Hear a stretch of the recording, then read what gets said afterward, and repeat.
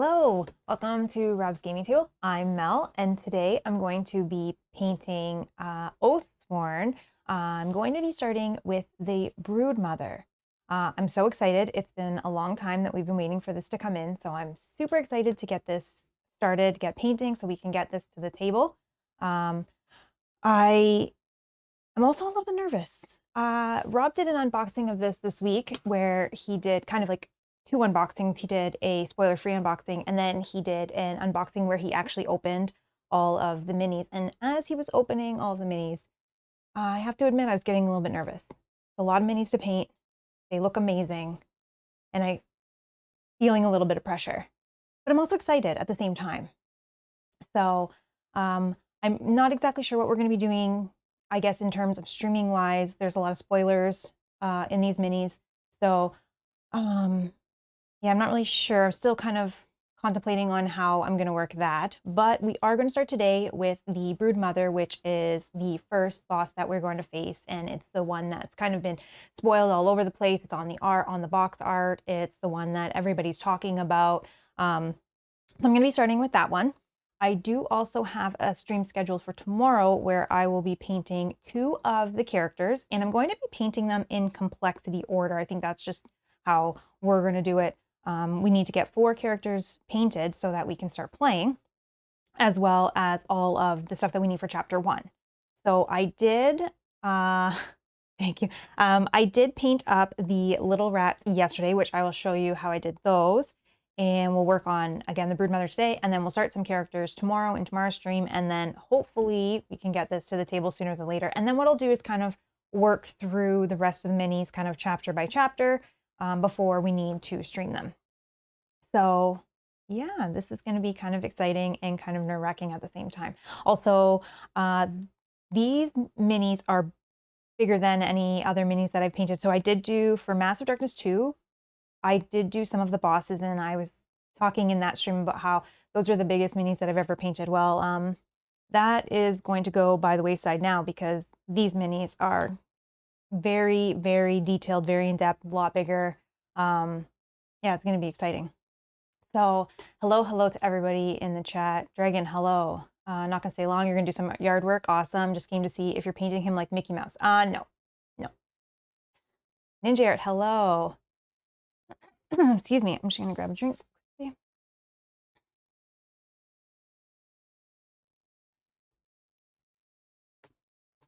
Verena, hello. Oh, yeah, we said that. Yogi, hello.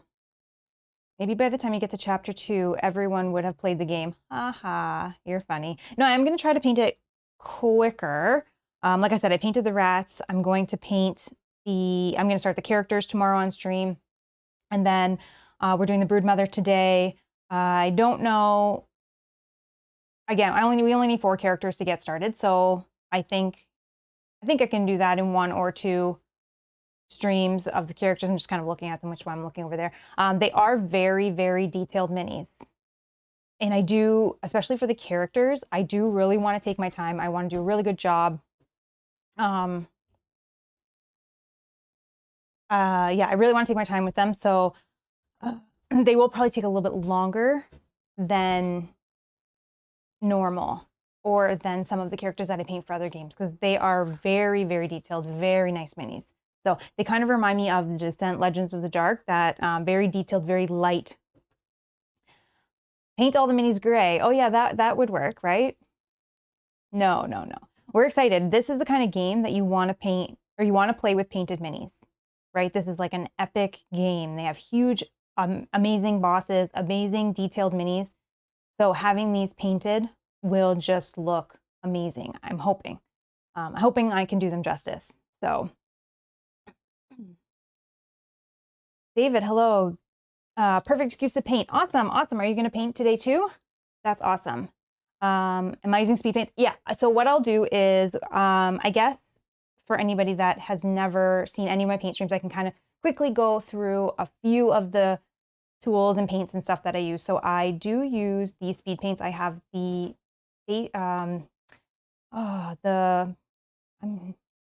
I have the big one and the small one. I can't remember exactly the names of them. So sorry, the mega and the regular sets.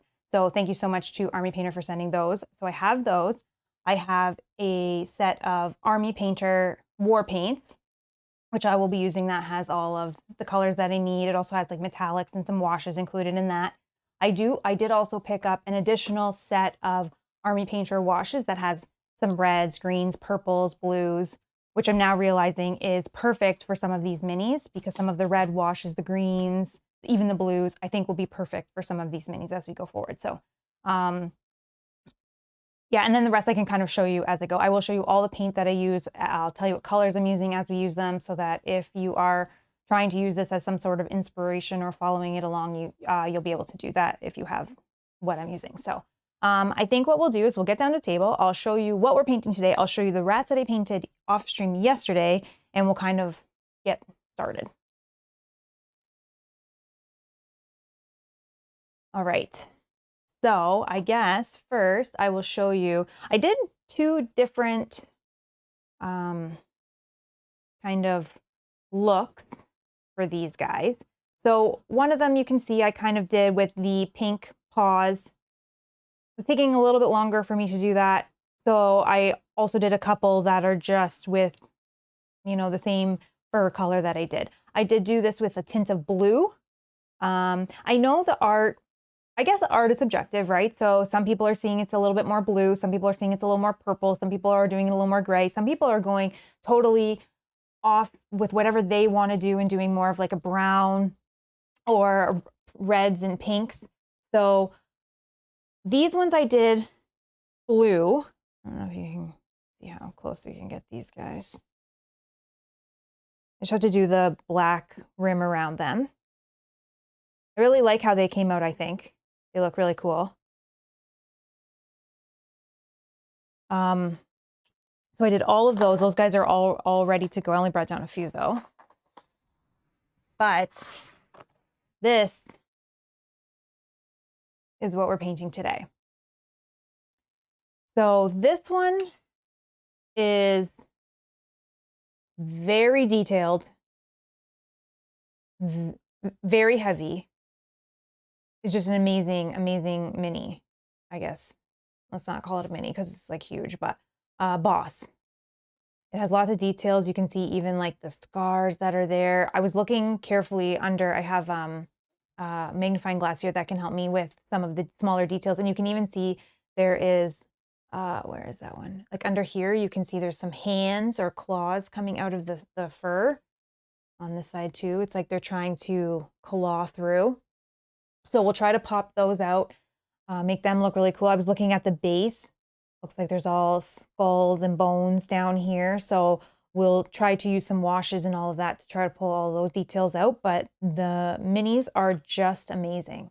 I haven't really pulled out many from the future chapters to take a look. I was just kind of watching as Rob was opening them through the screen. But they definitely look amazing from what I've seen. So super excited to get this going. And then the characters. Here, try to use this on it. Oh, thanks. So this is the largest paint handle that I have. Okay, this is the base. So we'll just try to see how big this mini is and if I can. Yep. Nope. It's not gonna fit. It almost fits. Like it's so close, but I can't open it enough to. There might be something where I kind of clip them. No. Yep. It's not going to fit. So no painting handle for me today, but that's okay. We're just going to get strong muscles as I hold this up and paint it. Time to break out the house roller for that monster. Yeah, I know, right? But there's so much detail in here. I'm so excited to be able to pull that detail out. Now I will be using some speed paints for this. I'm going to be using speed paints for the fur, which will be amazing, I think, because of all the texture in the fur. I'm going to use the speed paints on the rats above as well that are on top. I think that'll put some detail and you'll see some difference. It'll put some shadows and stuff in between all of the rats. But then what I plan to do is take some colors and color the tails, color the ears, pull out the eyes, all of that, inside the mouth, the teeth.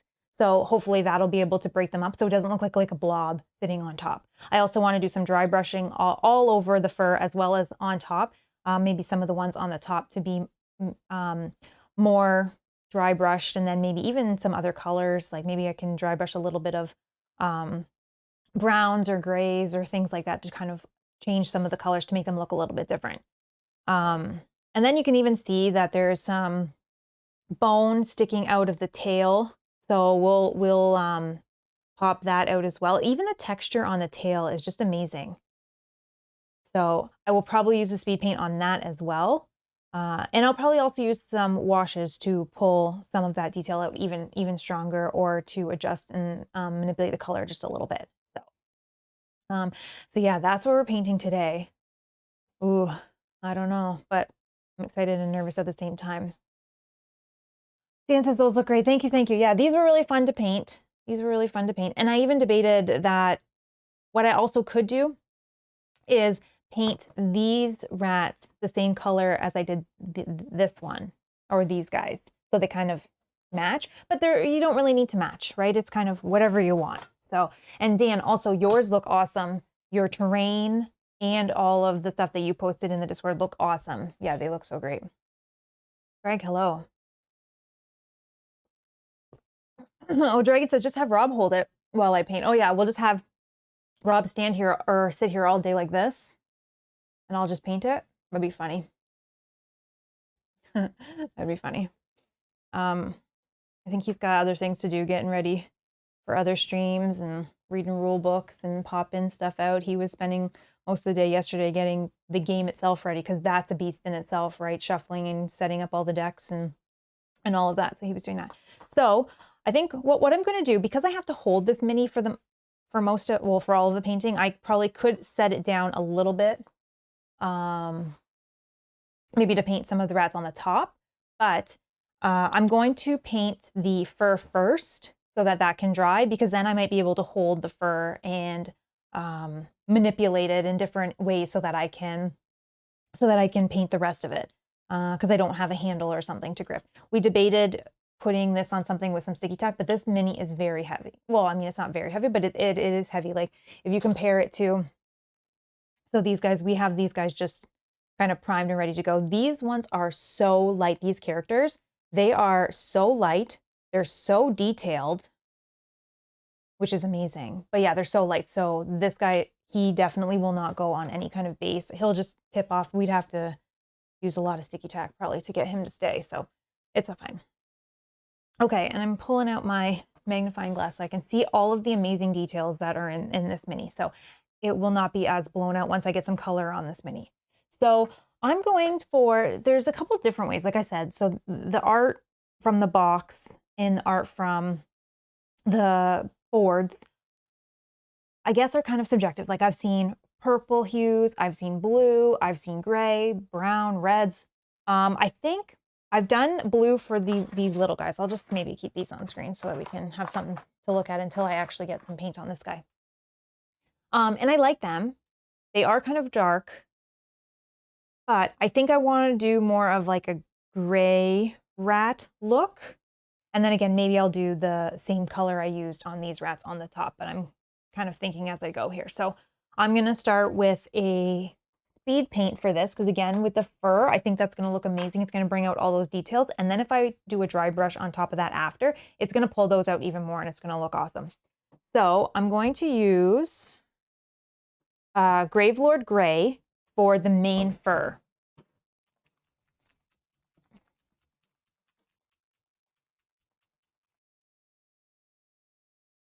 Oh, Dan says, I just put the Exile in there for you to see. Oh, awesome, awesome. Thank you. I'll look at that later. Yeah, that's one that I'm going to paint tomorrow.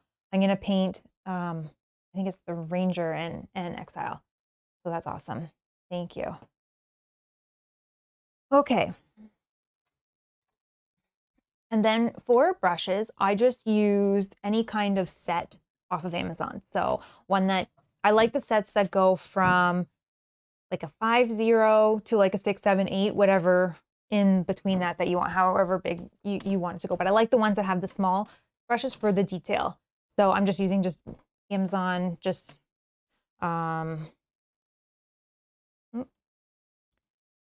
whatever they had. Usually they're about 20 bucks. And I'm using a size 5 for this. Alrighty. I'm just going to pull some things closer. What I'm going to also do is I'm going to avoid, so if you can see, sorry, let's pull this up like this. If you can see, it might be hard. Actually, the belly's easier to see. So you can see there's some scars under there. I'm going to try to avoid those and, excuse me, I'm going to avoid them. And I'm going to use some blood and scar tissue paints and things like that to kind of fill those in with maybe some pus and make them look really gross. So I'm going to avoid them when I'm going over the fur. Sorry. Okay.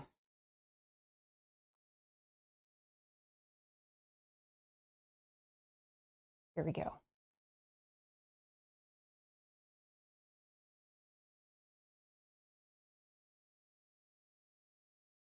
This does look really a lot darker when it goes on. It dries lighter, and then we will put a dry brush over it. I'm going to turn this light down just a bit.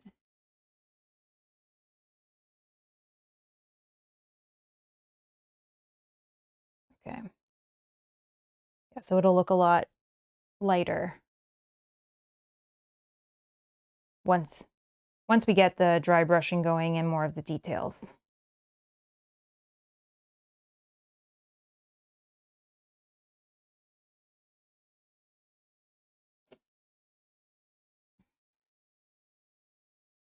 This is probably a stupid question, but can you explain it a wet brush versus a dry brush? Oh, what does?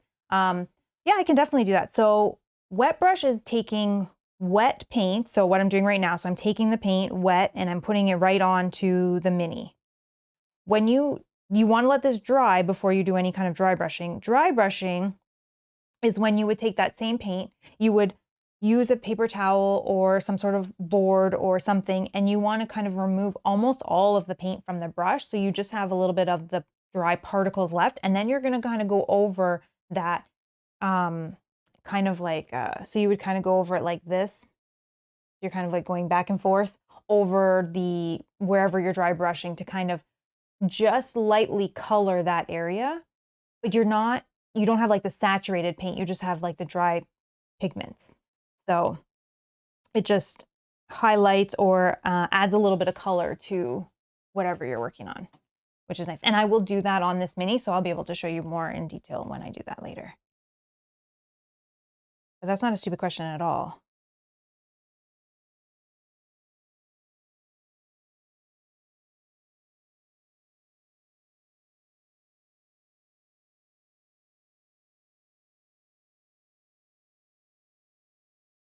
Looking at this boss under a magnifying glass is just amazing, I have to tell you. Like looking at it with your bare eyes and then with the magnifying glass, it's insane. Looks awesome.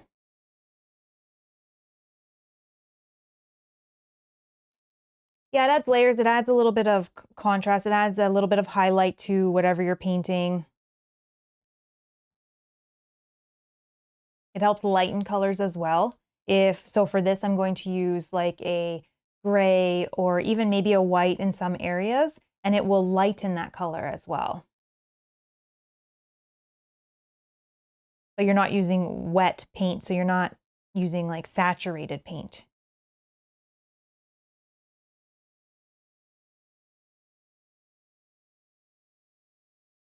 If a little bit of this goes into the scars, it's no problem because the color that I'm going to use to go in there, into all of the scars, is like a blood, which will cover any of the speed paint for sure. I have to realize that I'm painting a big mini, so I need to put paint on the brush, not like I normally do, where I'm like getting just a little bit at a time.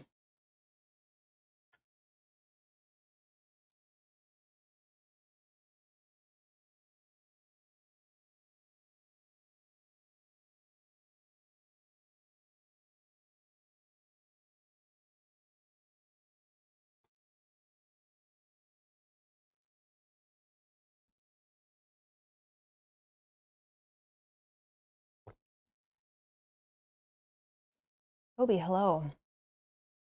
Boxer Boss, do you plan on painting Mansions of Madness minis? Probably not. I mean, maybe in the future if I had like nothing else to do, but probably not.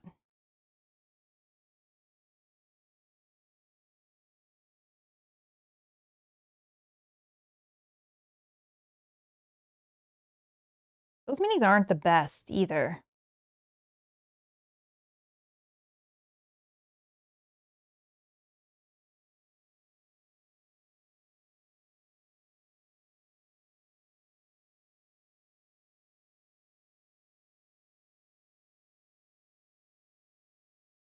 Jerry, hello. Oh, Jack says we played chapter 12 this morning. Love every bit of the game so far. Oh, that's awesome. That's awesome. I'm just need to pull this close for 1 second. I'm just trying to look at.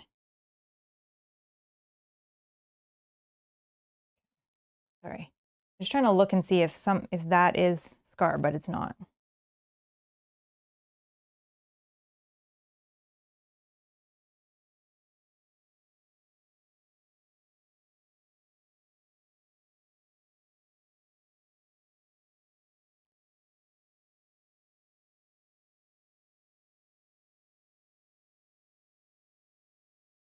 Yeah, I'm excited to start this game. I gotta get painting. We can play it. Voltage Revenge. Hello, all. I'm glad to get a chance to join for some relaxing painting. Oh, awesome. Welcome, welcome.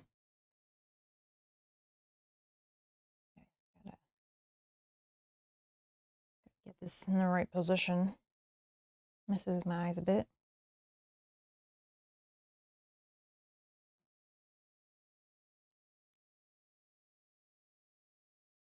Yeah, we're just painting today, painting tomorrow, getting this game ready so that we can play it.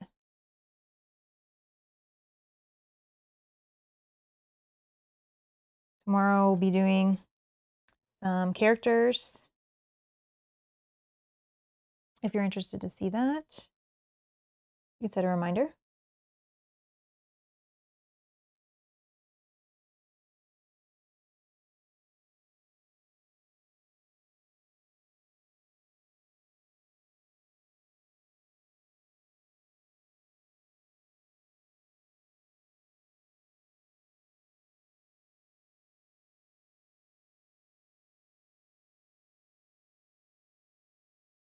And then I'll just try to avoid, I'm just going to go around the bone so that I can paint that later.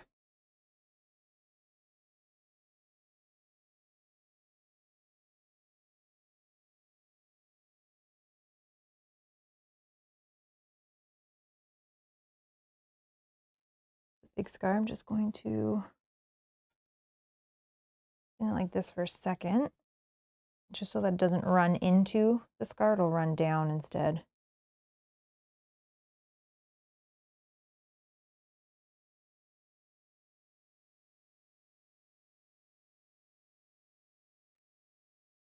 And just try to squeeze this all underneath all of these rats that are on the belly or on the back.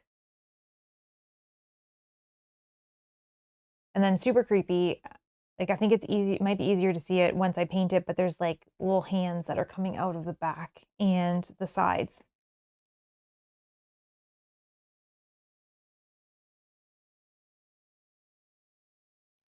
They're like trying to like claw out of the body.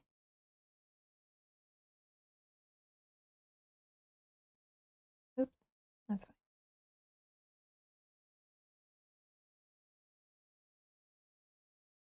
Okay, just gonna clean those up. Sorry, 1 sec. With the speed paints, if you make a mistake, you can just kind of add a little bit of water and pull the paint away, which is great.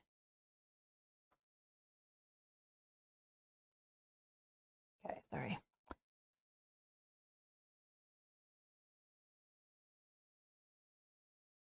Alrighty. Layla, hello. How's it going? Whoop.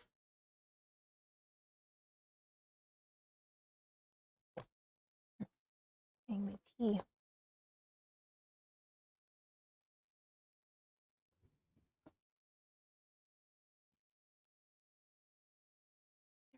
Sorry. Alrighty.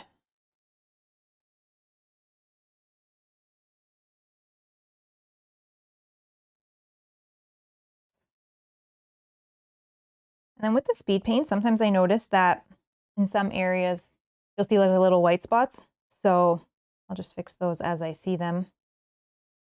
Just where like the paint like separates or something.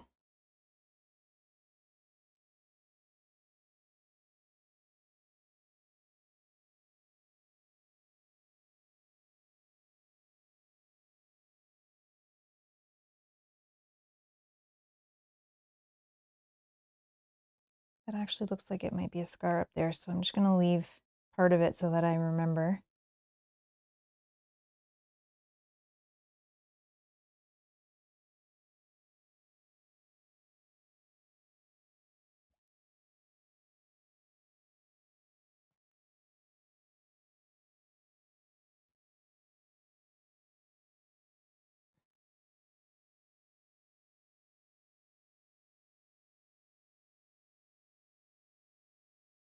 Interesting painting a big mini like this that I cannot put on a base.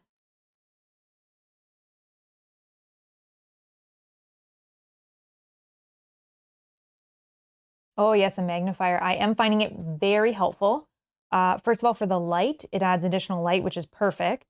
It magnifies, I think, 5 times. So things looking with my bare eyes, when I'm looking at it like this, I can't necessarily see. But then once I put it under the magnifier, it just, everything pops out. Even putting eyes, it just magnifies that little tiny dot so I can see and be a little bit more precise. I love it.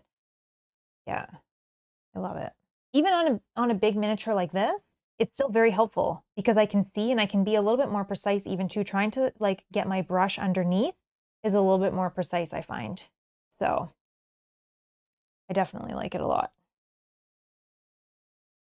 It's hard to adjust sometimes though when you're looking at this and then looking at even looking at the mini by itself. It like takes a second for your eyes to adjust, but I definitely really am really happy to have this. And it helps because then I don't necessarily have to wear my glasses. I can just use this.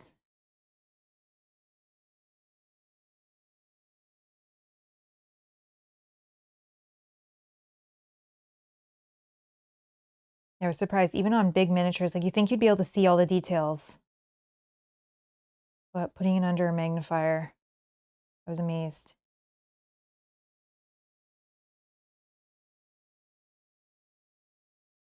Just trying to.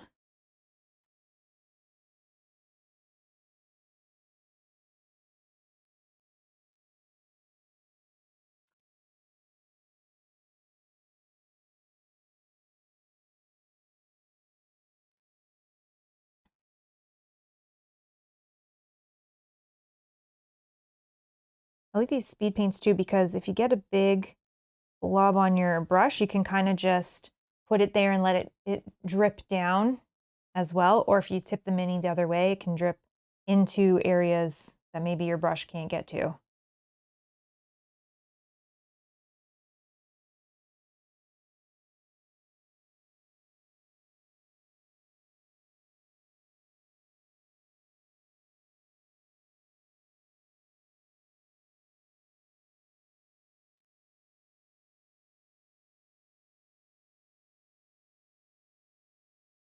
And again, there's one of those little claws that's coming out of the back. So I'm just going to move around that.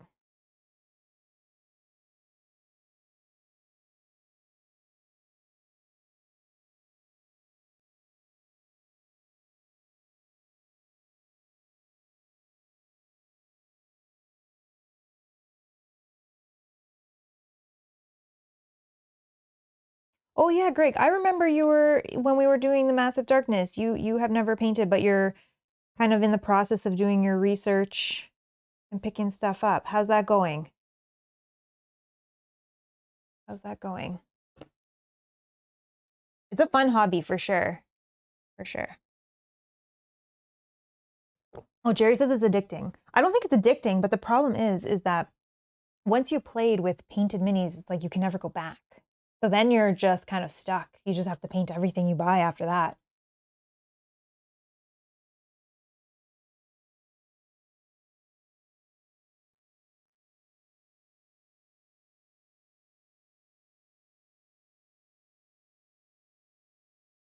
And then it takes so long to get your games to the table because you got to paint them all.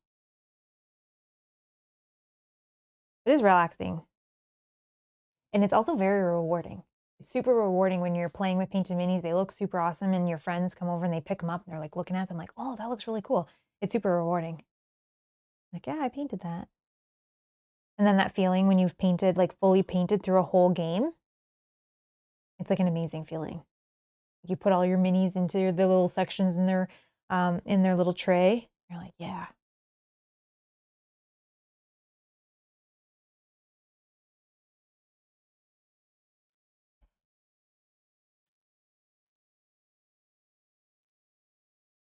It is a rabbit hole. Yes, Layla, it is a rabbit hole. And yeah, Layla, I have to read through some of your comments about your new brushes that you just got. You said you're enjoying them. I haven't looked into the type that you picked up. You picked up a nice set, I remember.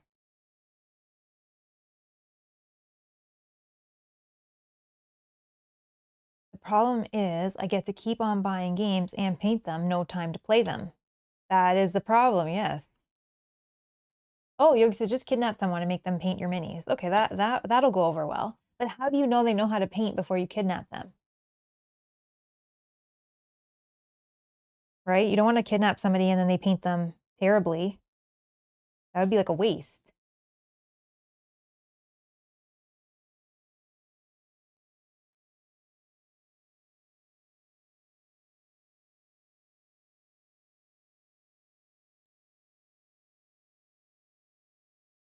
It's a fun hobby though, painting. It's a fun hobby for sure. But yeah, like Lila said, it's definitely a rabbit hole that you can get into.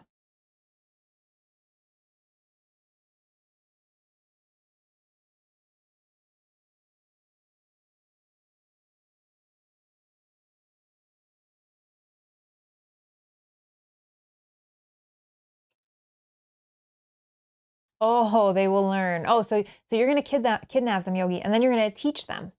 Is that what you're saying?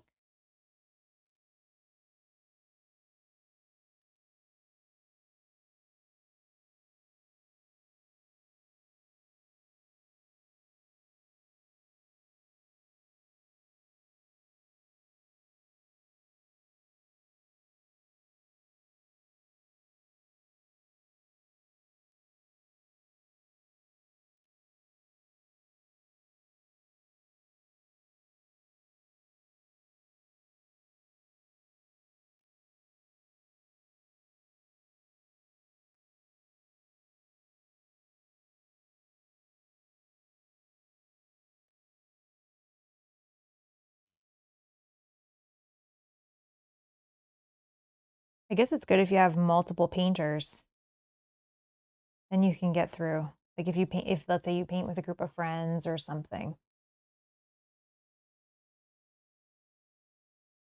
Yeah, my group is playing my fully painted Descent at the moment. It's so nice to see your work appreciated and people grabbing photos. Exactly, right? When people are picking them up and they're like looking at them and you're like, yeah, I painted those. It's like a nice feeling for sure. For sure.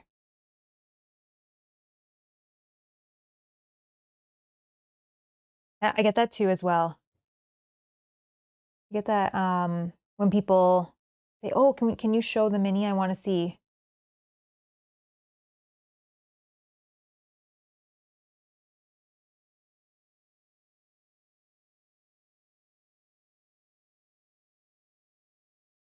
Here, I just flipped it over for one sec.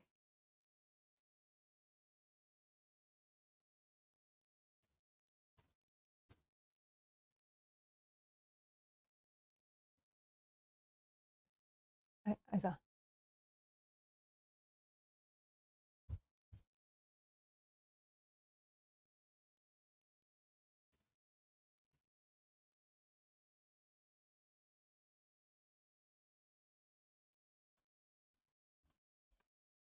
Takes a lot of paint to paint these kind of minis. Sorry, just flipping over for 1 sec. I'm just going to do under this leg.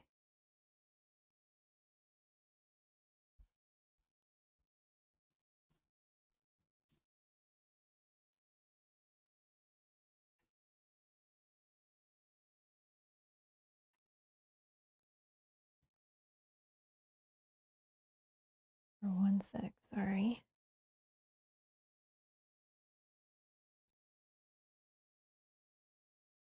Yeah, the texture is amazing. I love it. It's gonna be exciting when we start doing some dry brushing and stuff too. Make it pop out even more.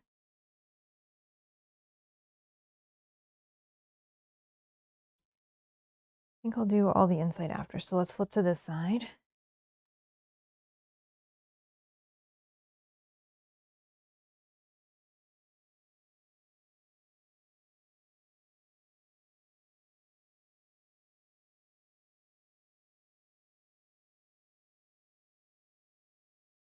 I keep moving it around to find comfortable ways to hold them.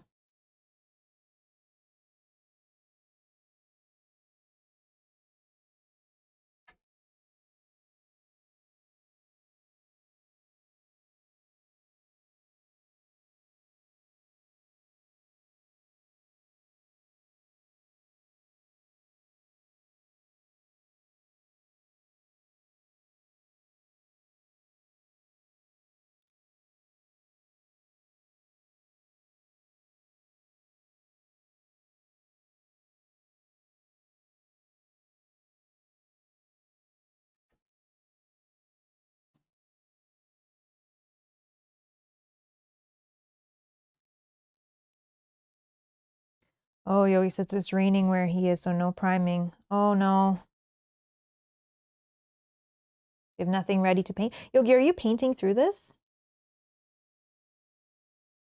Or are you just playing unpainted?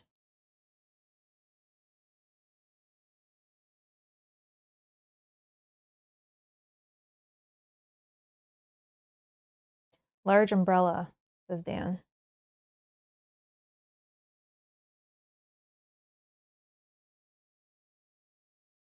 Set up some sort of tarp.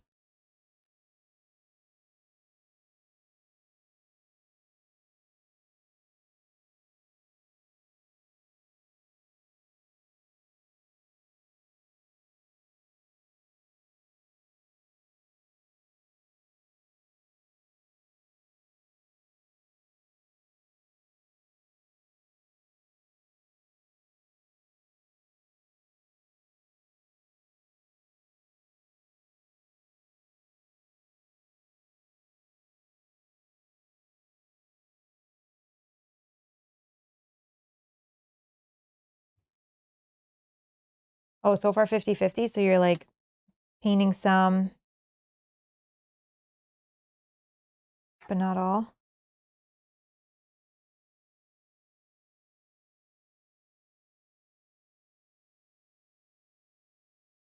Oh, I'll probably encourage you to paint faster. I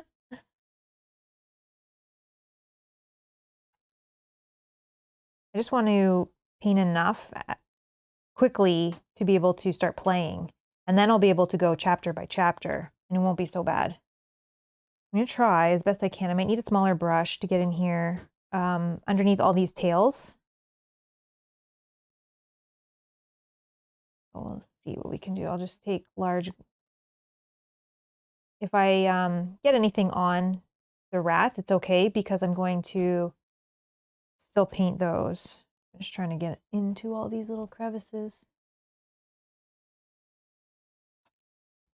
The small rats look cute. Thank you. Thank you. Yeah, I did those yesterday. I think they look good. They're ready to go. I did them more of like a blue tint.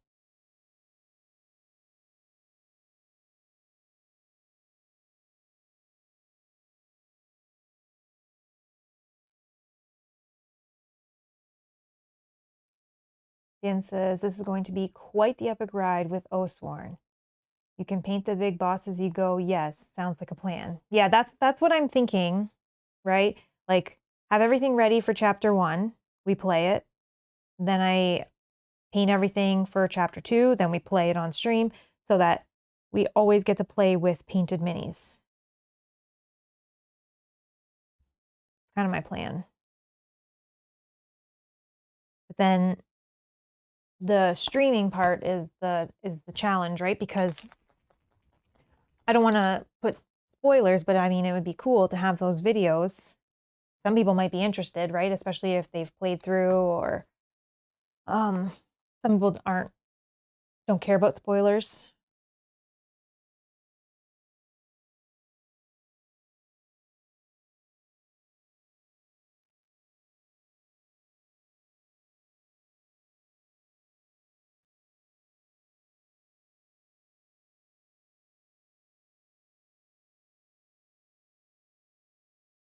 But then there comes the dilemma of, do I paint fast? Do I try to do everything like super awesome? Because these are epic minis that maybe later we put on a shelf or something, right? So I want to take my time, but I also want to be fast so we can play, which is the dilemma that I have.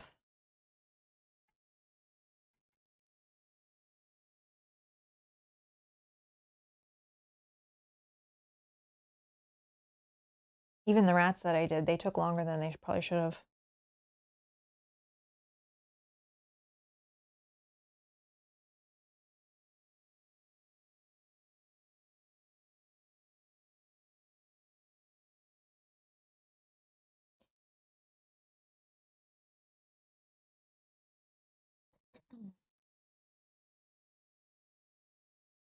I think if you're playing in a few weeks, you'll be fine. Just do the normal intro and spoiler tags, and the thumbnail isn't spoil. Yeah, that's true. As long as it says, right? As long as it says it's a spoiler, then it's not as bad. Like, chapter 2 boss. Spoiler everywhere.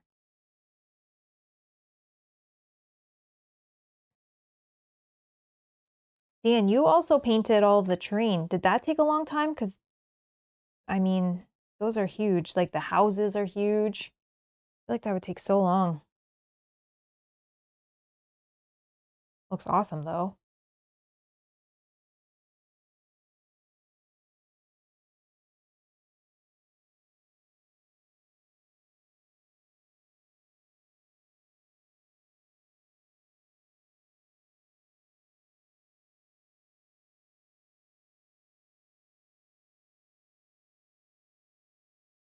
Matthew, hi. Oh, we just got back from a comic and toy show.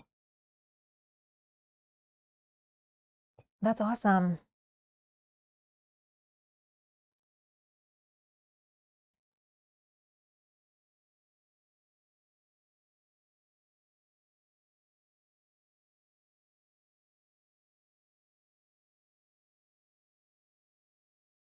The only issue is if you didn't do the usual 1 hour intro and the thumbnail had the mini, but if you don't do that, so you'll be fine. Oh, I don't do that. Yeah, because um, for me, I'm painting, so I just kind of like I can talk while I'm painting. I don't need to do like an hour of talking before. Could you imagine? My paint streams would be so long.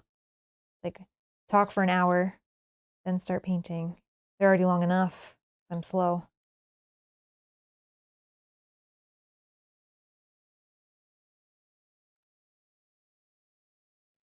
Again, sorry, just trying to get under all these tails.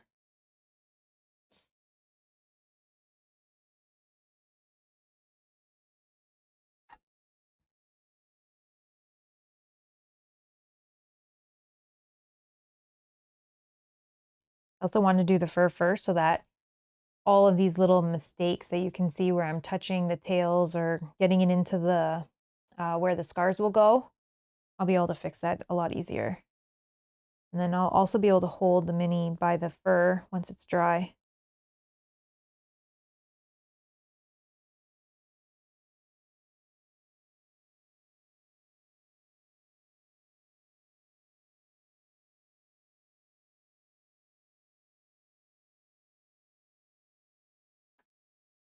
Oh, it took longer than you wanted to, the trees especially, as I had to paint around the vines, etc. Houses and walls are pretty straightforward. Oh, okay.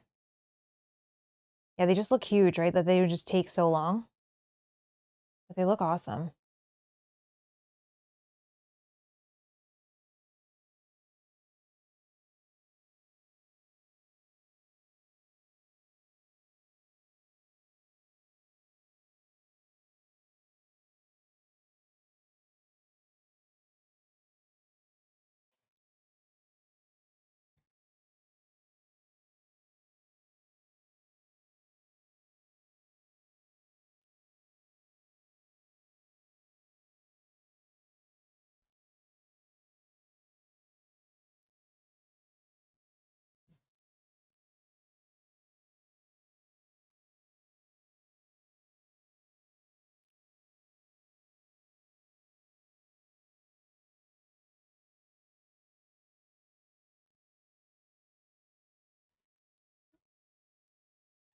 I just see little white spots under these tails. It's bugging me.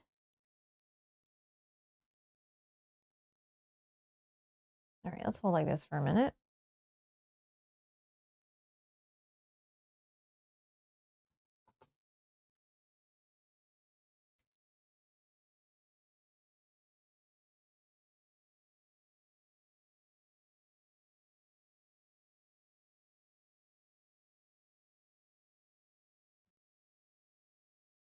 I'm just going to, just flipping it over for a minute.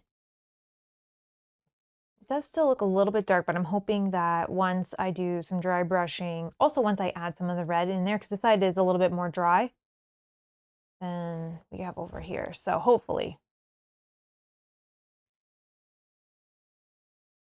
Lisa, hi. I can't by myself, but bought the minis this afternoon to a pro painter to get, brought them to a pro painter to get painted before my group session. Always appreciate your work. Oh, thank you so much. Oh, that's awesome. That's awesome that there's people out there that will take your minis, will paint them up for you. That's awesome. You have joked about sending me their minis, but I mean, shipping is insane. Also, I'm slow. It'll probably take way too long for me to do it. That'd be a fun little job, though, just to sit and paint minis. I'd also feel a lot of pressure. Oh my God, I already feel pressure just having them on stream. I can't imagine if somebody was paying.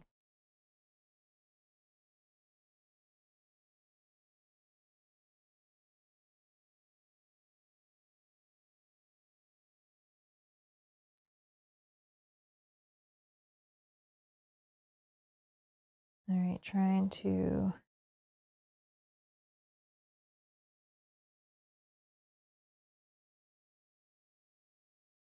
Okay.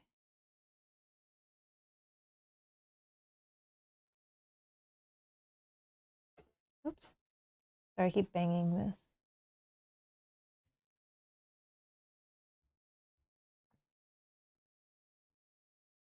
Alrighty.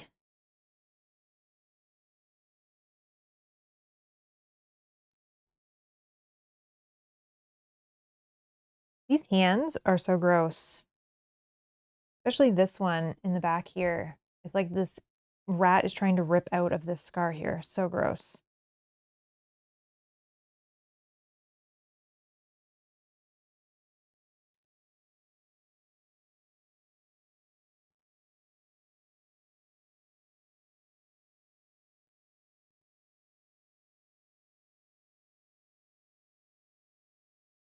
So I gotta flip it over for 1 sec. Should try to get under here.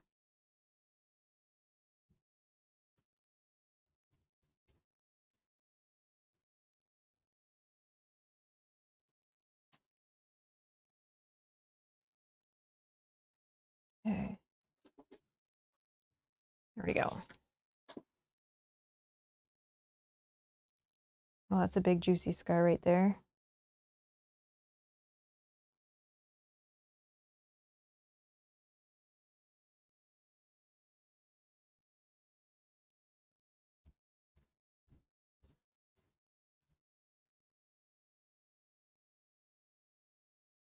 Also, Layla was asking about this magnifying glass, and one of the good things about it is it just can clip to the side of the table, so I can move it around as I paint in different areas, which is awesome. Or if you have like a paint station, you can just kind of clip it to a desk.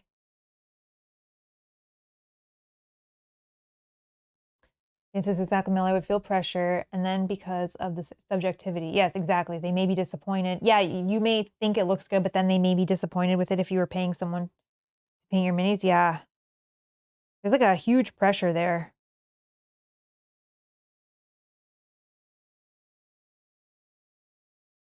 I think the easiest for me for sure would be, instead of like painting them for someone, would be like selling a copy like after something was played and being like, oh, this has painted minis, posting the photos with the painted minis. And then it's up to them if they want to purchase that.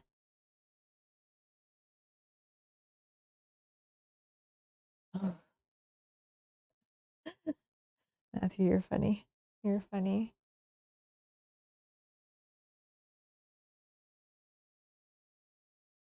Yeah, it's gross. The hands are gross. They're like coming out of the wounds.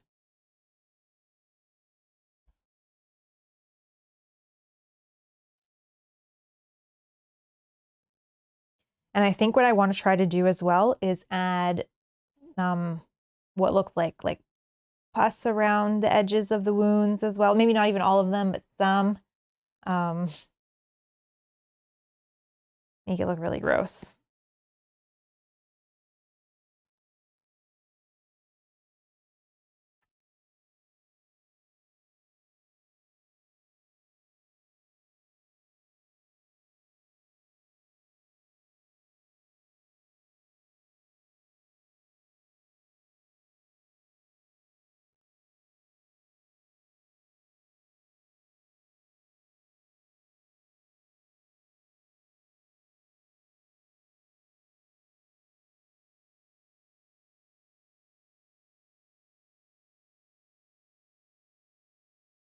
Okay.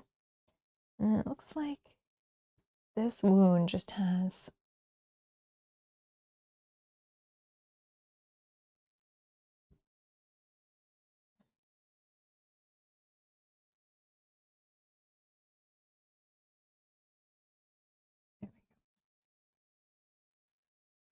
alrighty.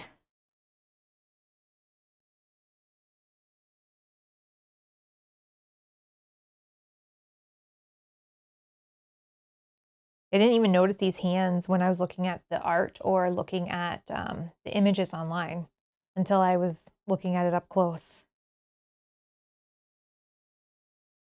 There's also some amazing photos that you can use for inspiration that I found on BGG, on the Oathsworn Facebook page. There's lots of very, very amazing painters that have started painting and posting their work.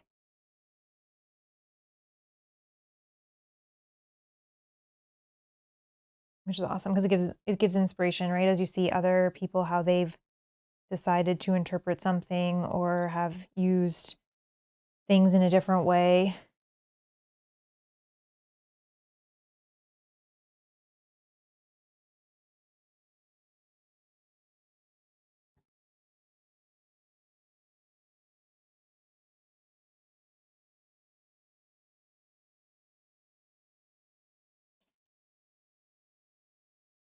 Leila says, do you have a bottle of gloss varnish? Maybe mixing a blood red paint with the gloss varnish. For yeah, I do have upstairs. I do have like paint on gloss varnish, and in my blood that I'm going to use for the wounds, it is like a glistening blood, so it does kind of look wet. But what I can do is after it's varnished, I can use that gloss varnish just in those areas to make them look even more gross.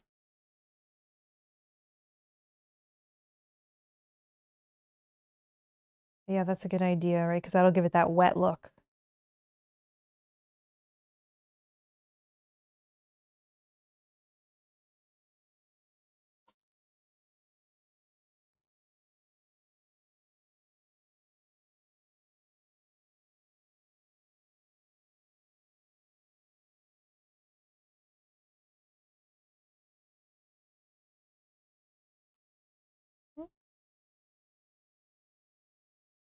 Oh, blood is something you lack in your collection. It came with my set that I got from Army Painter, and it's just called like glistening blood. I'll show you in a minute once I get to that step. But I love the way it looks. I've used it for other things like zombies, and I think I even used it a little bit in the Massive Darkness 2 painting for like some of the undead. One of the guys had like something like ripping out of his stomach, he had like intestines or something coming out. I'm just gonna flip it upside down for 1 sec to do underneath. Sorry, this is angle you cannot see, but 1 sec.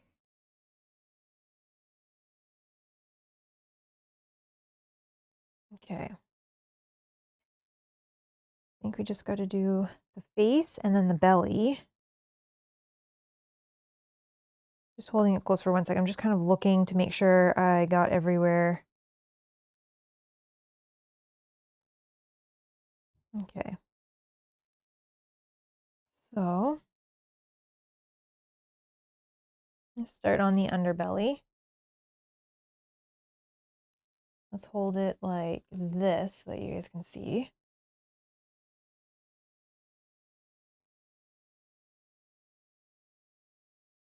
I'm going to paint the whole underbelly this same color, but I'm going to dry brush it a lot lighter.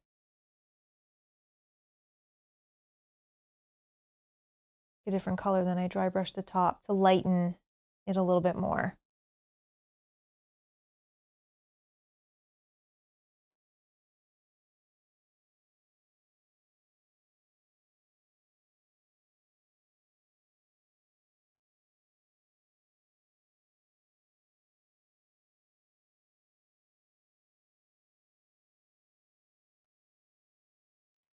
Sorry, it's kind of a bad angle for a minute.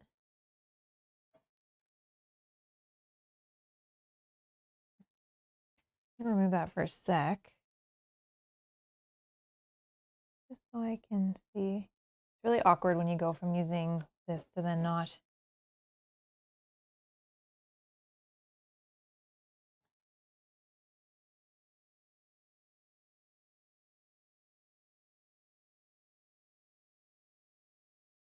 I'm just trying to do under the leg here, which is kind of an awkward position.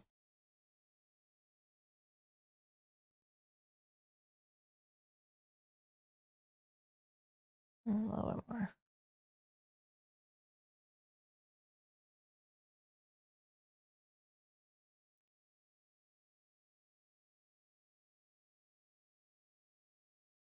Okay.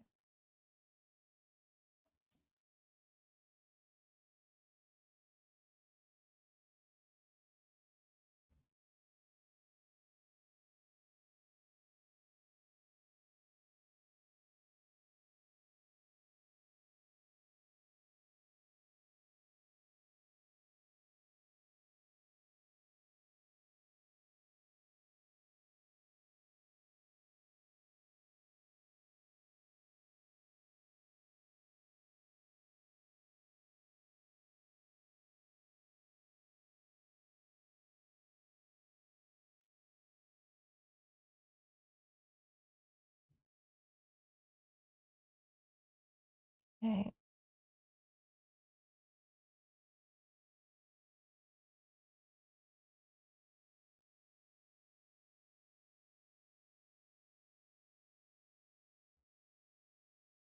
All right.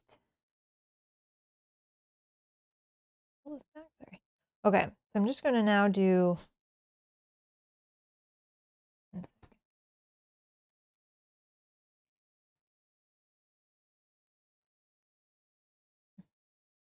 underbelly, and I'm going to avoid these scars that we have going on here. I can't see.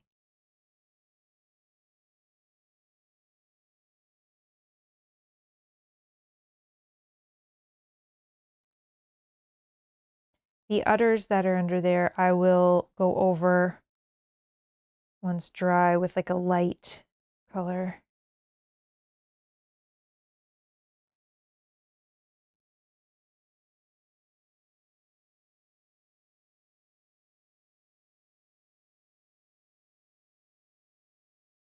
Okay, let me see if I hold like this.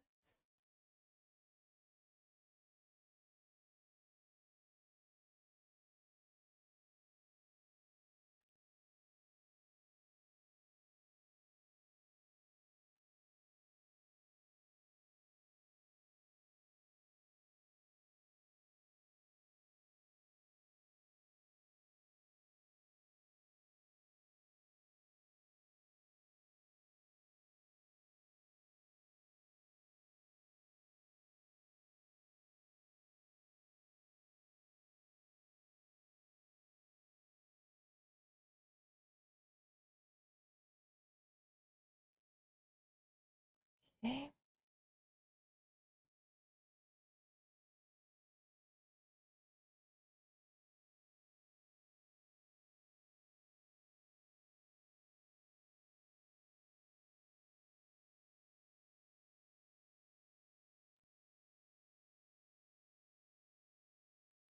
I'm thinking about for the rats on top using the same color, but adding like a tinge of blue to it. Kind of what I'm thinking. That'll be a kind of a similar color to the little ones that I did. Those ones I did with, what did I use? This Cloudburst Blue is what I used for those little rats. So I figure if I add a little bit of that into the, oops, I can't see if I do that. If I add a little bit of that into the gray, it might give like a little bit of a blue undertone. Make them a little bit different. Gotta grab a little bit more paint. Oh, you do have it. Okay, you just found it with your, yeah, the glistening blood. What is it called? Yes, it's like one of the effects. That's awesome. Citadel has technical paints called Blood for the Blood God. That is really good. Keeps the wet look for the blood. That's awesome. The glistening blood also keeps like a wet look, which is like exactly what we're looking for.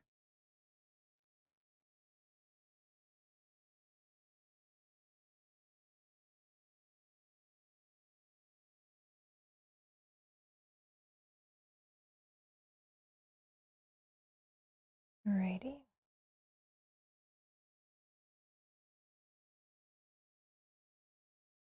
I don't have many of the Citadel paints.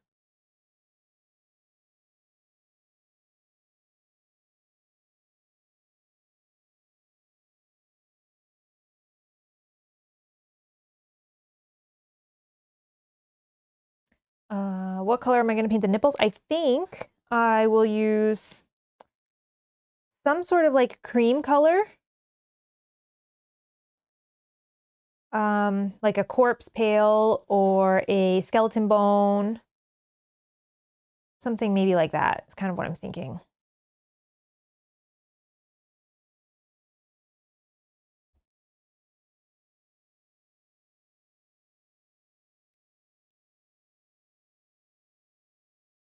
I mix that corpse pale with some pink for the tail, so I think, yeah, I think that'll be okay.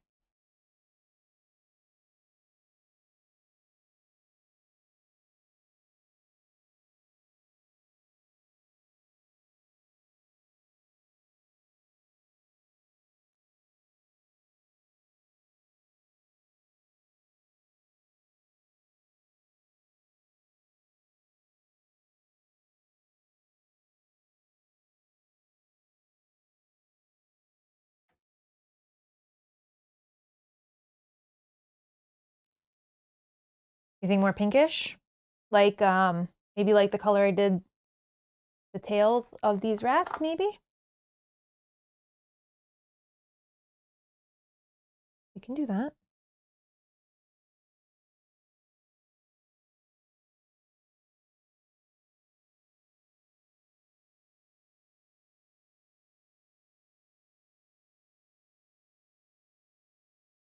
I haven't tried, I don't know if anyone else has, like wet blending speed paints into regular paints.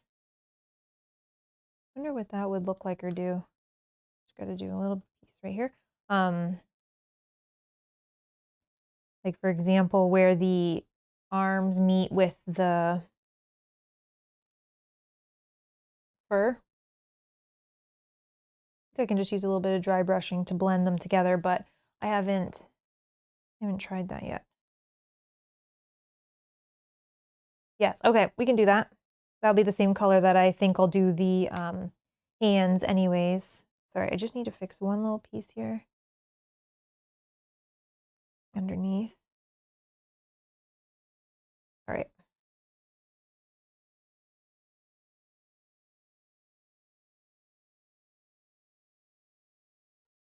And then I just missed again a little bit right here.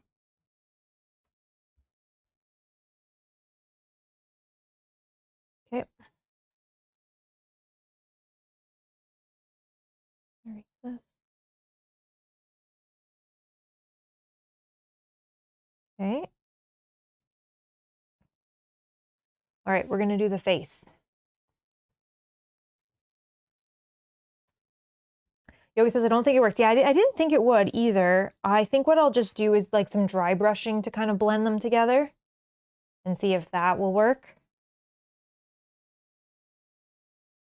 Okay, so I'm gonna do the inside of the ears, a different color. Just looking at the face, sorry. Yeah. So I'll leave the face, or sorry, I'll leave the ears. Inside the mouth, we're gonna do like, again, the blood-ish look. We'll put a wash in there on the teeth, make them look all dingy. Beatles, hello. Oh, you're so sweet. Another film masterpiece in the making. Oh, I wish I had not slept on Oathsworn. I literally knew nothing about it until after the Kickstarter was over. It's going to be years until it makes retail. I think they're planning on doing another Kickstarter. They might be able to get in on. I mean, I don't know when that would land, but I think, if I remember correctly, this might have been the first Kickstarter since I started painting minis that I was like, yes, now I can paint the mini. So I was looking at it in a different light, I think.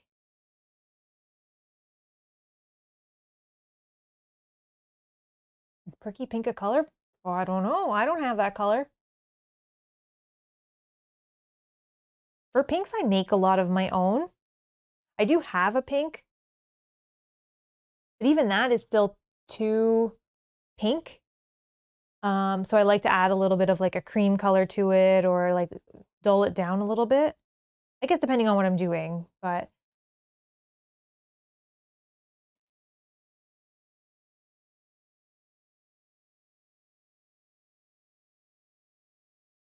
I'm gonna kind of fix as well the along the bone.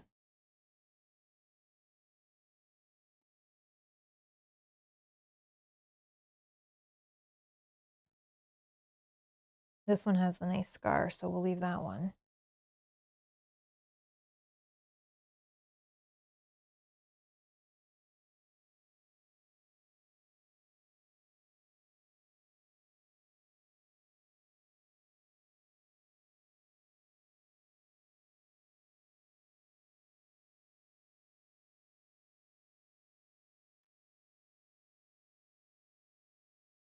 Oh, you heard November, Jerry says. Oh, okay. Second Kickstarter will end in October or November. I wonder though too, because the game is done, right? Like it's going to be a Kickstarter for the same game. Maybe it won't take too long to get it to you at that point. They'll just have to print however many copies they need. Hopefully. Hopefully you'll get it not too long.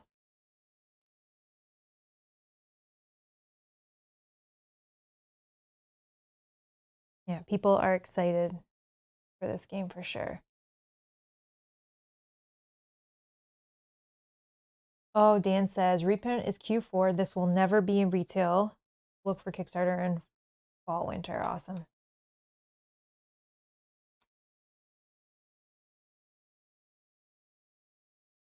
Oh, Toby says, we just want to make sure we have all of the upgrades implemented and through the prototype phase before we launch again. Oh, thank you for the information, Toby. Thank you. Also, welcome, welcome. I didn't realize that you were from the company. Thank you. Now I'm super nervous. Oh my God.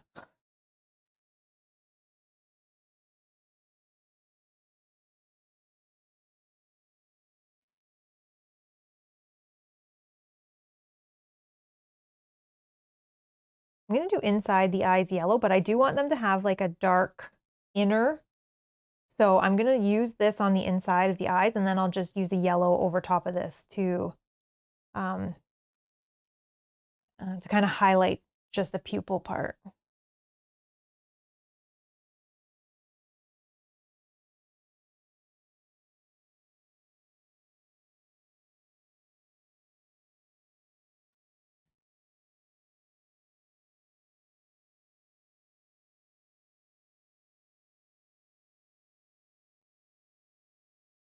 There's also a cut on this side of the eye that we'll use that blood effect on as well, which that blood will be able to go over this, so that's no problem.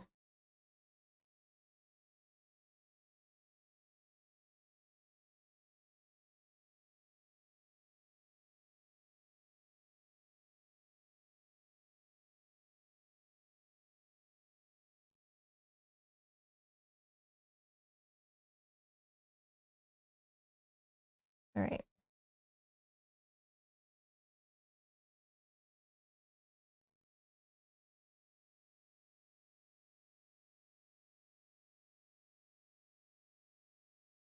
Teeth look terrifying.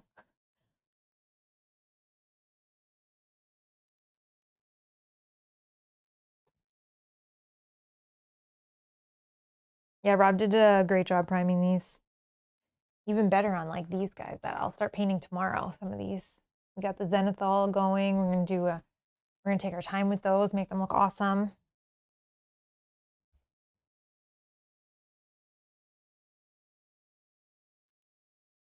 Okay.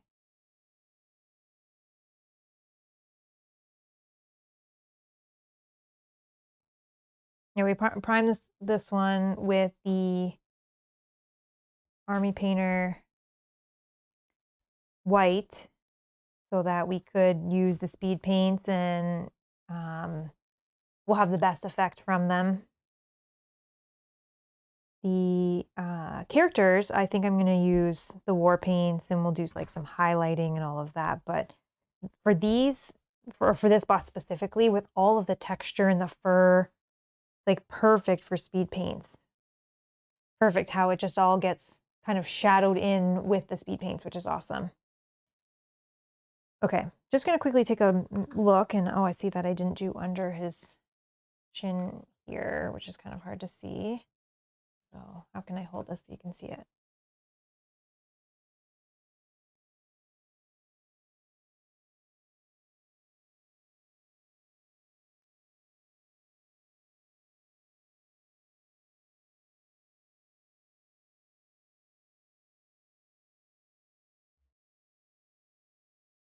Okay, sorry.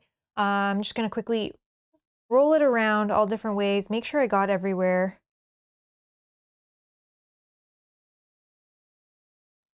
My brush.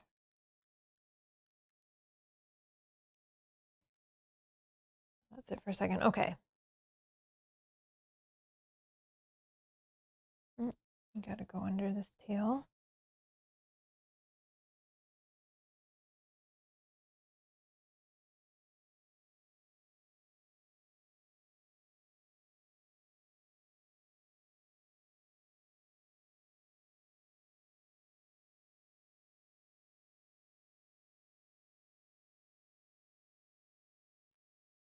Okay.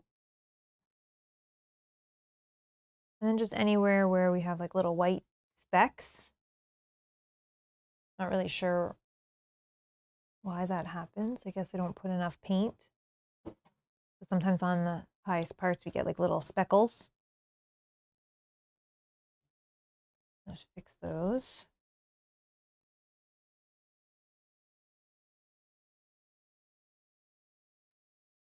Okay.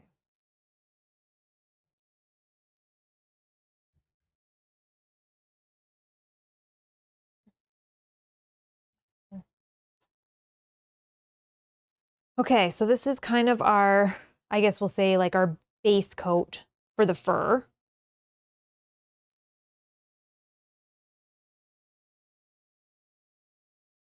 Again, we've left all those scars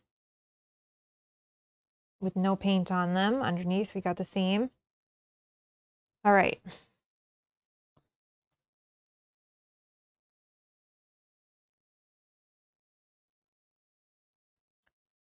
Just trying to think for holding the mini. That's kind of the order that I'm kind of determining how to paint it, is how do I need to hold it.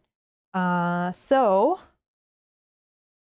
also we have some detail that we want to work on, these rats that are on top. So I'm thinking maybe I do those next. So what I'm going to do quickly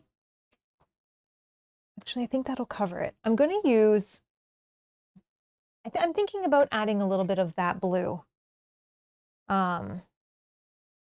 Yeah, I'm kind of thinking, so the same blue again that I used on these guys, they have like a blue look. I'm thinking about adding a little bit of that same blue, which was the Cloudburst Blue, adding a tiny bit of this to the Gravelord Gray, so it tinges it a little bit and we get that little bit of blue peek through. I think that would look cool, and then they would kind of match a little bit the other rats that I've already done. So I'm just gonna add a little bit more of the gray here because there's quite a bit to paint on there. And it's always better to, for me anyways, to have a little bit extra versus having to try to make more. Okay, so maybe I'll just add like 2 or 3 drops. And I like to kind of just mix it around and then kind of pull it up on here because I can kind of see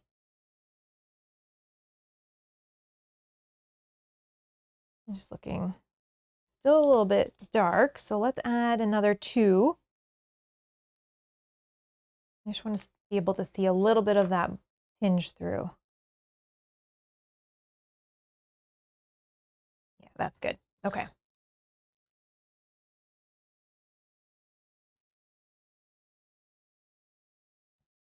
Okay, so again, that is the Cloudburst Blue and the Gravelord Gray mixed together, mainly the Gravelord Gray. I don't know how many drops I put in, but I just added about 4 or 5 drops of the Cloudburst Blue just until I got the kind of blue peeking through that I am looking for. Jack is asking, have you decided which characters you want to play as? We don't know yet. We haven't really looked at it yet. I will be painting them in order of complexity. So tomorrow I'm painting, I think it's the Ranger and, oh, I'm blanking on the name. I'm blanking, but I'm painting 2 characters, the level ones, and then probably early next week I'll paint 2 more, whatever the next 2 in the list are, and we'll kind of do a practice game and try and kind of learn how to play the game, and then we'll go from there. But then in the meantime, I'll still be painting them so we can like change it if we want or bring other ones in and out.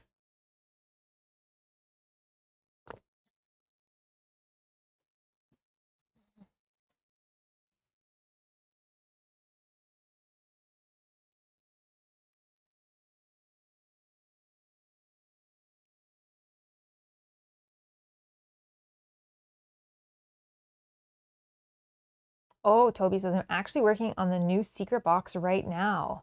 You'll be able to buy the secret box from the first campaign if you missed it as well. Oh, Toby, did you design the first secret box? Because that was awesome. Actually, I think, oh, the Exile. Thank you, Yogi. Yeah, we were talking about the beginning. I forgot. I wonder if I can, yes, so the Exile and the Ranger will be tomorrow, and then hopefully early next week we'll move on to the next 2. All right. I'm going to try to avoid tails, but if I get this on the tails, it's no problem. Also, normally what I would do is, because I'm using the speed paint, I would fix up any mistakes. So like we can see here where we have black on there, but because I'm using a very similar color, it'll cover it up, no problem. Also, I am going to take a little bit of like a mix of cream and pink to do some noses. So I'll fix all that. But the tails I'm going to do later. So, alrighty, I guess we'll just start on this side.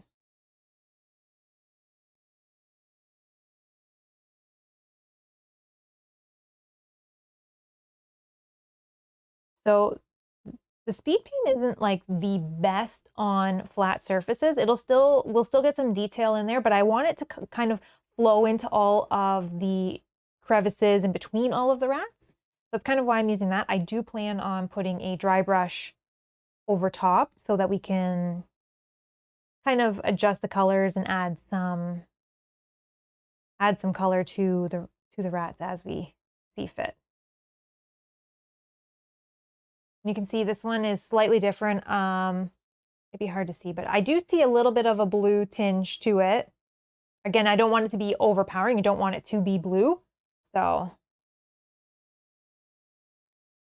oh, and Toby says, just an FYI for everyone, I highly recommend using the app for narration only. Okay. Awesome. We can't wait to play this. Now I need to just paint faster. Chapter 8 and 20 are my faves. Oh, chapter 4 is an example of a game component you would not experience if you only used the app.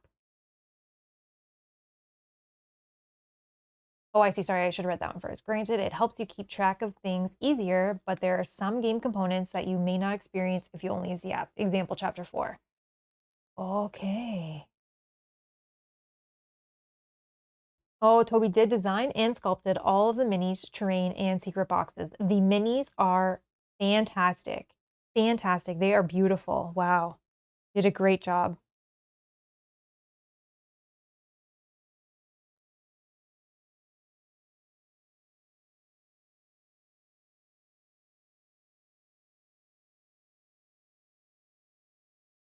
Must have been a lot of work because each one is so unique.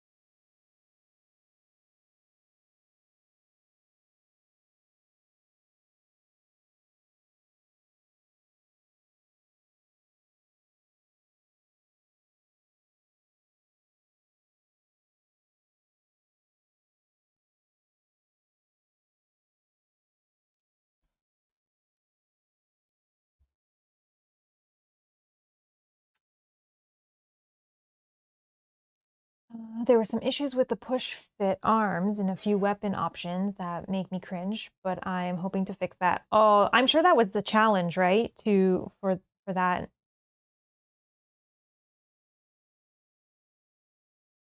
Those push fit.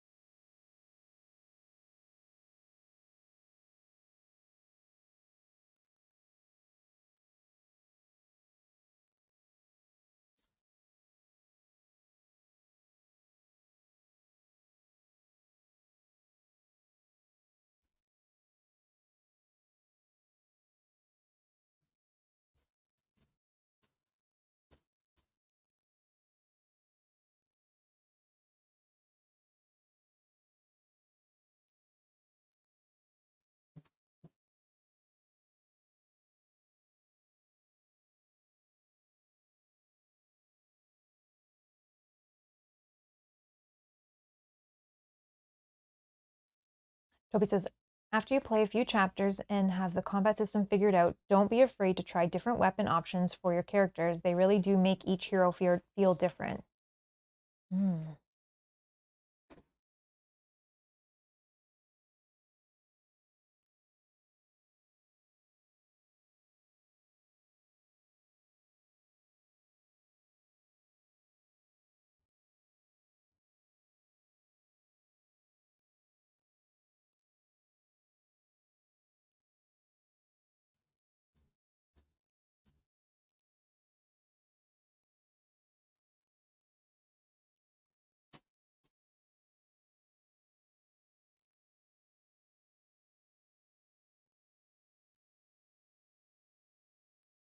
This is weird. painting all these rats on top.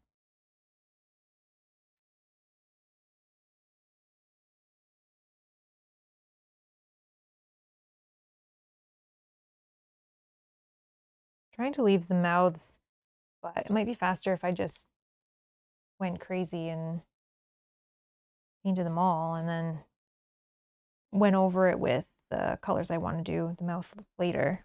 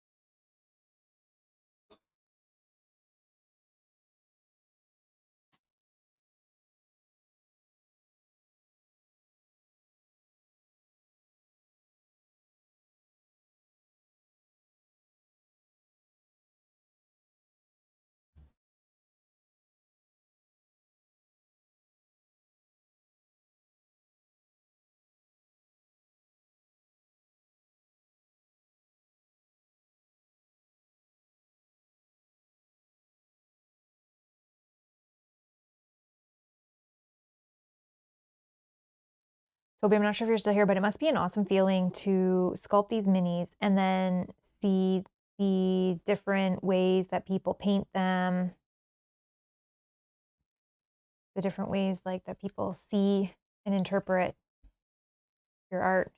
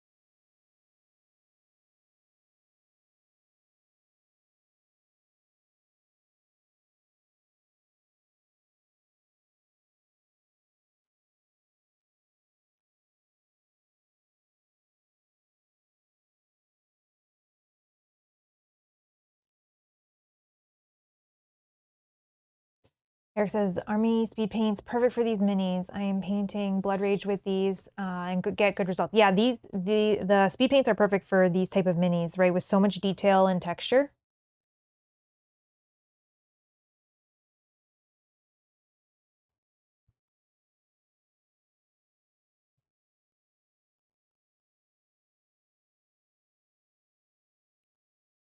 All right, I'm just going to kind of flip it for 1 sec just to get inside here.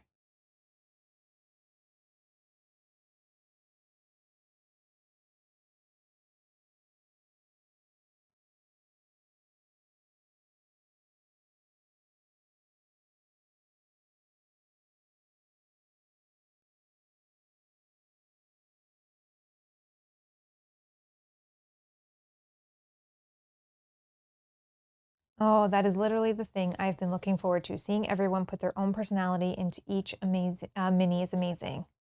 I'll be here every time you stream. Oh, thank you so much. Thank you, thank you. Now I have pressure, like I said.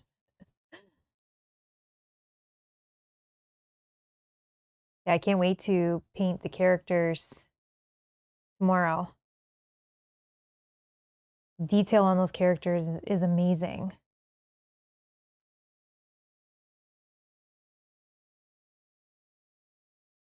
I guess you don't have to spoil anything because if it is a spoiler, but you can tell, like, what was your favorite miniature to sculpt If it's one of the boxes, you can just say what number it was, or if it was a character. I'd be very curious.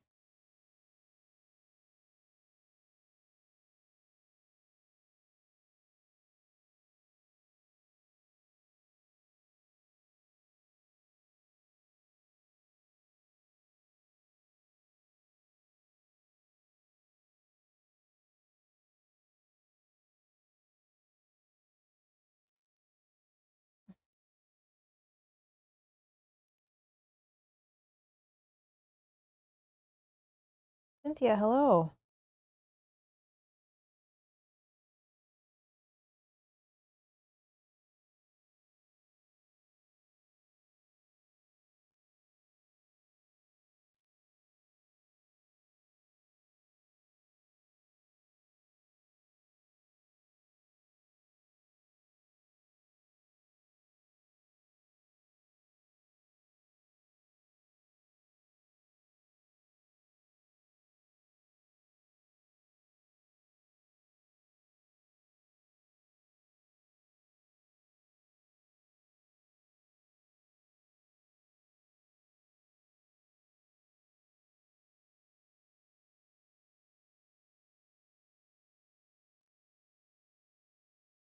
Favorite mini? The dude on the cover of the mystery chest. Oh, yes. Okay.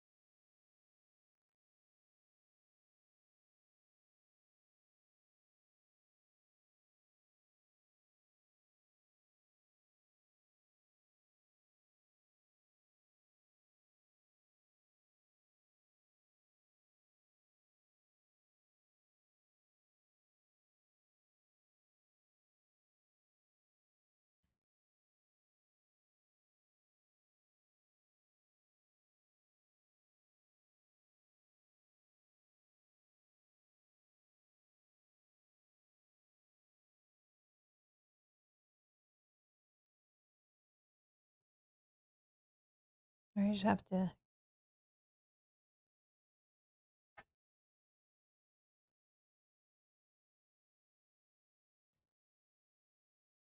Guess if I can barely see it, you won't be able to see it from the up when we stream it, so I don't have to worry. Just gonna flip it upside down for a second to get underneath some of the rats' faces.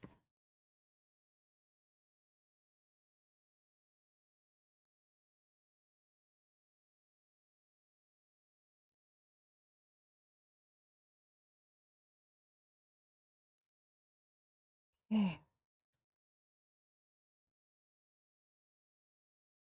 We're getting there. I do like that this the rats on the top look slightly different than the mother, so I like that.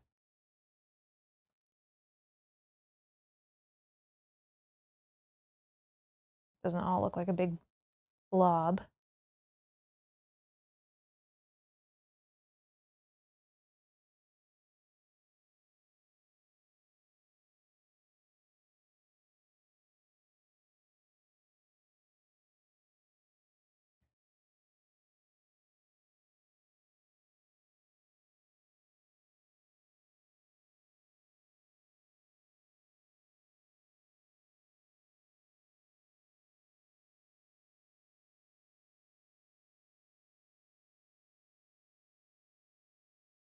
Even like the detail on each of these rats' faces. Crazy.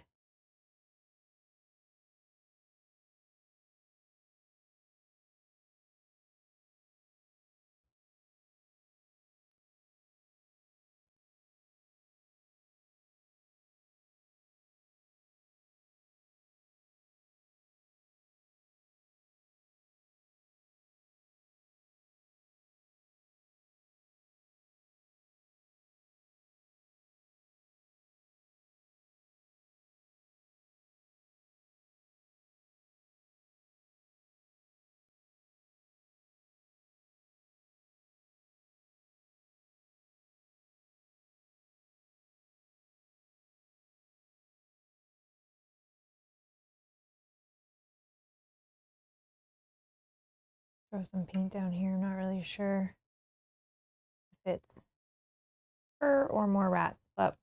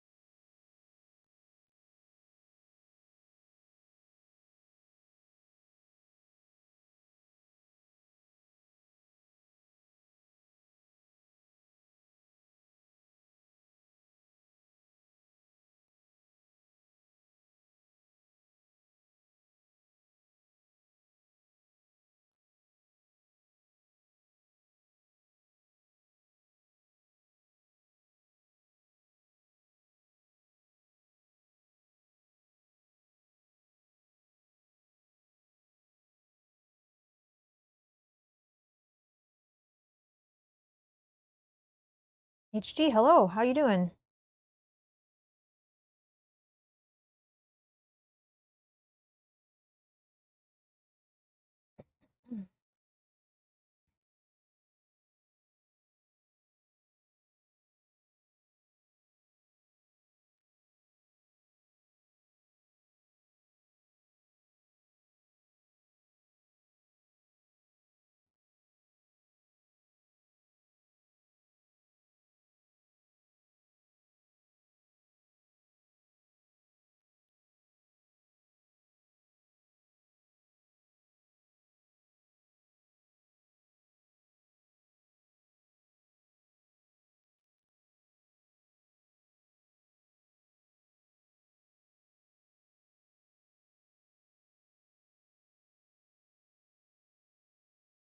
Just gonna kind of squeeze in here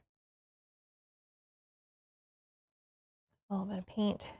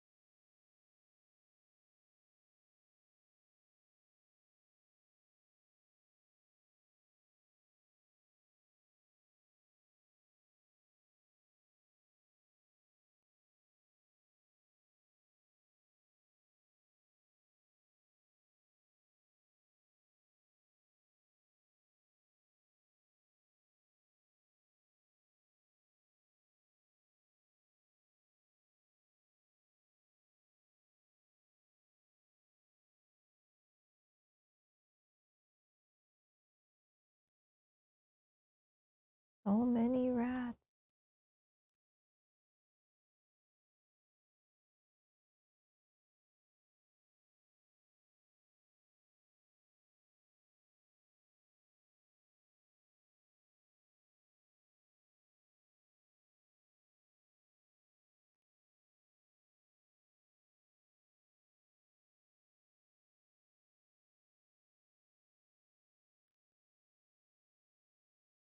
Want to also do the rats first so that they can dry fully before we start doing any details on the tails and teeth and ears and eyes and stuff.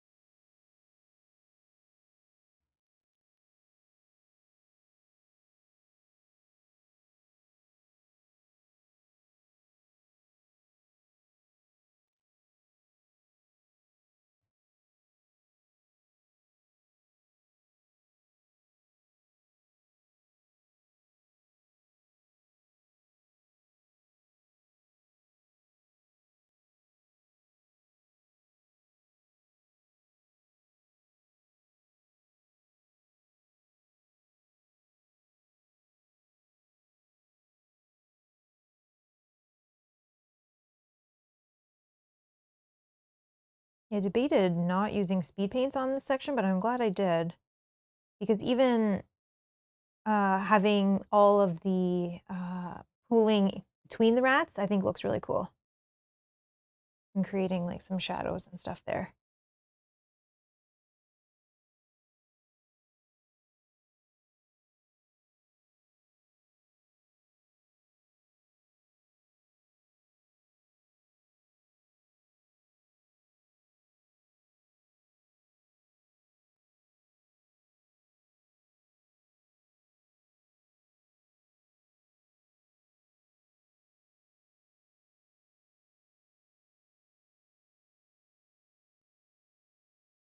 One side rat's done-ish. Alrighty.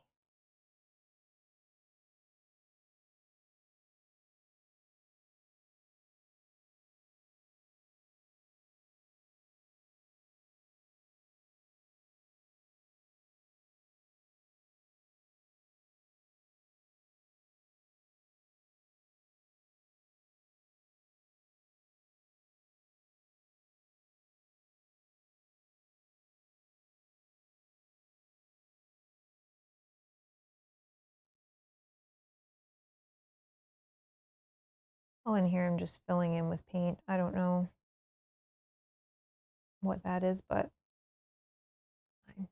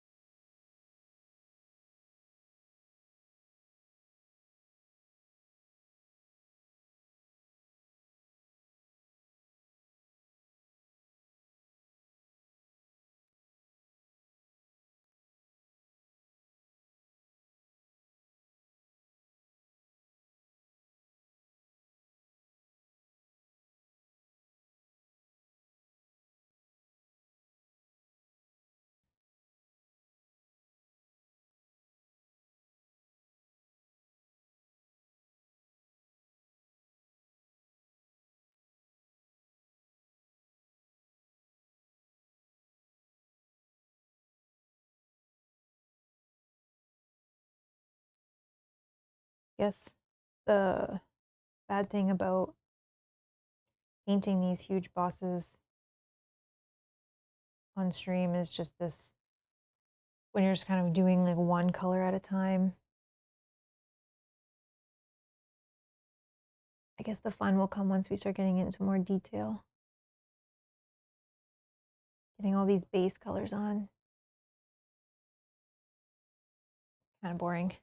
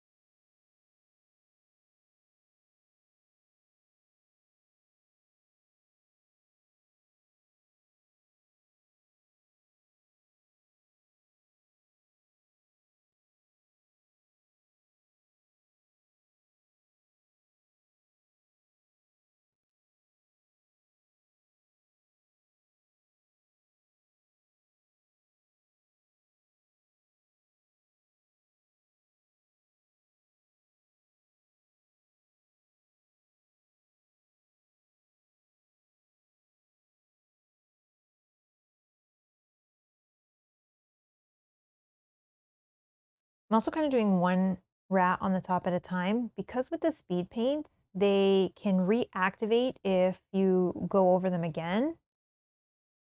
So I don't want to have weird brush strokes or reactivation of the paint. I'm kind of just doing one at a time and then moving on to the next one instead of doing half of one, half of another.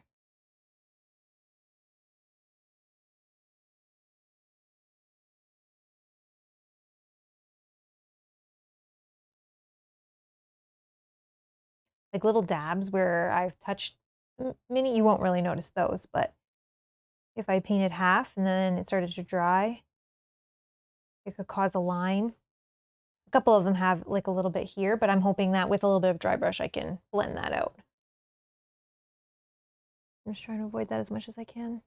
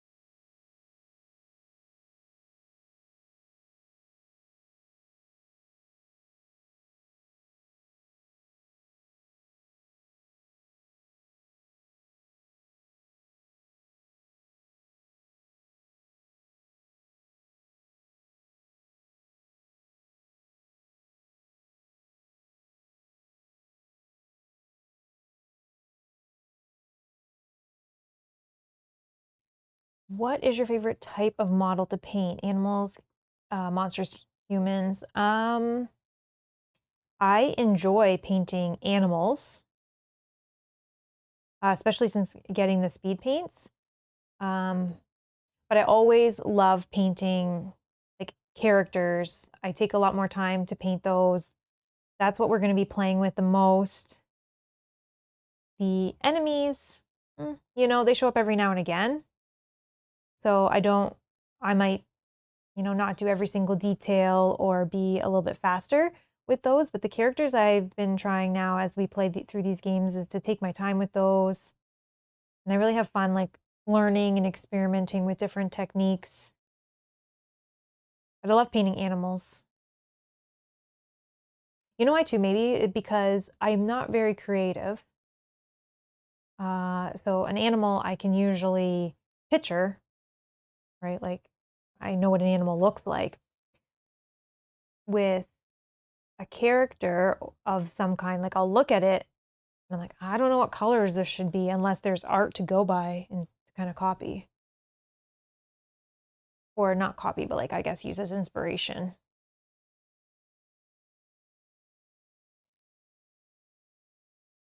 So I guess my favorite to paint are animals, but I've been having a lot of fun experimenting and trying different techniques with characters and trying to learn how to make those look super awesome so that on stream, as we're using them like every scenario,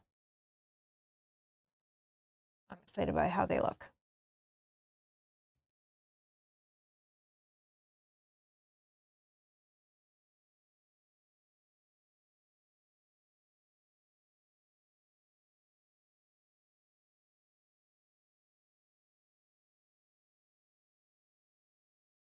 But I do love when I have art or something I can use as an inspiration for a mini. I do love that, of trying to recreate that.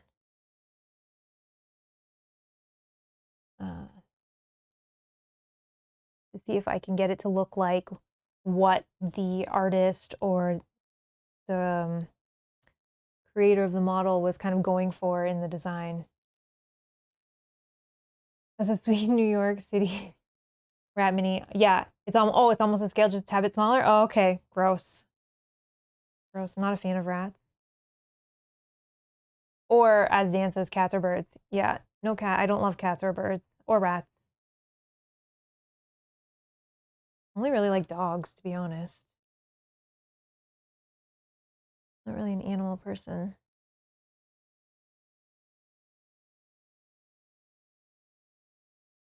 But I like painting them. Gotta flip this in a weird angle, sorry. To get under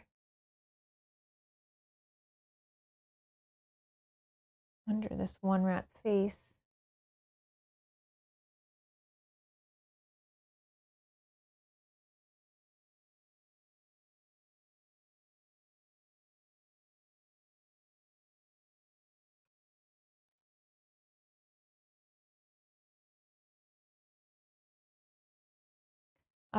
Mel, at what point do we have to check that Rob isn't standing behind you with a green sheet and a cattle prod? No, he's definitely not. I don't know what he's doing. He's upstairs doing something. He was reading some rule books, doing some stuff around the house, getting some games ready. I mean, if anybody watched our Gen Con haul, there's no shortage of games that, you know, need to be punched and organized and figured out. He's busy doing all that stuff. You know, scheduling streams, all that fun stuff. Behind the scenes stuff. Oh.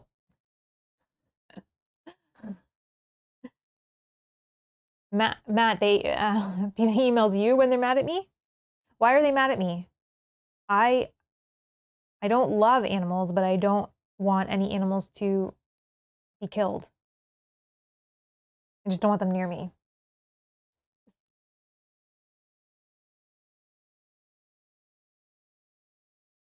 That's funny. Either that, or is he supposed to be monitoring chat and is snoozing in the chair? No, he doesn't monitor chat. That would be awesome though, because then I would never have to look up. Right? If he's just sitting here like reading to me. Which we did do in the very first one, also because I was super nervous. Like in my first paint stream, he kind of sat here and, like you said, monitored the chat and read out questions. And but then the problem comes that people just come in and ask him a bazillion questions that are completely off topic, which is fine. Like in these paint streams, we can kind of talk about anything because we got time. But if he's sitting here, it'll get real off topic real fast, and like almost the whole time. Everyone's always got questions that they want to ask him. He does jump in and out though, just to make sure things are going well, like technology wise.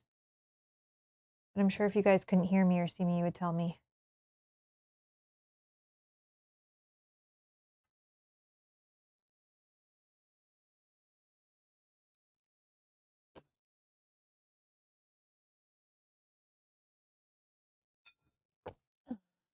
What? You don't have any new games? We have a ton.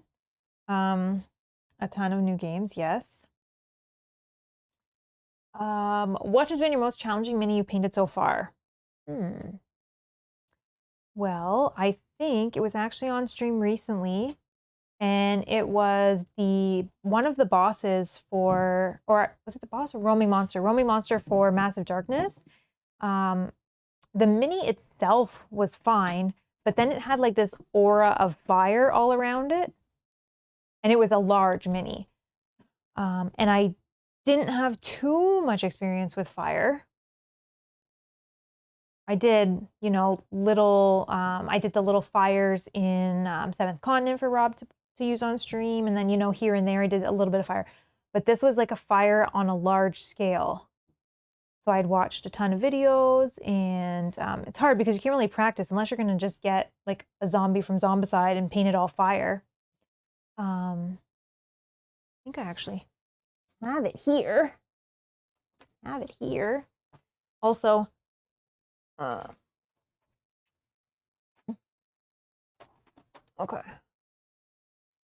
Take a few second break to answer this question. So this one, and I painted this one on stream, but this one was my most challenging and where I was most nervous for.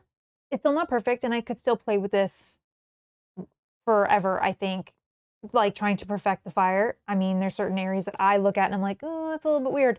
But from a distance like this, I think it looks fine, and I'm happy with the way it looks. So this one was one of my most challenging. And then I didn't do these on stream, but I did these off stream. These little guys, the fire entities, or there we go. These guys were also kind of like, so fire is pretty much my challenge. I'm practicing the wet blending to make these, come on. Oh, I'm going the wrong way. There we go. To make these look better, but I'm happy with the results, but it was my most challenging for sure to do that. And then I also did the big one on stream. So that was a little bit like, I was nervous to begin with, and then I put myself on stream to do it. I was like, oh, I just got to do it. Yeah, I think it definitely turned out better than I thought, and I'm happy with the way it turned out. But yeah, that was probably my most challenging, other than probably my very first paint stream, like where my hands are like shaking completely. Like putting yourself on the internet and doing something like this is like, people can criticize you, people can say whatever they want, which nobody has. Everybody has been so wonderful, but it was just like kind of nerve-wracking to do that. So that was also probably my most challenging, which I think was a sky tier mini that I painted. And I only literally painted one character. It took me like probably like 4 or 5 hours. But I'm still very slow. And I still get super nervous when I'm painting on stream. I don't shake anymore, which is good. But yeah, so that's kind of been my challenge, is fire. Fire has been a challenge. The whole wet blending. But it's been fun to experiment and like learn and try to get better at it. And we worked through it on stream, and people gave tips on that stream where we painted that, which was helpful.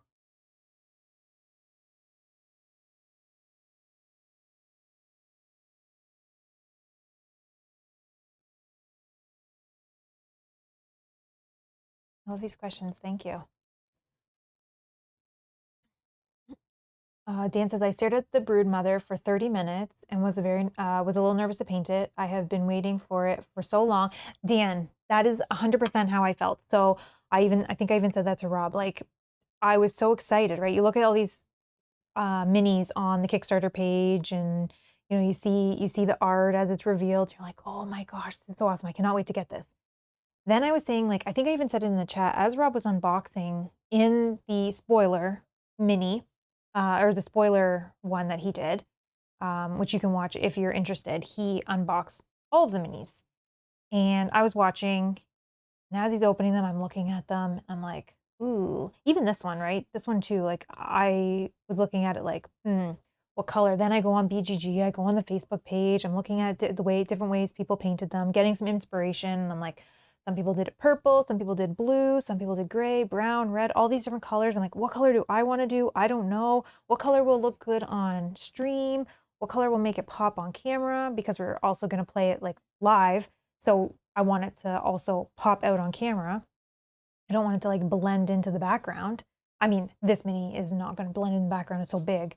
But those are all the kind of thoughts that were going through my head. And even before starting this stream, when the countdown was rolling, I was just like looking at it, all different angles of all the different things, like along the base, all the different things that are like popping out of the skin.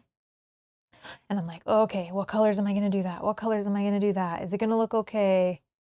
So yeah, Dan, I felt the same way, kind of like anxious and nervous, but like excited at the same time. Like I'm excited to get this painted, excited to get this started. Like we so badly want to start playing. Um, but it's kind of like a nervous feeling when you start to see all the detail in these minis and you're like, oh, I hope I can do this. And it looks nice. I mean, I think it's going to look nice. Anything is better than gray plastic, right? So it's going to look okay. But is it something that I'm going to be proud of?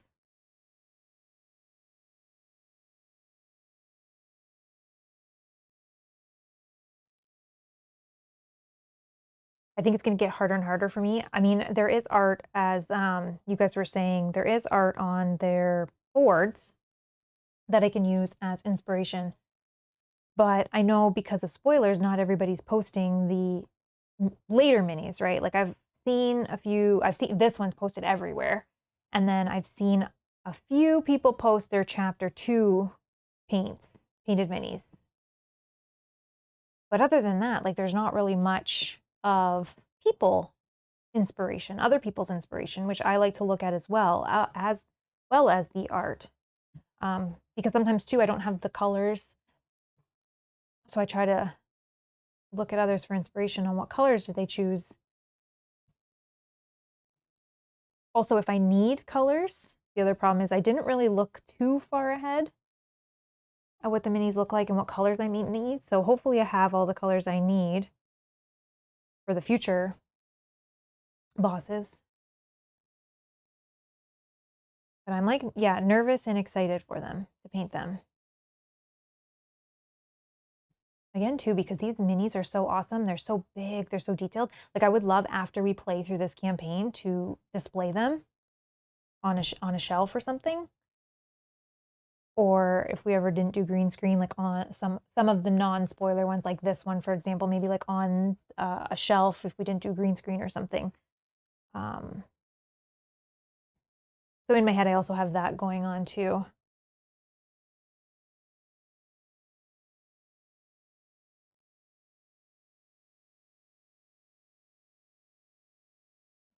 Jedi, hello. Wow, that looks good. Oh, thank you, thank you. Thank you, thank you. And we're not even like, no, we're not even halfway there probably, let's say. Let's be realistic now. I think once we start adding some detail to the tails and the eyes and stuff on these rats and teeth, because right now you can see the individual rats, but it does kind of look like a little bit of blob, I think, until we start adding some of the detail to the individual rats.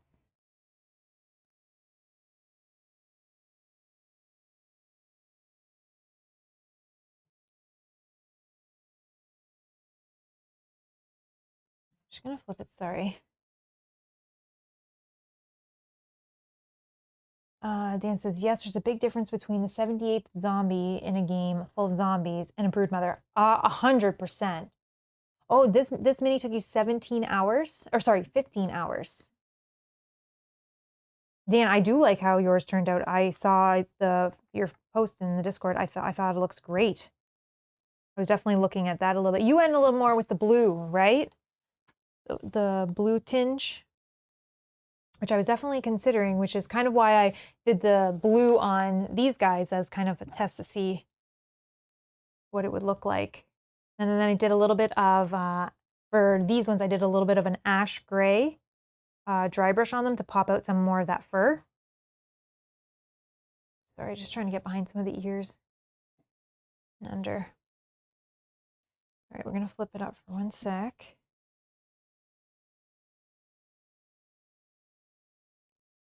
Okay, 15 hours. I don't think I can stream for 15 hours. I mean, I guess I could. I'd be kind of tired. And Dan, did you use speed paints or just all like Citadel or Army Paint or regular paints? I'm hoping that does take a little bit of the weight off of having to do extra washes in areas. Only having to do it if I want to add a little bit more shadow or something. We're just trying to get under one of these rats, which I mean, we'd probably never see. We're never like going to be holding it upside down, but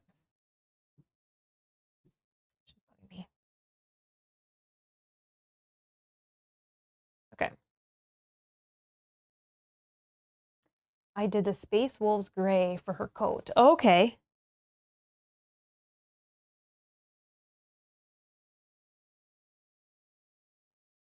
All right, looking. Okay, one more little rat that's kind of hanging out by itself here.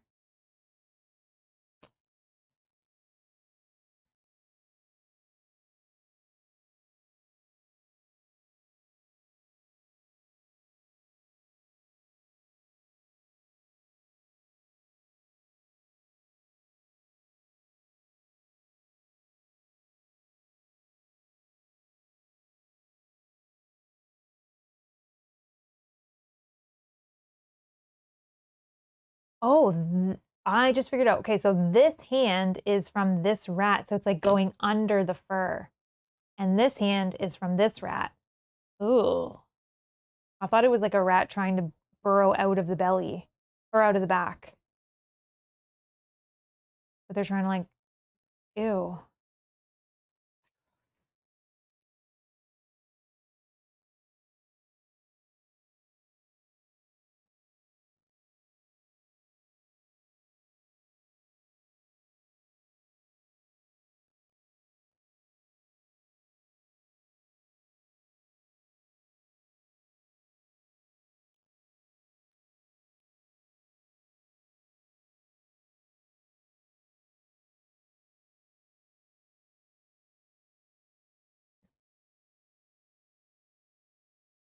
Wait 1 second, just.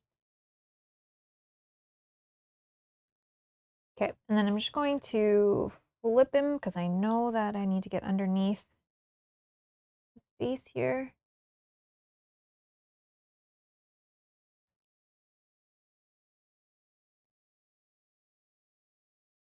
Okay. I think we have all of the rats done.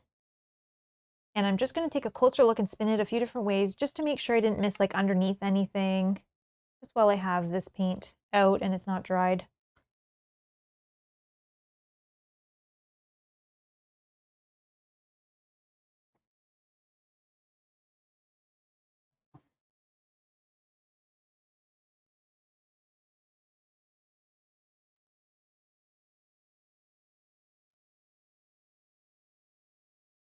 Okay, some of the eyes I missed. Oh, I'm just touching everything.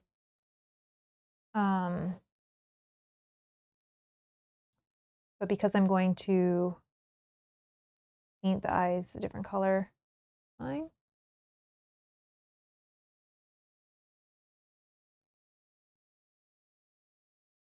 Oh, I've screwed up this one, but that's fine.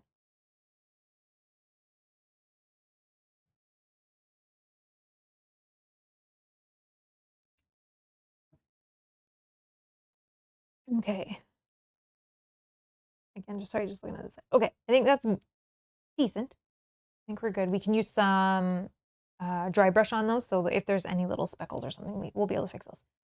Okay, next what I want to do is I want to start working on these scars because I want to kind of build that up. I'm going to put like a blood effect inside, but then I also want to put like a little bit of pus around the edges and maybe a little bit of like a blood with like a scar tissue kind of color. Also maybe like more in the center, like it's kind of healing a little bit as well. For some, I want to do that next so that that can fully dry because it is like a wet kind of paint or like an effect, it does take a little bit longer. So I'm just going to use the glistening blood effect. And I'm going to put that inside all of the scars. Oh, they did a mixture of contrast and speed paints, acrylic for layering the tails, ears, head, feet, and some non all over the orc green and the base. Okay, but she's 90% contrast speed paints. Perfect. That's kind of like what I'm going for as well. Okay.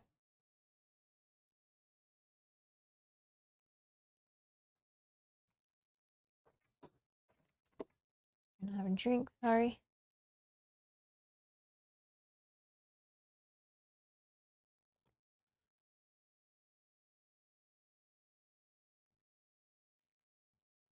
Okay, I'm gonna use a little bit of a smaller brush. Now, I'm going to use a just a size 2 next, just so we can get into all of these scars.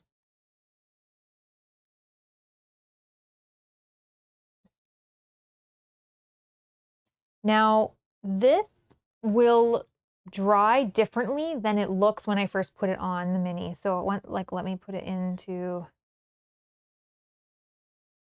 this.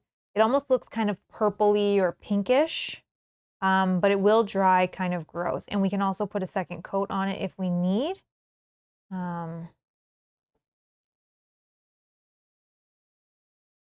it does dry like a dark, gross blood red.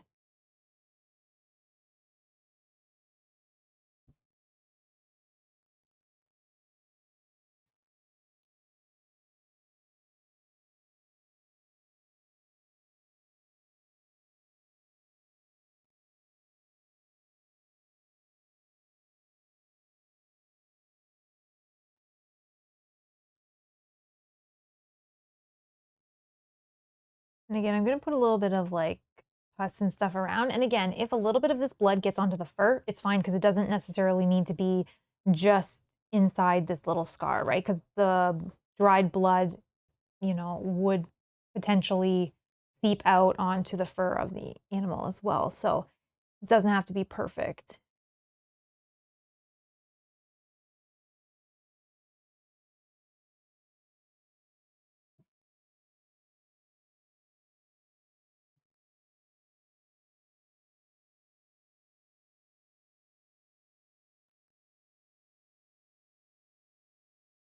Okay, let's do like this so you can see without the blasting light. So again, it kind of does look a little bit purple-ish, but I'll show you again closer as it dries, but it will dry kind of wet.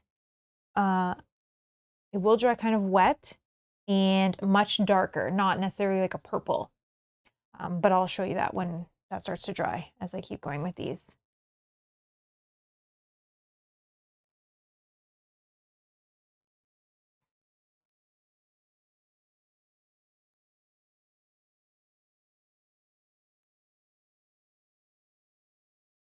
I know because I have a light shining from the magnifying glass, which kind of blows out some of the colors, makes them look slightly different. So I'll try to hold it up now that we've started adding some more of the detail. I'll try to hold it up outside of this light so you can see like what the actual colors look like.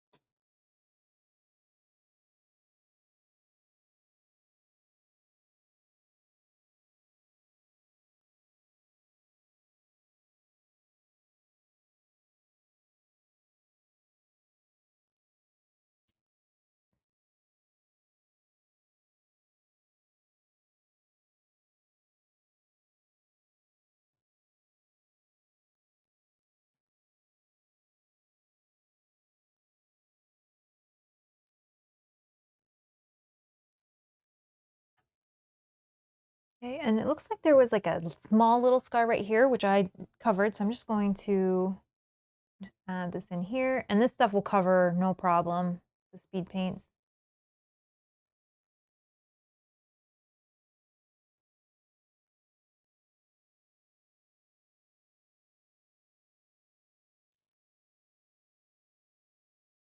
Actually, this one, you can even see while it's wet, you can see it's a little bit darker with the dark speed paint underneath, which is kind of cool because then it will look different, right? Not all the scars happen at the same time. Maybe some are in different processes of healing.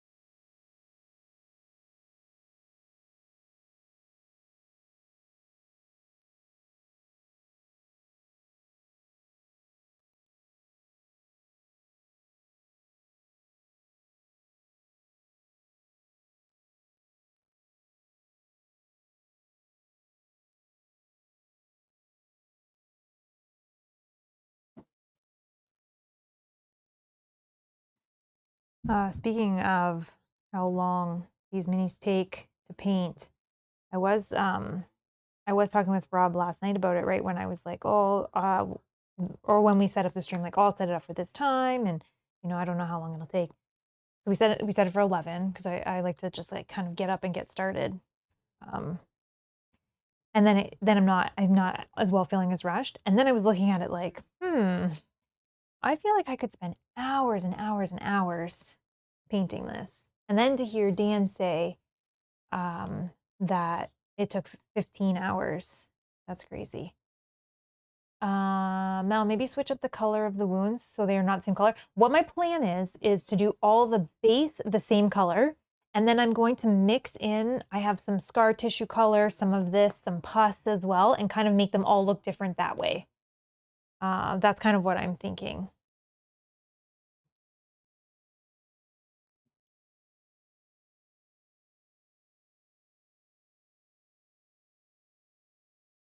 Kind of make them look like they're all in like various stages of healing or wound. 12 hours dream, yeah. Like you look at all the detail on this and you're like, I could spend hours just taking my time, going through every little area, pulling out all the details, highlighting more, highlighting even more, dry brushing.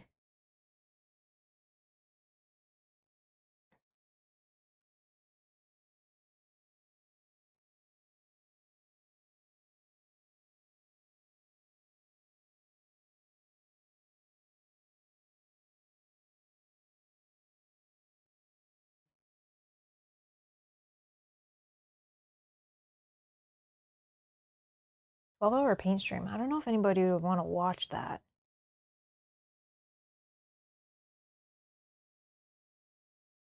You may find that boring. Okay, and then just really quickly, I'm just going to clean my brush actually. I'm going to put a little bit of this same blood in that little line. Actually, I'm going to get a smaller brush to do this. Just in that little area, not this one.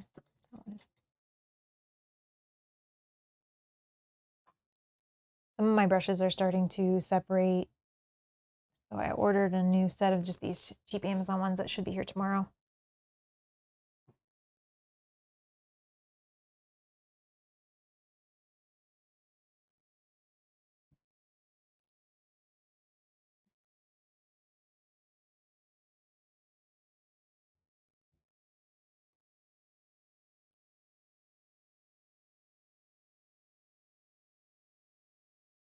Sorry if this is a bad angle for one sec.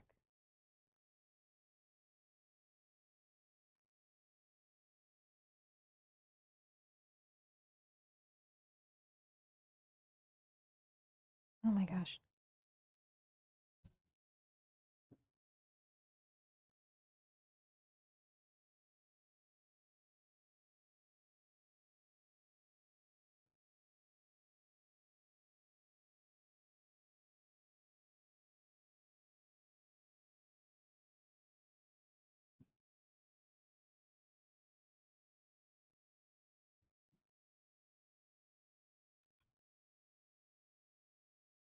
I added a little bit of that blood as well on those scars on the eyes.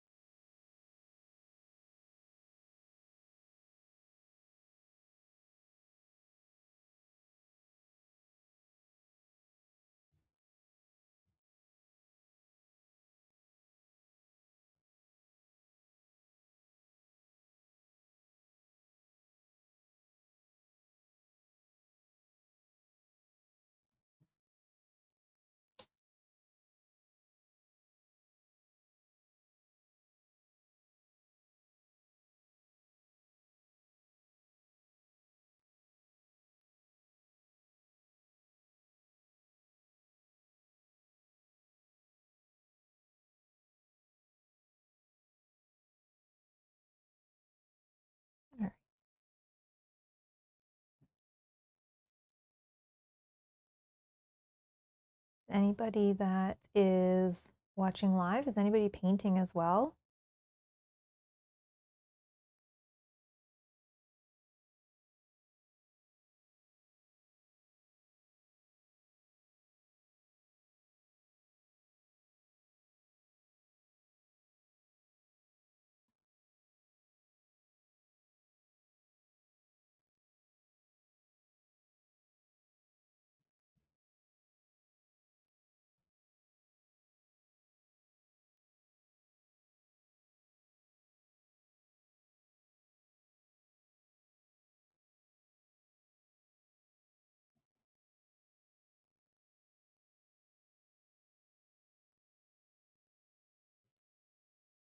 I love painting on the weekend, doing like weekend paint streams because I feel like I have zero pressure. I just paint until I'm done. Sometimes in the evening, as things get later and later, like either I'm not going to finish or I need to like rush.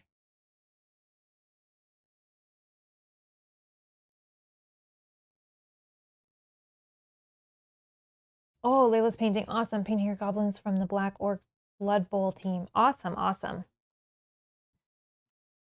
Matthew says, I'm about to go play Splendor and ticket to ride with my gaming group. Wish me luck. Matthew, good luck. Good luck.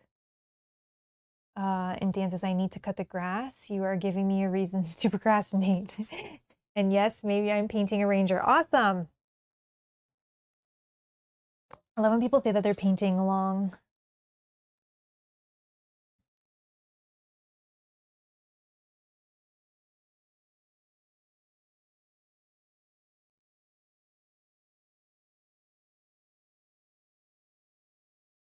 Dan, of all of the minis from this game that you've painted, have you had a favorite?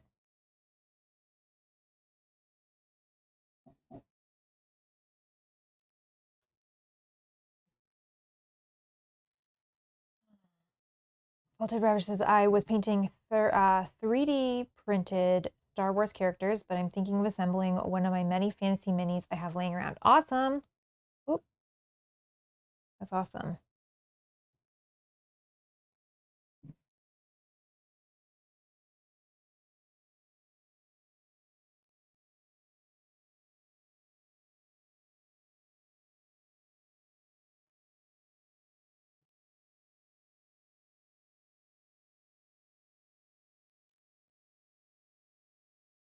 I love when people say that they're painting along or like unboxing a game or doing something. And it's like, oh, just like a group of us hanging out painting or prepping for the next game.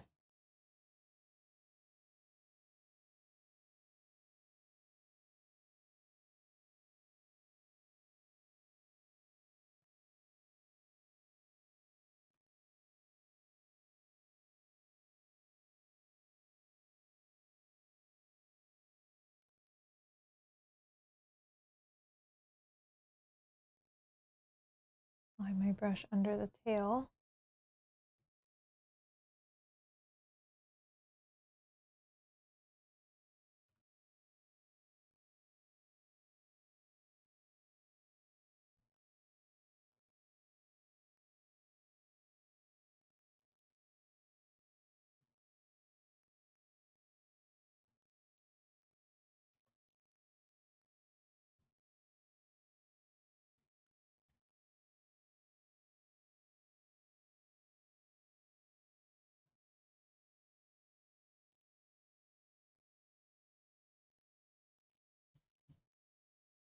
As I've only painted the terrain, rats, Broodmother, and the exile, but the cure is on my list to be my favorite.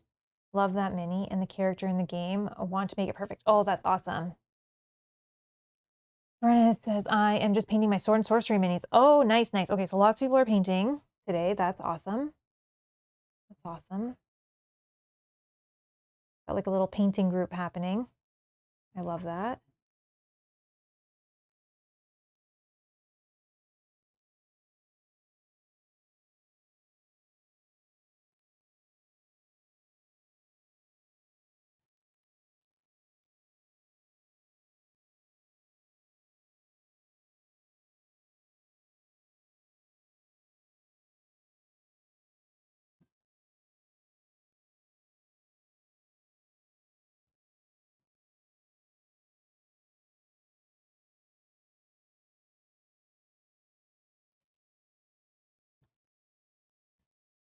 Well, this is, I'm looking forward to finishing the base colors with getting the washes on. It's my favorite part, seeing the details pop. Yes, same. I love that. Once you start to see things, like once you start working on the details, all the base colors are on, you're starting to put washes on, you're starting to do finishing touches like eyes and, things like that. And then you start to see the mini come to life. I love that.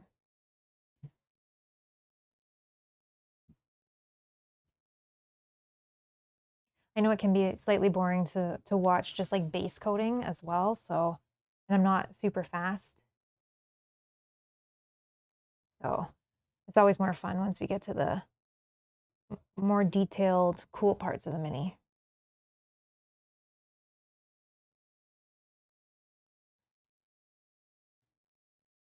And then you're getting closer to being done as well, right? Like once you're starting to do those finishing touches.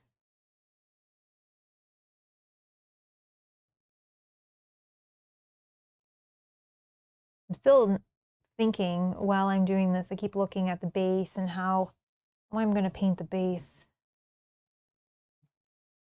There's definitely some cool stuff within the base, right? There's some like skulls and bones and vines, and I don't know what I'm going to do yet.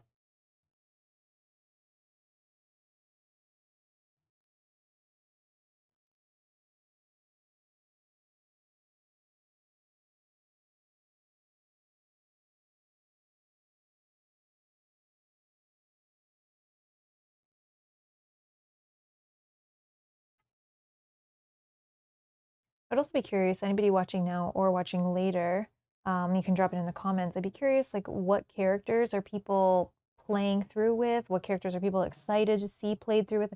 Like, we haven't really looked at what characters we're playing yet. And I'm just going to start, like I said, I'm just painting them by complexity first. And we'll probably just off stream to make sure that we understand the game. We'll play with like the first four. But I'm curious, like, I don't know. Are there characters that people want to see played or think would be cool, make up a good party because we have to have four characters? Like, I'm curious if you guys have any thoughts on that.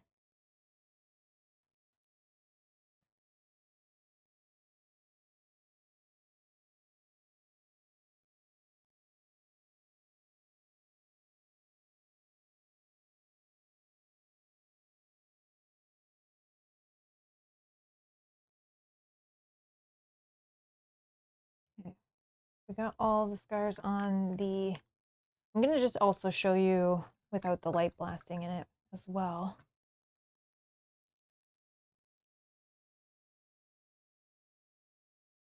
You can see how it kind of looks like, well, this is the side that's still a little bit wet and a little more purple. But this side here, you can kind of see that it's starting to dry like disgusting, let's say. Where did I have that now? Osiris says, the Mel painting stream is a welcome change from the board game play. Oh, have to have diversity in content on the channel. Oh, that's awesome. I'm glad you guys like these. If you do like them, like hit that like button, let me know so then I, know to do more. Right now we have scheduled this one, and then I'm doing the first two characters. That's not where I want this. The first two characters, and then I'm gonna do two additional characters. And then after that, I guess if you guys are liking the streams and watching the streams, and then I can keep going for the other ones.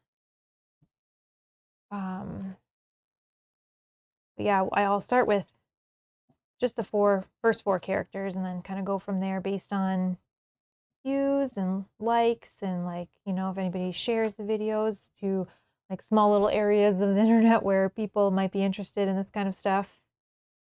And I can keep going if you guys want to see the other characters or even potentially future bosses. Obviously, I would make sure that we tagged it as spoilers and all of that, but yeah.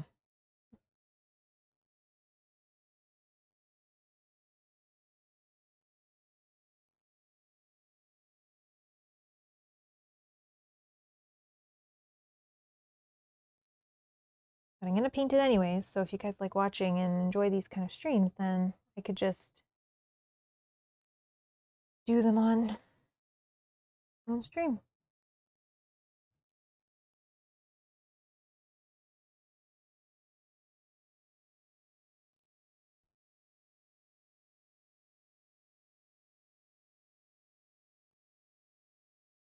Okay. That's gross. Okay, just gonna quickly do these underbelly scars as well.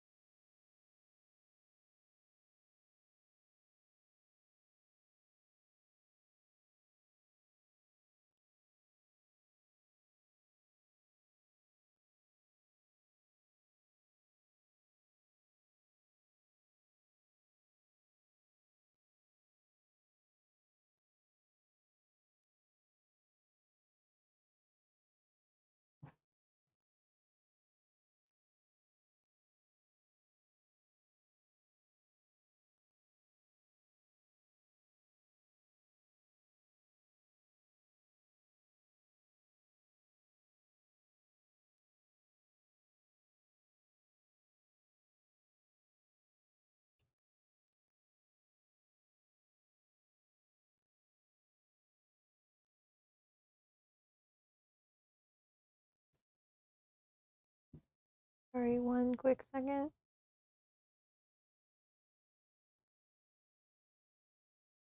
Martin, hello. Martin says, looking good so far. Want to get a game just for the minis and the rat alone. The rest are good though. The rest are very good too. I haven't looked at the rest of them in like up close. I just saw them as Rob was unboxing them in that stream. So I'm kind of excited to see those ones up close. And again, like I said, under this magnifying glass, I can see details that I didn't know were there. But that's what I was saying before too, of like, I want to potentially like put some of these up on shelves. They're so cool. Or like if we ever did no green screen, like on a shelf behind us.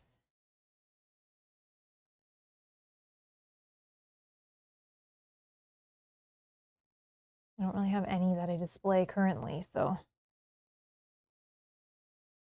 I think that would be cool.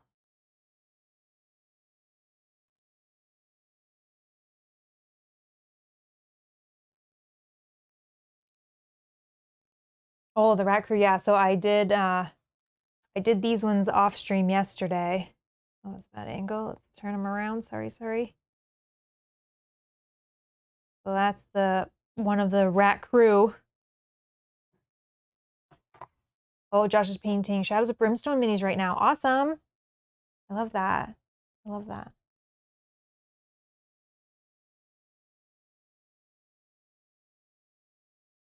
There's a cool little painting guide for that one, eh? The Shadows of Brimstone you can follow, which is neat. I love when they do that. They tell you like which colors to use.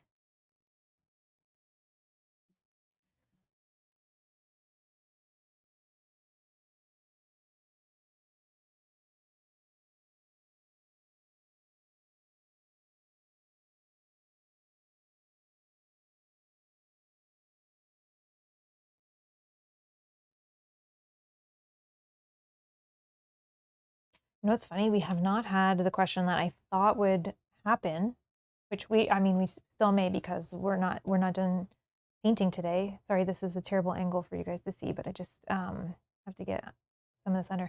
But we haven't had the question of, when are you guys starting this game? Which we get every single day in comments and in every stream, every game that we play, people are asking. So I said, let's schedule the paint stream so that people know, like, oh, we're painting it. We're in the middle, like, or we'll get to it once it's ready. But I haven't had that yet. Book tour, hello. Martin says, I'm on a break from organizing and logging my fantasy collection to make homebrew work more easy. Awesome. That's awesome.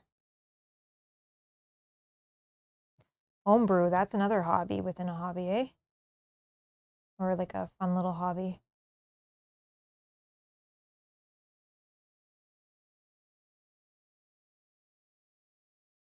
Alrighty.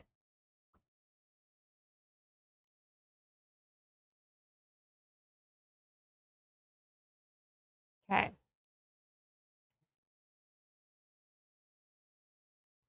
Exactly, Yogi. There's a bunch of streams scheduled, so we were hoping that that would hopefully deter people from asking that question. But even so, we had this painting stream scheduled, and even did we play yesterday? What's today? No, we didn't play anything yesterday. Thursday, and people were still saying like, "When are you guys paint? When are you guys playing? When are you starting? When's your first stream going to be?" I was like, "I don't know. Whenever Mel's done." Okay, so we have fur done. We have face rats done. We have our scars going. I think next I'm going to do the tail. I'm just going to very quickly run to the washroom, and then we'll come back and we'll think about what color we want to do the tail. I think the tail might be similar to the hands. So we'll look at that and we'll look at what kind of like speed paints I have for that. So I'm just going to run to the bathroom and I will be right back.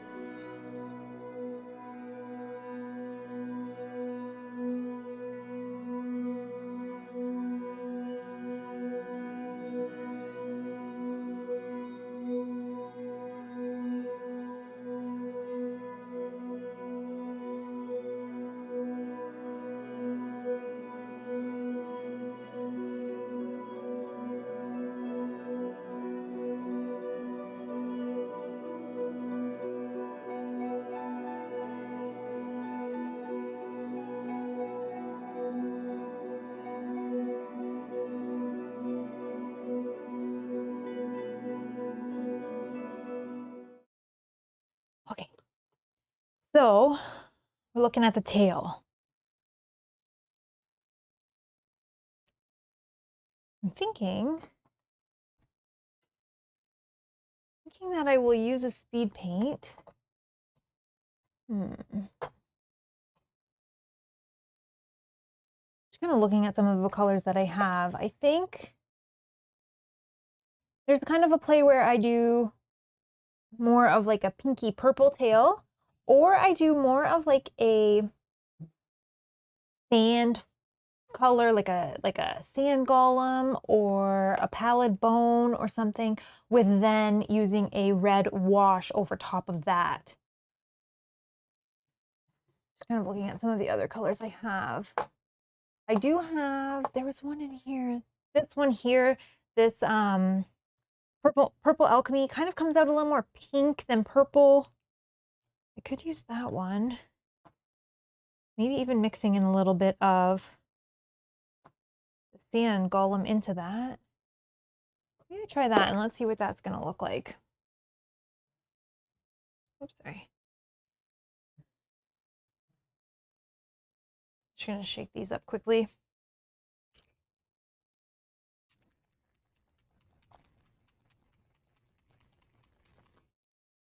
Yeah, this purple alchemy kind of comes out more pinkish purple, which is kind of what I'm looking for. Oh, Dan says, Mel, to be fair, when I said 15 hours, 5 of those hours were spent just staring at it, wondering what to do next. Believe me, I do that. And I feel bad when I do that on stream and I try to like rush myself, but I look at it and I'm like, what color am I going to do this? What color am I going to do that? Okay. So I'm just going to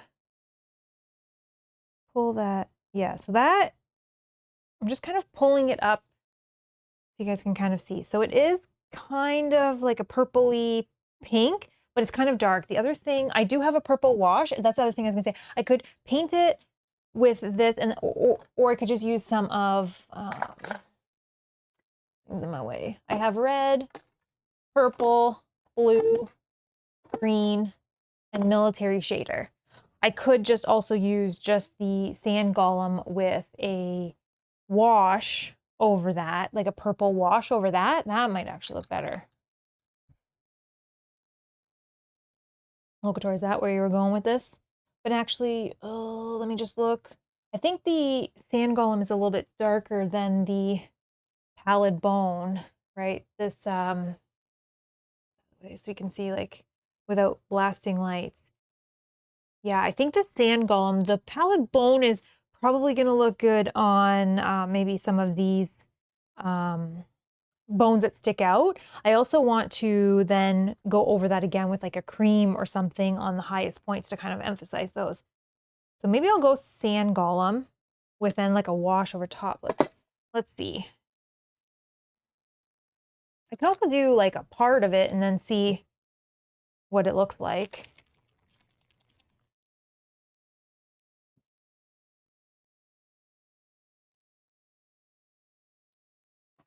So let's not use that.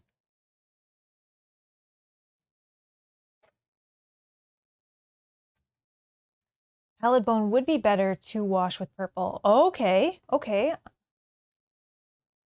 I have done a rat tail thing by pink slash flesh base and coating with purple wash. Okay, so we're gonna go. I did Crusader skin. Okay, you did Crusader skin, which I do have, but I was thinking more of because of all of the details within the tail. Like, see all those like little lines within like all that detail, like the scaling. I was thinking a wash or speed paint. Sorry, a speed paint would look really cool on that. But I could do pallid bone. I'm just gonna get Crusader skin so I can look at like the color, which I have somewhere.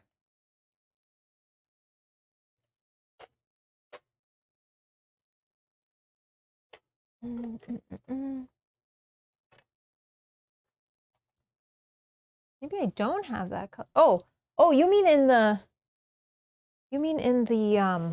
speed paint. Having a brain fart, sorry. You mean in the speed paint, Dan. This one. Okay. Lighter, but you can also use the little rat tails as a test. Yeah, so okay, so Dan was saying this one. So this Crusader skin with a little bit of a purple wash, or even I can do some with like a purple, some with a red. Could try a small one first. Okay. Let's do that. Let's do, I'm just gonna actually flip this all the way around because I'm not using any of those. Not using that. And then just very quickly as well, I just want to, because I'm going to use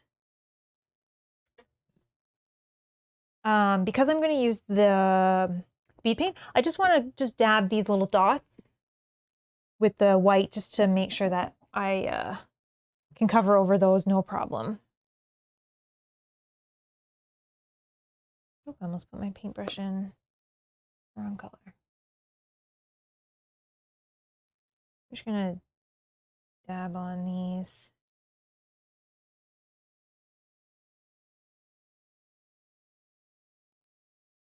Really appreciate you guys giving tips and ideas and help.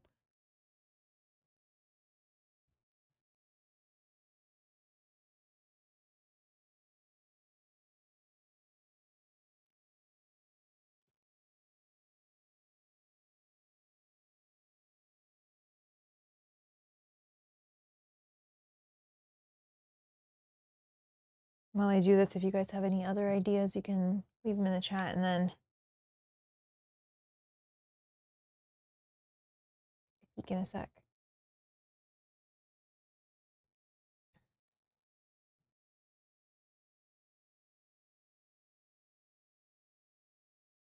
I just use the matte white because this was primed in, actually let's use this so I can actually see.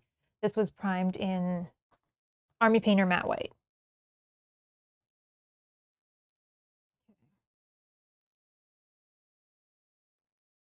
We'll just fix up.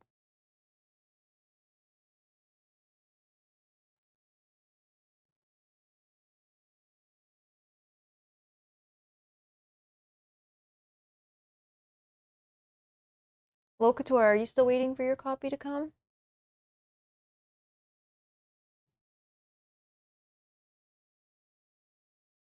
These little rats, I probably could have actually just used like a Army Painter paint since there's not as much texture, which I probably should just do. But then I don't need to worry about doing this, like cleaning them all up.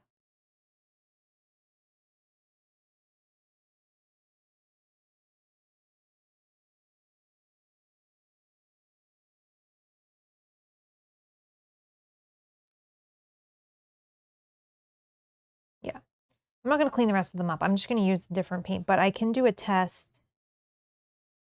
Oh, I just actually am going to also quickly fix, now that I see just where this hand, yeah, this is the right one. No, it's not. That's my mixture. That was almost bad. Okay. Dan says, I have chores. I'll be back in 30. I expect to be done before I get back. I'll do my best, Dan.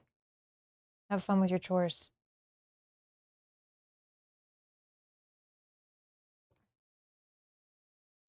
Tip request for chat or Mel. What magnification do people work at for painting? As my once near 2020 vision isn't so near 2020 anymore, and some minis can be quite small. Yeah, these ones are not small, but so this is a 5x magnifier. I don't think I can adjust that. No, I can just adjust the brightness. I also have, so I can, you guys can see, I have the yellow light, which I don't like, or the white light. This one I like because I can actually see the details better. So this is a 5x magnifier, which I really like. I can see everything. I do wear glasses. I don't necessarily need them like to drive or anything, but sometimes just to see like things. I don't know what my vision is to like compare or tell you, but because I have been wearing the same glasses for so long, I don't remember. But I wear them just to kind of see, like sometimes like some letters, like I can't really tell like if it's an M or an N, like those kind of things. But this magnifier at 5x is definitely helpful for me. And like I said, even putting this huge mini under this magnifier, it pops out so many details that I still couldn't even see with my eyes, or I could see, but they just enhance it so that I can see and paint them. So even with the, oh, what am I doing? Even with the little rats that I did, being able to see the eyes, for example, was super helpful with this thing. I made a lot less mistakes. I can also see getting underneath things. So it's like I'm a little bit more precise with it, I found. But yeah, I think this is the 5x magnifier. I don't know if anyone else has any other suggestions or ideas, but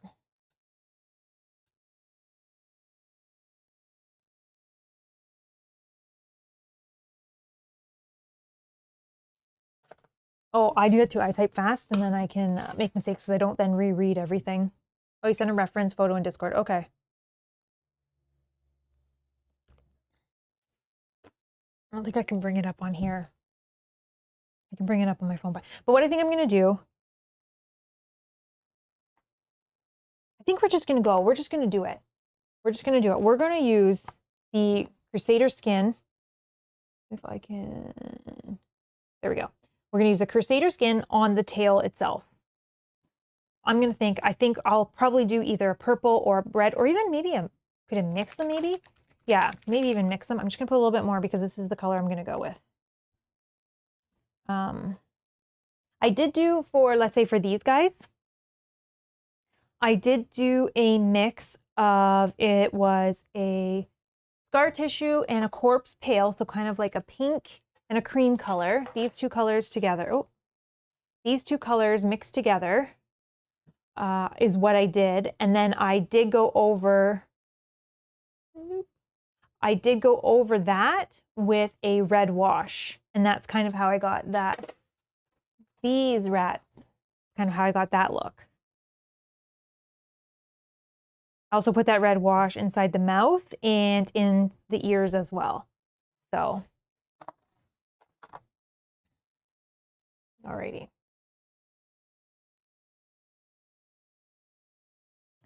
Yeah, the jewelry glasses, I've heard the jewelry glasses too. Yeah. This one clamps onto the desk or table, so I like it because I can move it around. The jewelry glasses are good too because you can just put them on, right? And they have the magnifier, and then they have some of them have the lights too, which is great. I'm just gonna go back to my size 5 brush. I thought you were going, Matthew, I thought you were going to play your games with your group. You're still here.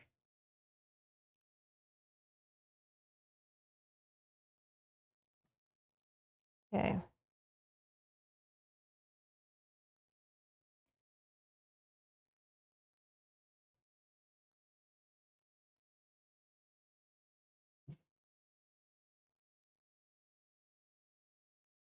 Again, sorry, with the light, we'll do it like this so you guys can actually see.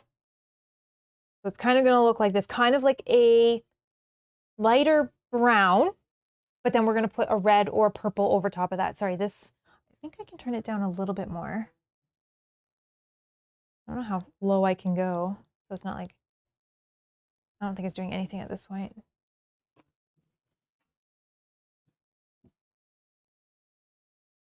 I tried a different setup so that I could use the magnifier while streaming. Oh, you're leaving now. Okay, have fun, have fun. That is true. I can also have some parts of the tail washed with purple and some with red. That is exactly true, right? Like some closer maybe to the body could be one color and then closer to the end, and even like a mix between or like a wet blend between. That would be kind of cool too. Yeah.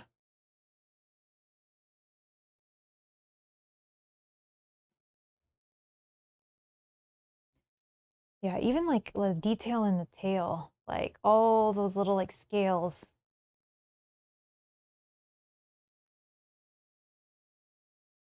Crazy.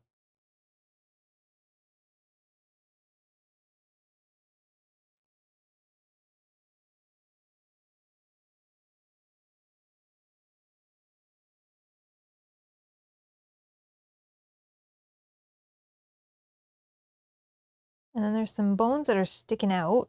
So we'll just kind of go around those because I'm going to paint those in the pallid bone color or a cream color with then a wash over top.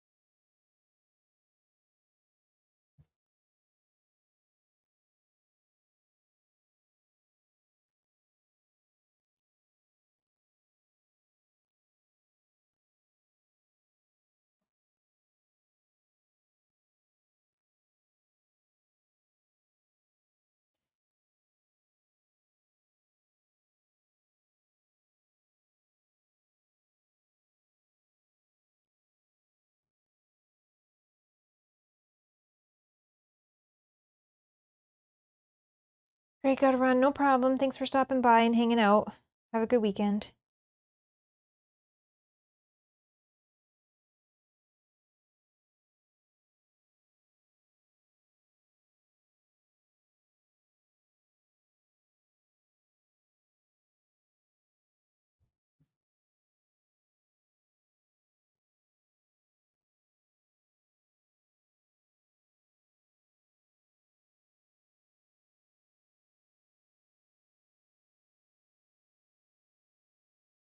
to try something. I wonder if I need this light on.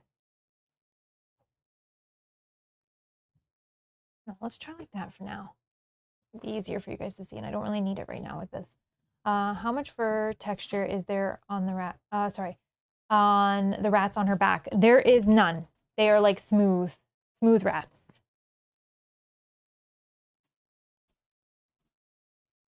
They are smooth. But I am going to try to do some dry brushing just so that I can get some different colors going on them. Like maybe like a gray and some white and maybe even a little bit of brown in different areas. Just to kind of make them look a little bit different and not all the same.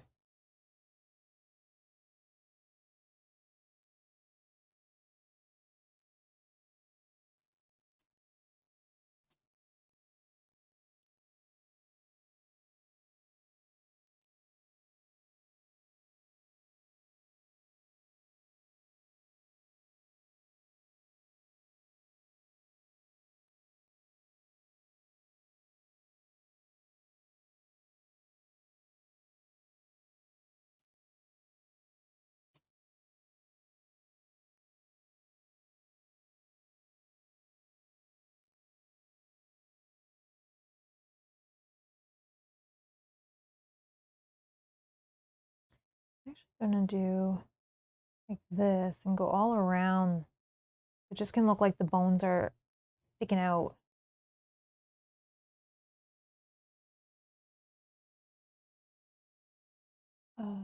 Ones on the back are babies. I think they're not furry. Yeah, they're not furry. They're just like, yeah, they're just the babies.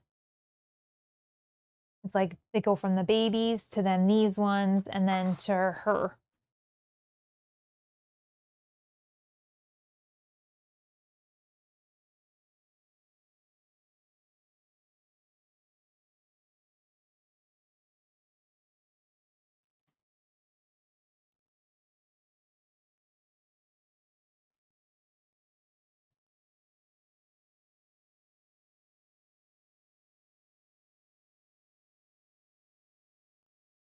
Liking the choice of the color for the tail. Awesome, awesome. Yeah, so am I. And I think once we put some wash on it to add some reds and purples to it, I think that'll look even better.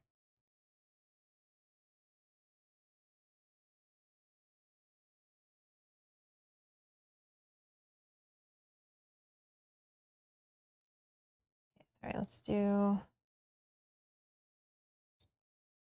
just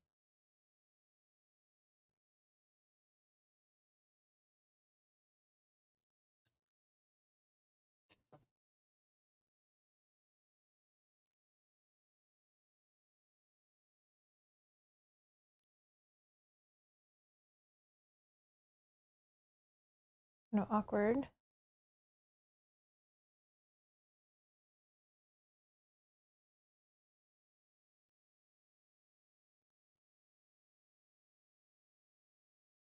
I think I want to do like this.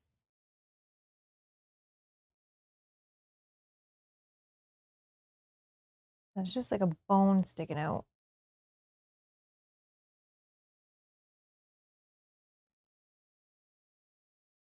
Yeah, the detail with from the tail with the speed paints is that's perfect.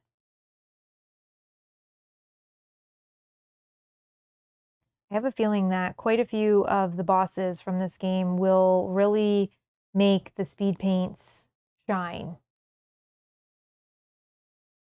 Oh, Rob's asking if I would like a tea. Sure. That'd be great. Thank you.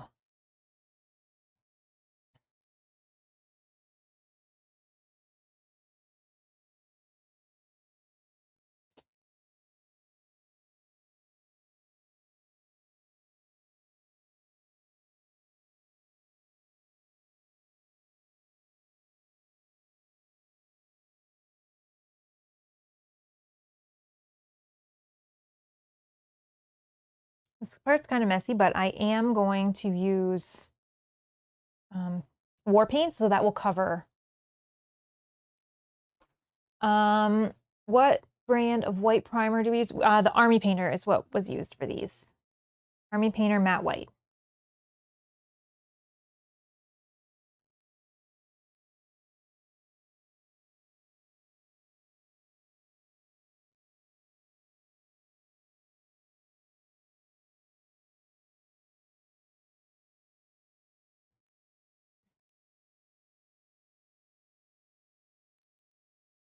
How many shots of bourbon this time? No, I'm good. I'm good. I don't need shaky hands.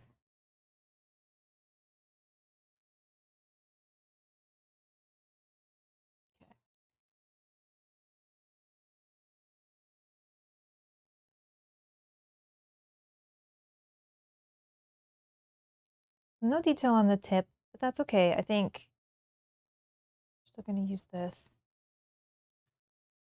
And I'm just going to go all around the tip of the tail quickly because, again, with the speed paints, we don't want it to dry and then have to go over it and reactivate the paint.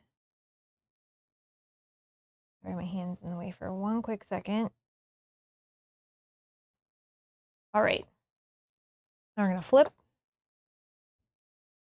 And then I just want to do all here.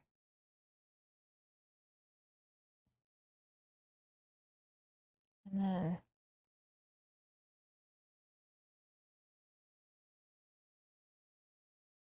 okay.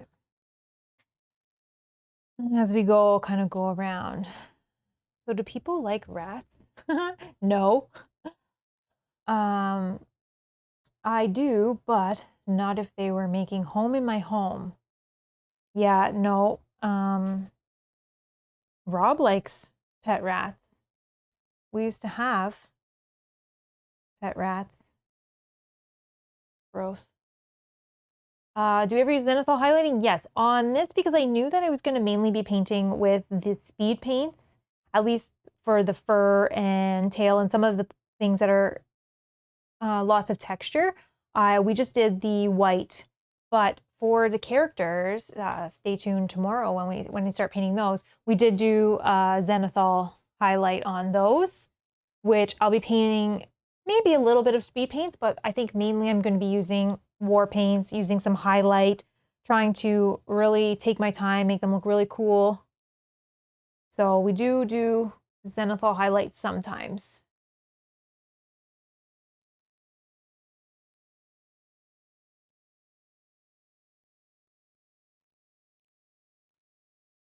Yeah, so we did do that for the characters because I do want to take my time. I really want to make them look really, really cool, right? The characters is what we use mainly, right? These, like this Broodmother, I don't know. I'm just assuming, like this is chapter 1. I assume we're only going to see it in one chapter, right? I do obviously want to make it look cool, but the characters that we're going to play through like a whole campaign with that we see in every scenario, that's like where I feel like I want to spend my time and make look amazing.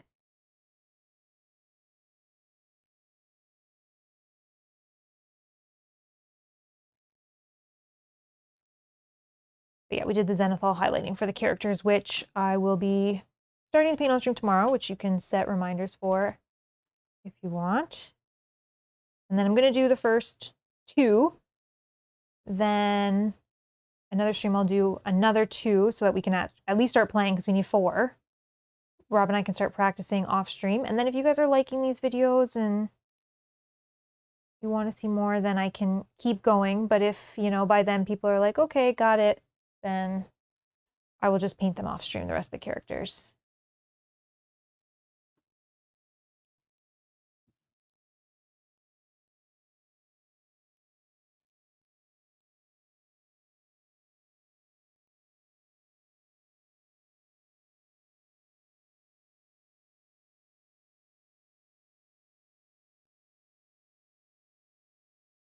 Also, hello, Jackpot Man.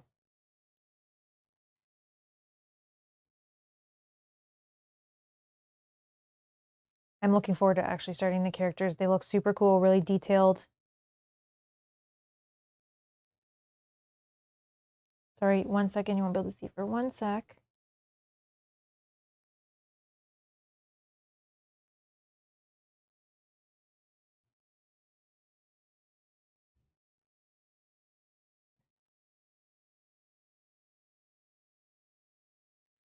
Doing the inside of the tail. Oh.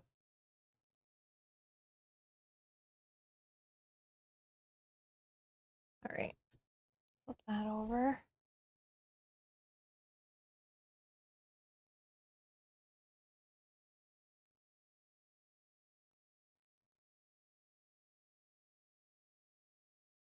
And I'm going to try to get this under here as best I can.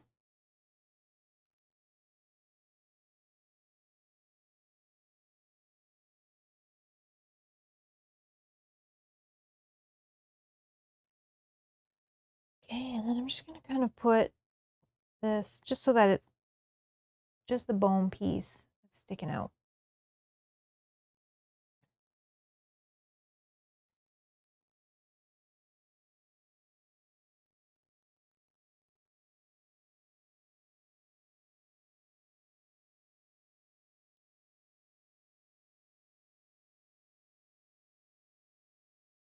Okay. I don't think I can really go even with this magnifying glass. Sorry, one sec. I'm just seeing if I can squeeze this under even anymore, and I don't know that I really can, so that's the best we're going to get.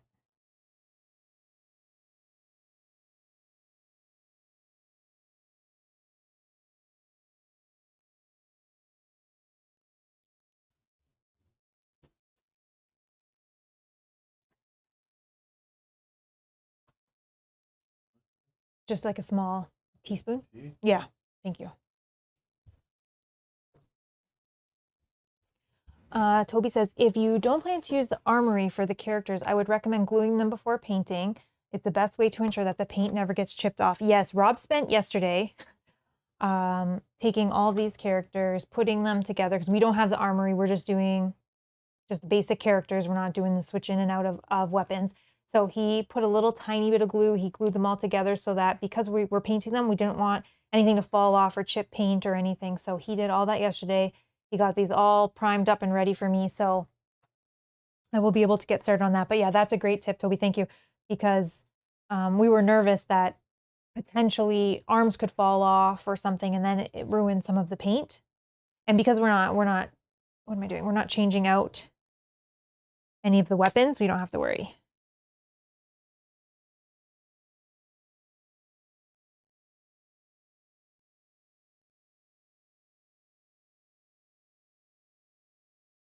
But the armory kit is a neat idea for those that want to do that. It's a neat idea.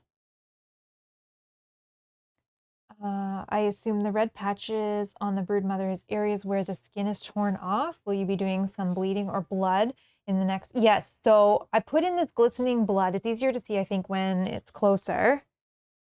So it kind of has like that gross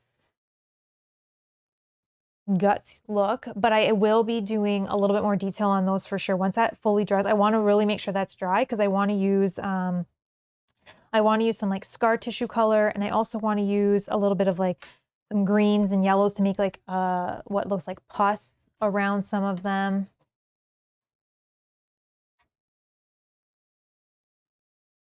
I want to kind of do different on some so that they all don't look the same. Like right now they all look the same. Some of them I may leave just as open wounds like that, but some of them I'll put like a little bit of pus and scar, and some of them I'll put maybe just the scar through the middle so it looks like it's like almost healed. But yeah, I really just want that to fully dry before I do any more detail on those. Also, I may do a second coat on some of them so it looks even more goopy, or even maybe just in certain areas.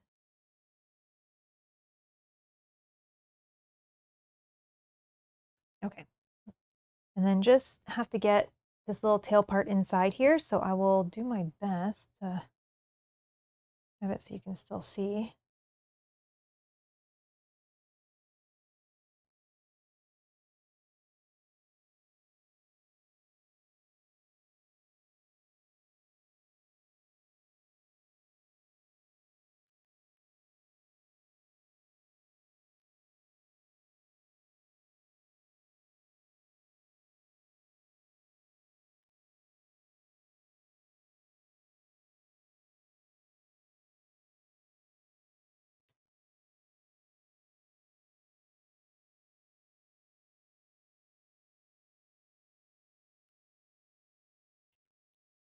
Okay, and then I think just a little bit behind the foot here. Sorry if you can't see.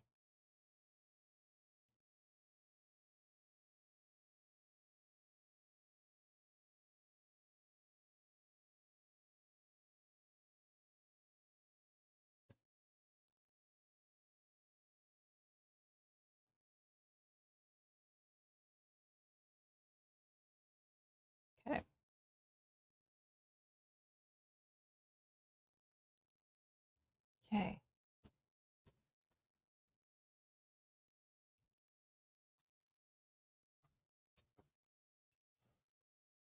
Thank you.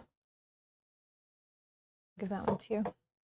They were saying in the chat that you should just sit here all stream like holding the mini for me so I can just paint it. And then get one buff forearm like a tennis player.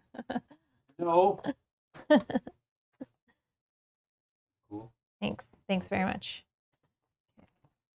They might want to know that I just played Chelsea in our first game of Marble Dice Throne, and I beat her by 1. Oh, 1-0. okay. I don't know if you can. Oh, I don't know if you can hear Rob, but he was just saying that he beat our daughter in Marble Dice Throne, and he beat her by 1, and it was epic. He said, "Brought me down a fresh tea. Thank you, thank you."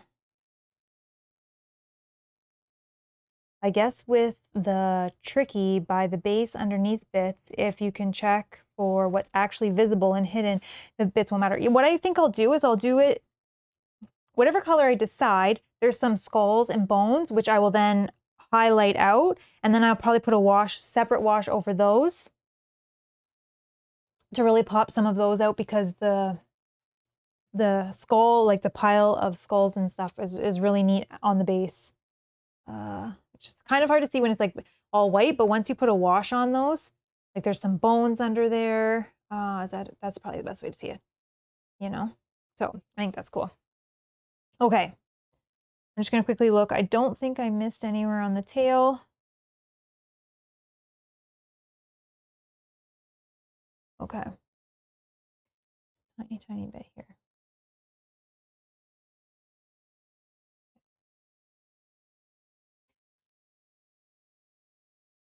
Alrighty. Then,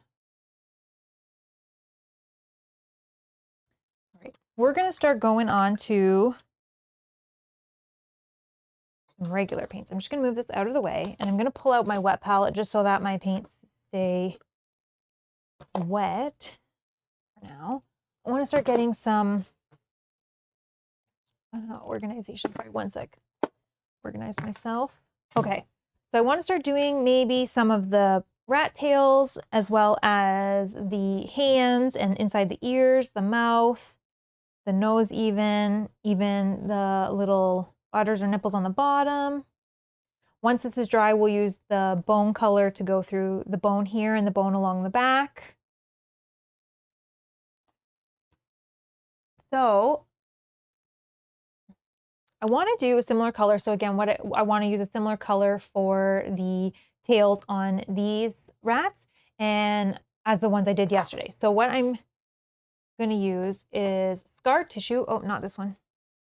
Scar tissue with corpse pale mixed in. So it almost is like a light pink.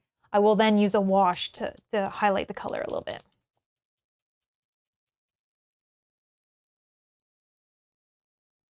Just shake these ones up really good. Okay.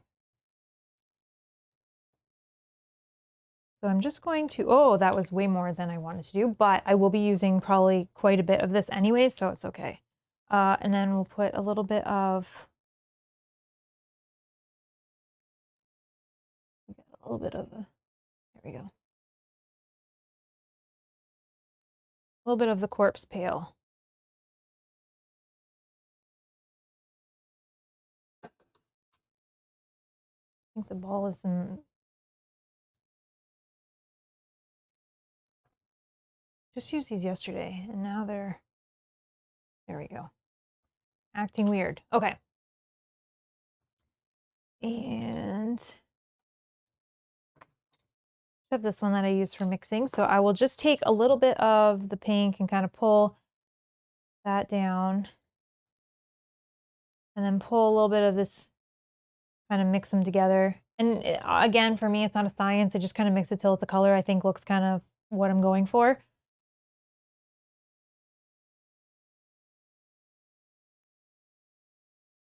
Okay. And I'm just going to go with the size 2 for the tails. Just so I can be a little more precise, like around the other rats. And this may need a second coat, which is fine to go if some of the black speckles or any mistakes I made are still coming through, then I can do a quick second coat over it.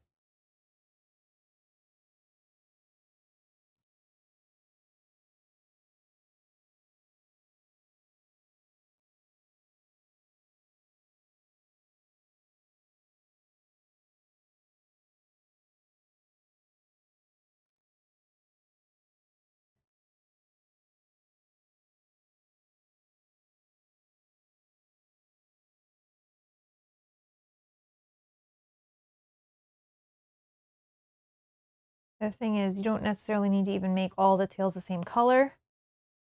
So what I can do is I can do some different washes on the tails, make them look different.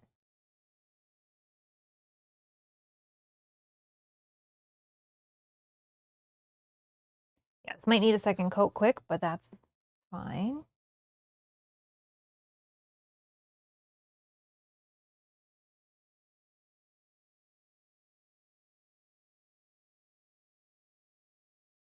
I think that's a tail. We're gonna make it a tail anyways.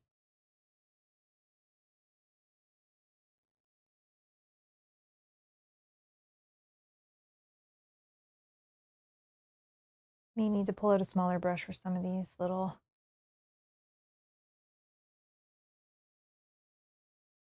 areas.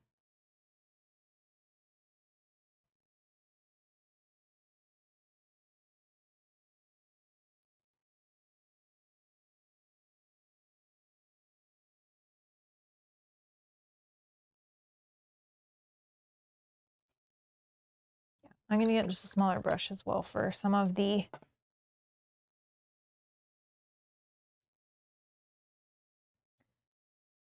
tighter areas.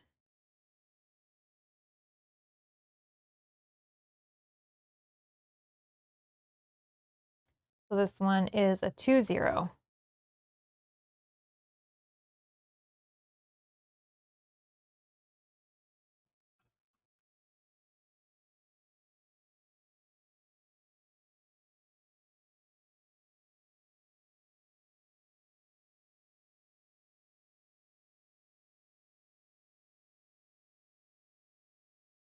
So let me get a little bit closer without getting on the skin.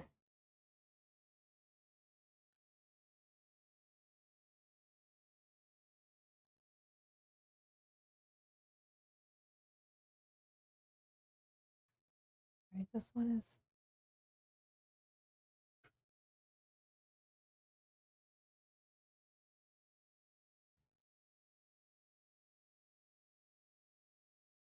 Okay. I'm gonna do these hands that are popping out the same color as well. Little rat hands that are coming out, because I think that'll make them pop as well once I put a wash on them.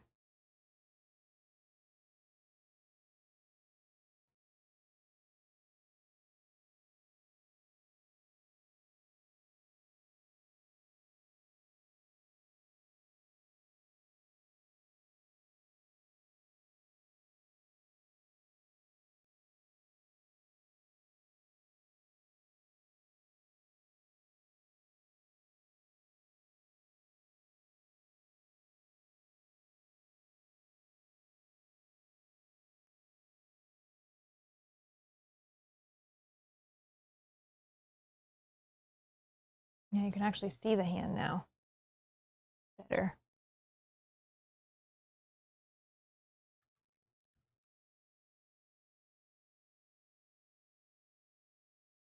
The Scream from Descent. Oh, sorry. Where are we? I think I was doing. I think if I was doing a fave game mini of all time, the Broodmother would be on my list. Yeah, this one is pretty amazing. Pretty amazing. However, there are some really cool minis that are in those secret boxes that I think may be contenders for my favorite.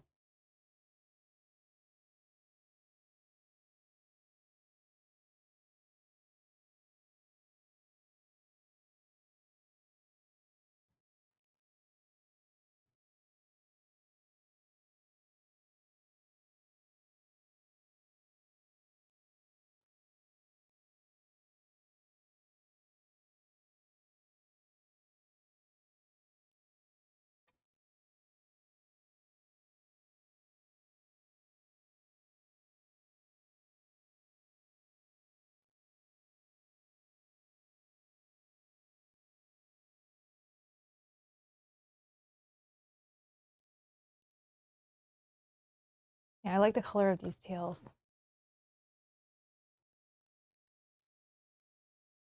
Jerry says 3 a.m. Oh my gosh. Going to bed. Thanks for the relaxing stream, Al. No problem, Jerry. Have a good sleep. Thank you for hanging out till 3 a.m. Oh my gosh.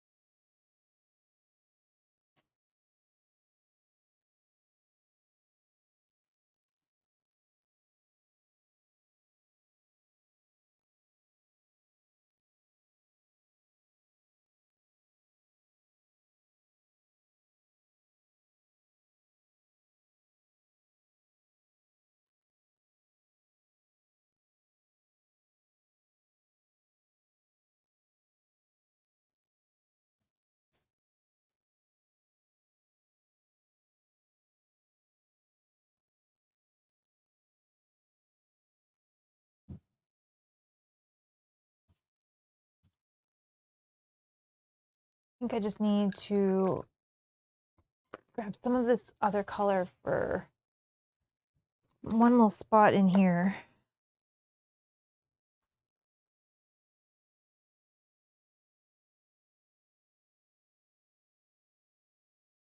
There we go. That's better. Okay. Have you and Rob ever played Dungeons and Dragons or any similar game in the genre? We've never played actual Dungeons and Dragons, no. We have played, I don't even remember what it was called because we did it kind of like as a joke. One of those like, I don't know, I think you can get them at like Walmart, like Dungeons and Dragons Light. Can't remember. We played it this year on, did we play it on April Fools or something? I can't remember what it was called. Um, it wasn't actual Dungeons and Dragons. So no, we have not. I don't really play like role-playing games per se. I mean, I guess technically we play some of these.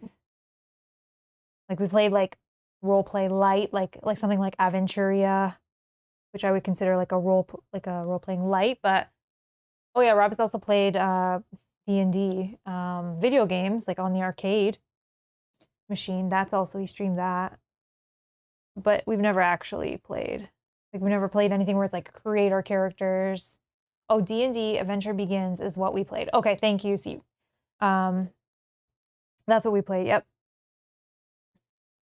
Did you have to Google that or did you remember? Or, I mean, like go back through our stream library? I couldn't remember the name of that for the life of me. We just played it for fun. But we've never played anything where we like have to like create our characters and all of that. We just played like some D&D light games.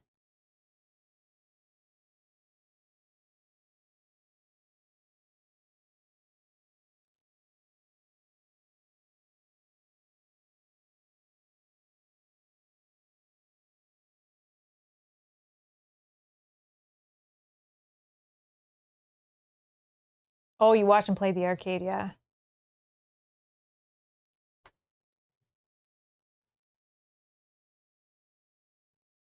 I think you played 2 on the arcade, if I remember correctly. Oh, you remembered. Okay, okay. My 5-year-old and I had a blast with that. Oh, that's awesome. It was fun. But yeah, no, we've never actually played like D&D per se. I think I'm slightly more open to it than Rob is. I think it'd be fun.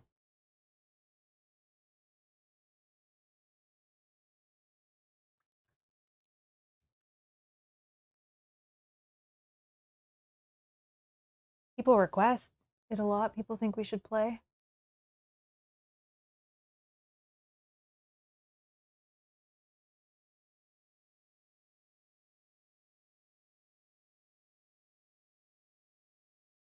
I like the color of these tails. I really feel like they're popping out on the dark mini. And like once I start putting some ears and teeth on these rats,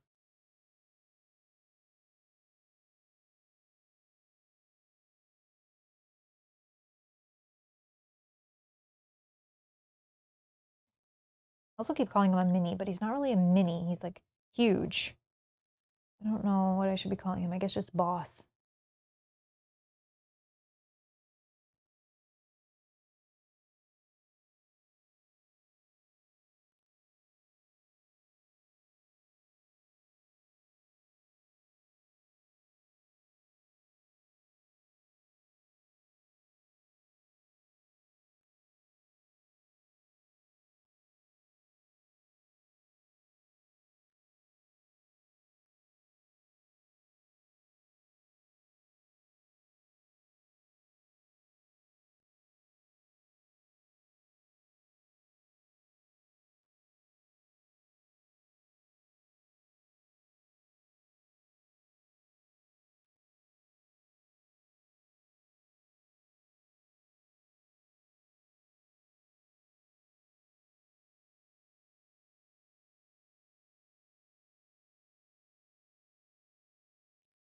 If I can even get in the spot here. Nope, I'm not even gonna try that. You're not gonna be able to see that on stream, that there's like a tiny bit missing on that side. Also, once I put a wash on it, I find it helps correct small mistakes or little areas where you couldn't get your brush.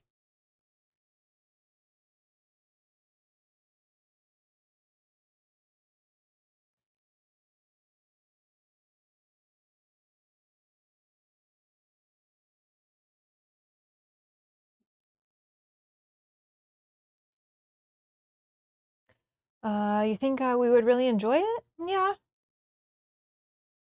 It's another content area that uses painted minis. Streaming D&D RPG games are pretty common now. Maybe one short adventure definitely need a good DM. Yeah, I think we've had even people have offered to DM for us.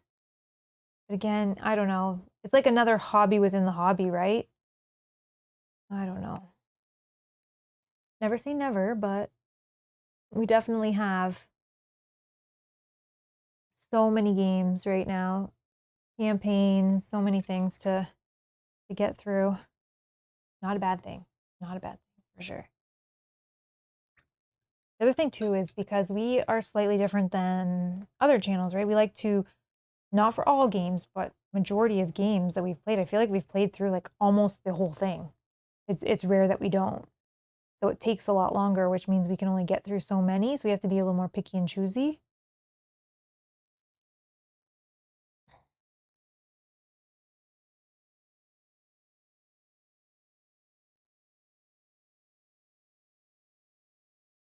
Yeah, I'm never going to say never, but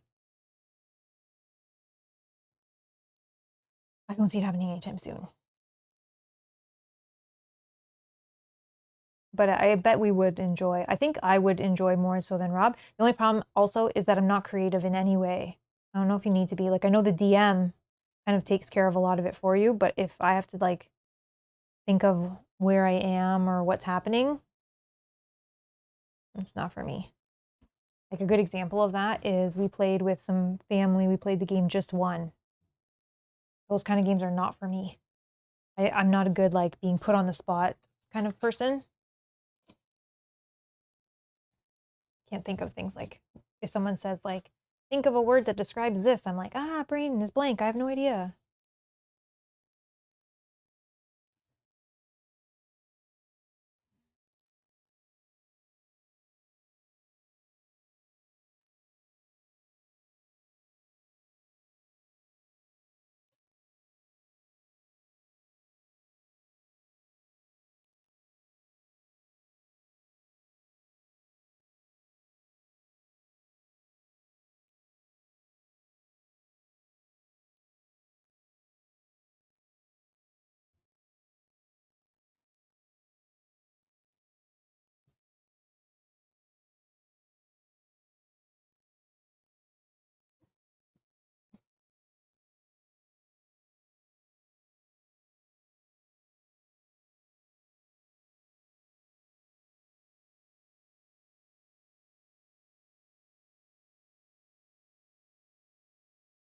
Very bad angle. 1 second, 1 second.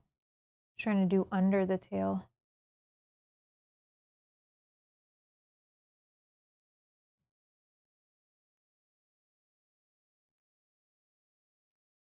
Okay.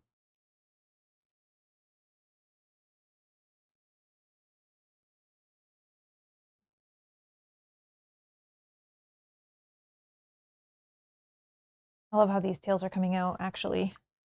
I like them a lot.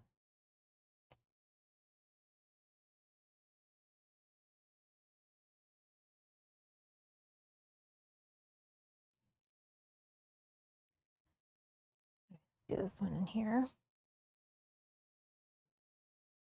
Trying to do this carefully so I don't touch the other minis or the other rats.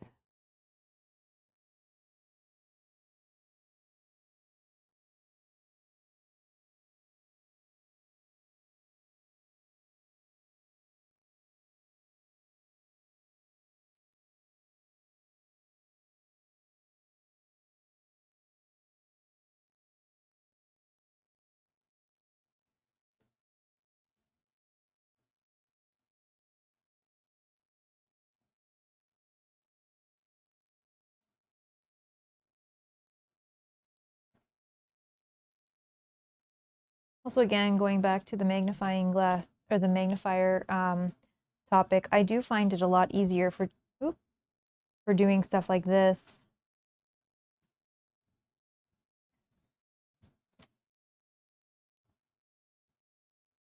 Except when I'm like making little spots. I think I can probably just cover that with this. See if it'll work.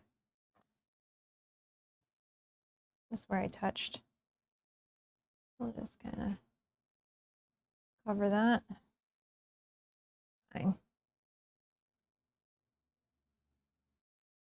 There we go. Won't be as noticeable anymore.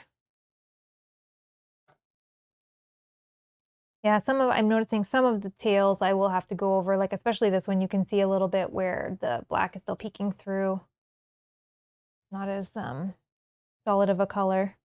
Again, I'm doing like using the wet palette, they're thinner coats. I'd rather do multiple thinner coats to get the desired effect as well.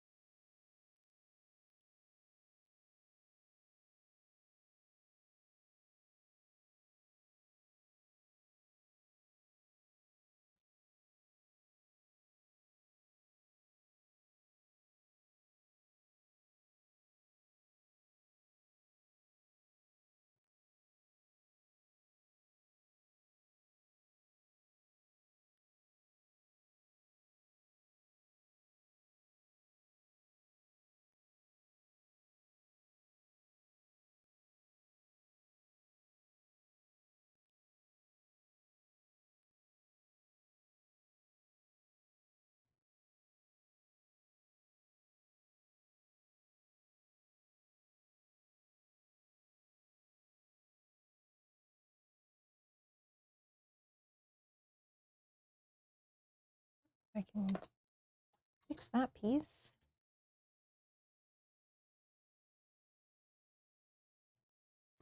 Good enough.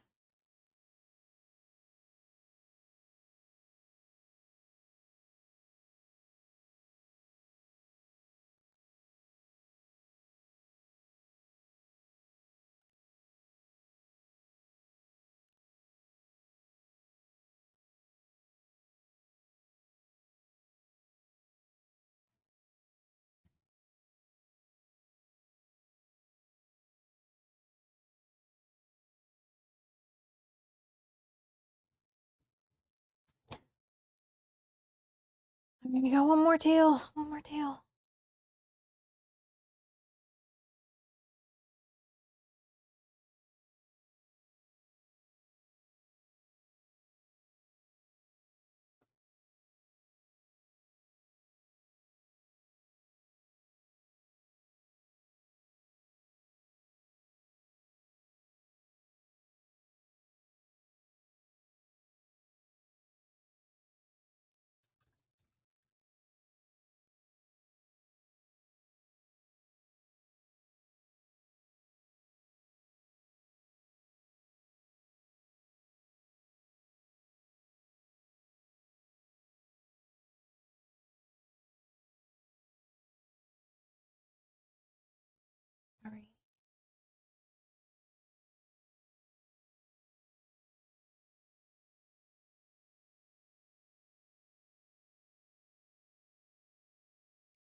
Trying to get under a little bit.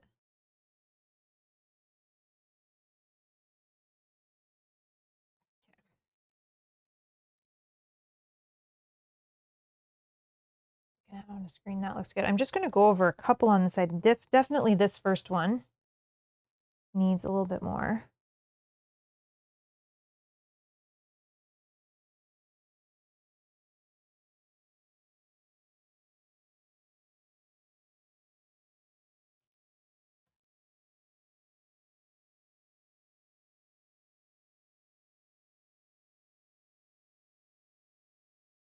Oops. Oh, I almost dropped it.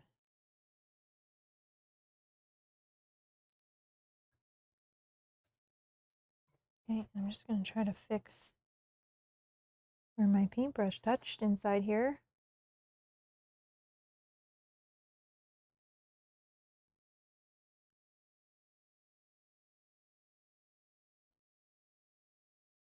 There we go. Okay. All right. I think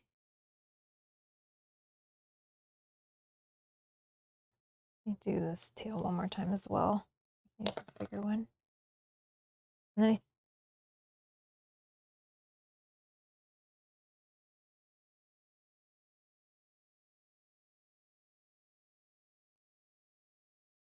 oh my God. Keep touching the fur.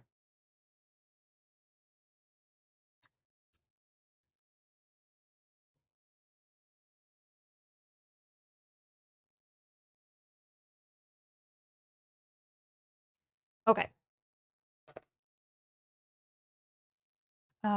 Martin says, just browsing some rat pics, and there are sometimes some flecks of black within the pinks. So, oh, okay, so maybe having that show through won't be so bad. The other thing I'm thinking is of doing different tails in different kind of washes. So maybe I'll do one with like a brown dirty wash, one with like a darker wash, some with like red or purple, just to kind of have some variety. So yeah, I guess the black showing through, and I think I've got most of it. Let's see if I do that. Like, you can see a little bit on, where is it? It's on this side, like this one here, where you can kind of see a little bit of the black through, which is fine. Or even like on this one here. But that's okay, I think too. Once we put a wash on, I think that'll not be as noticeable. The other thing too is we're not holding it up so close. Like I'm putting it like right in your face on the camera, right? But like if it's on the board like that, you're not seeing those little flecks of black. So, but that's true. I'm picturing, especially in babies too, right? Their skin is a little bit like more translucent and it's like a little bit weird. So, all right. I'm going to do the hands next. Also inside the ears. For the hands, I'm just going to take a little bit of this pink, but I'm going to do more of like a cream. So I'm doing more of the cream with only a little bit less pink. I don't want them to be like the tails.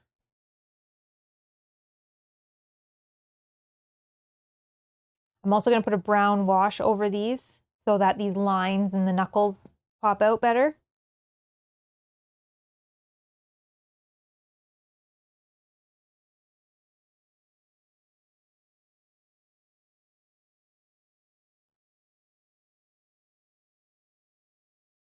These hands look like human hands. Gross.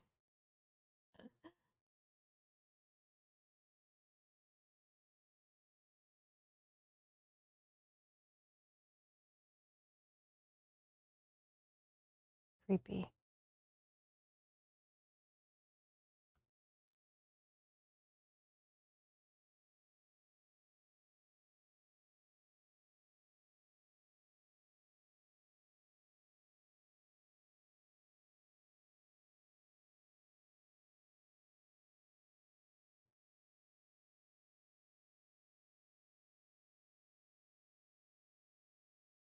Okay, just gonna flip upside down. Do all the underside.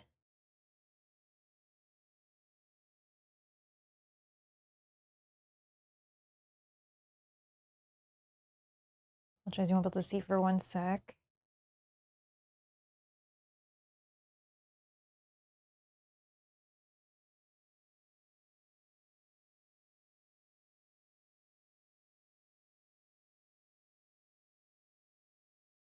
Like long, gross fingers.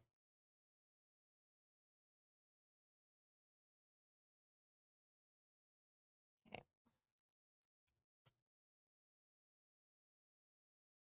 One hand is done.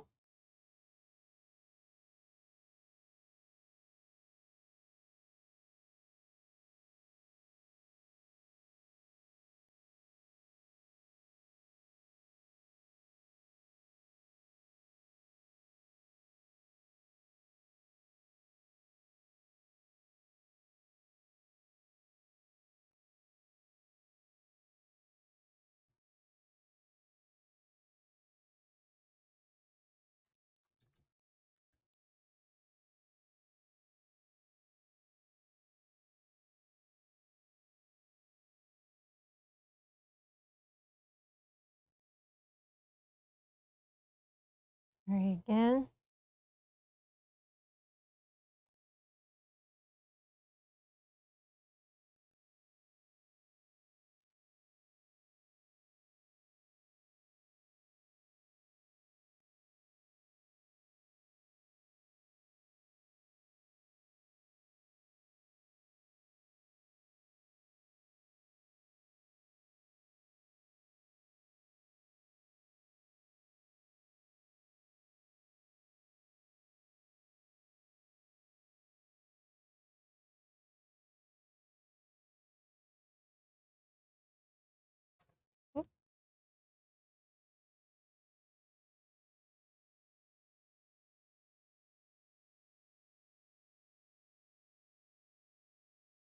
Okay. Hands are done. I'm thinking the same color inside the ears as well. I will do that, but I'll do that with a smaller brush. From photos, it's sometimes the hair giving the black flecks. Sometimes the pigment may be different, dirt, or sometimes dirt too. Yeah, yeah, these are not clean rats by any means. So it's good that if we have a little imperfections, it's fine, because also too, when I put some dry brushing on, that might blend some of that as well. Even there's crazy. There's even detail inside the ears. There's like veins in there or something. It's creepy, crazy. I'm just using the same color inside the ear.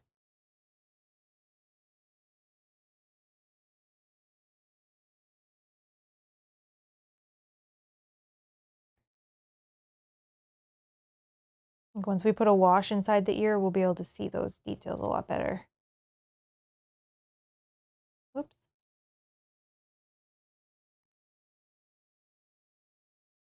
I'll clean that up once that dries.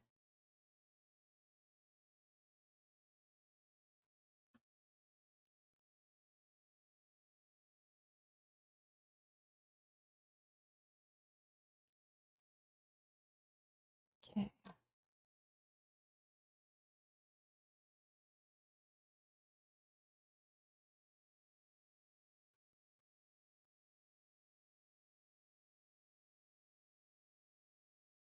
Oh, got too much water on the brush.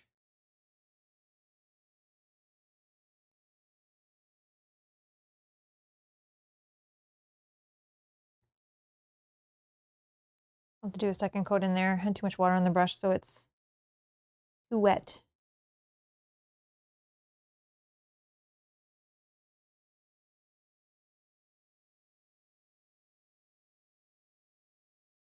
All right, so we have our ears kind of started.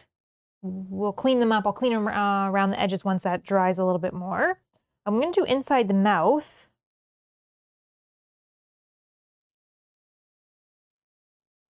I think I'm going to use multiple colors for inside the mouth. I think I'm going to use the straight scar tissue as my pink. That's going to be the tongue. I'm going to use a red wash on that, so it's not going to be pink. And then I'm even thinking of using this same blood color, maybe for like the gums. And then I'll do the teeth, and then I put like a dirty wash on the teeth and get them all grimy. Get this one. All right, so we'll do the tongue, this pinkish color.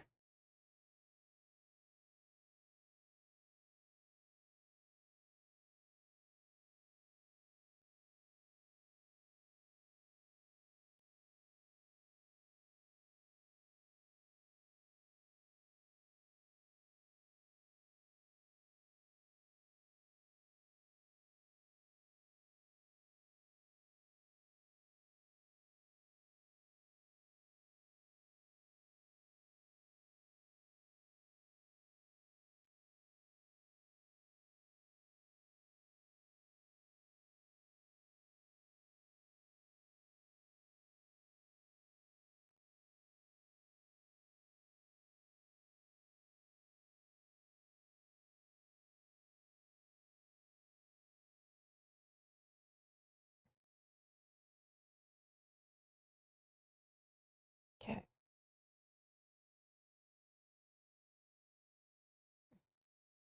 I'm gonna let that dry for a minute because what I wanna do is I wanna use that same Crusader skin that I used for the tail. I'm gonna use that same color on the inside of the mouth and the teeth, but I will do a little bit of that blood, glistening blood on just like the sides of the gums, just to kind of make them look gross.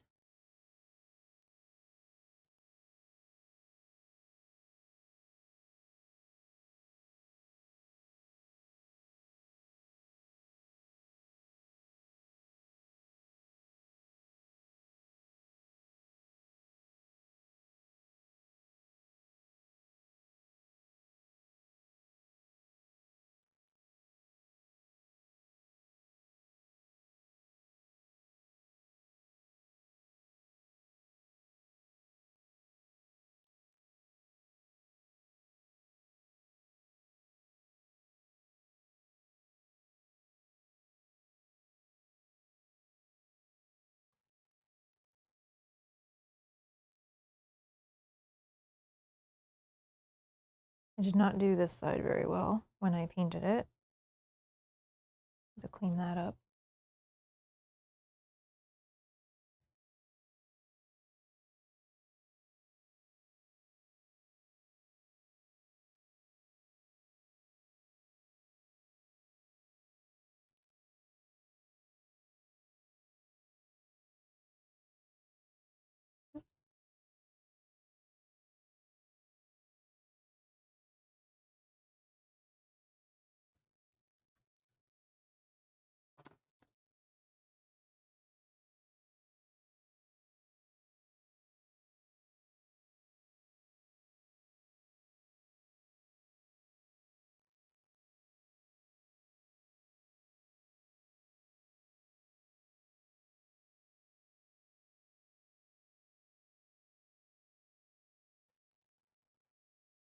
All right.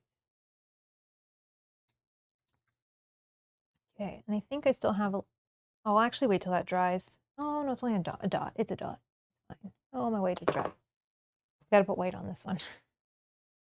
What was your gateway board game into board gaming? Well,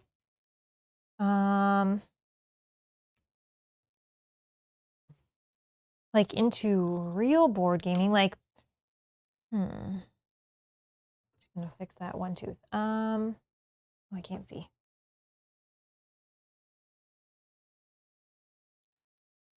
So our first, like, surprisingly enough, I think our first like big, huge board game was Game of Thrones, the board game.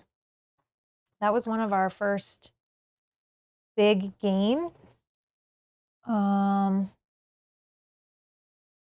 We were really into the TV show. We played the card game, Game of Thrones, the card game. Yeah, I think it was pretty much Game of Thrones. Game of Thrones, the board game, was like one of our first like big epic games where we had a whole bunch of people come and play with us.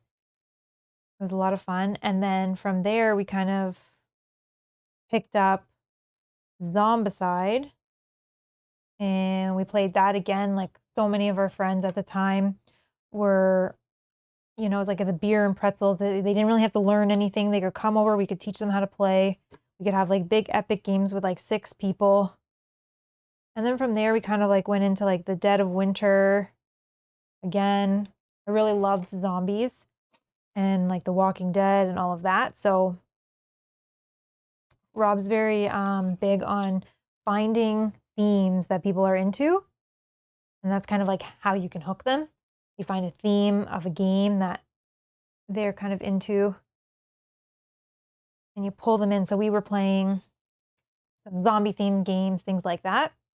And then we went to Dead of Winter. We played that with a whole bunch of friends. We had lots of videos of that.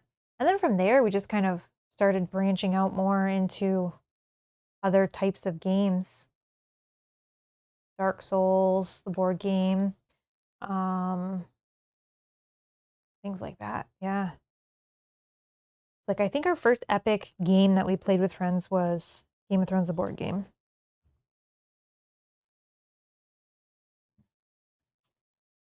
Okay. I feel like we're getting somewhere. Now that I'm looking at this, like we're getting somewhere here. Okay. Next, I'm going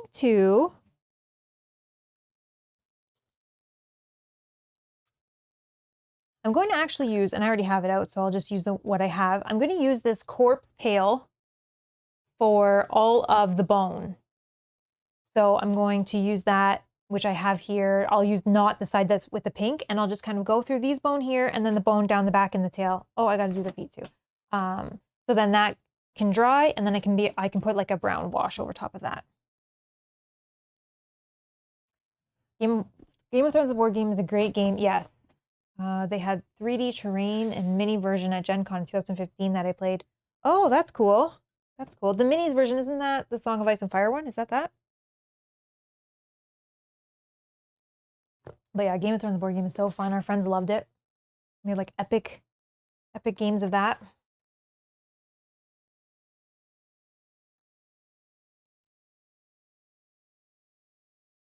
Oh, I don't need this anymore, so we can get that out of the background.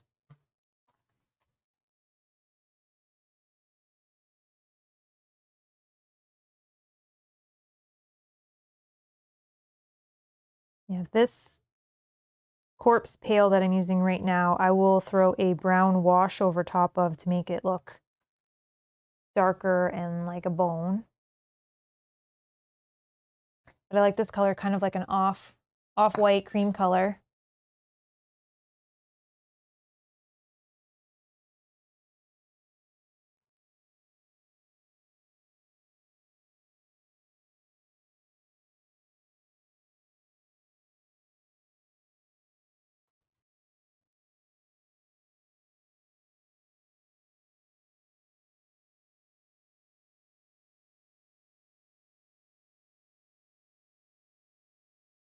Just trying to set this mini down so I don't have to hold it.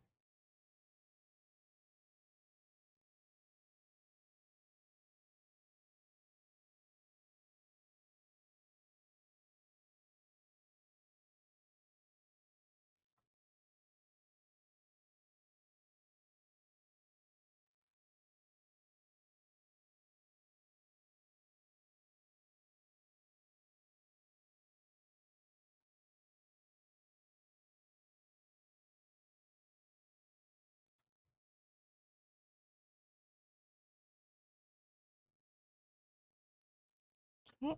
And I'm just gonna turn it this way so I can do all of the inside ones.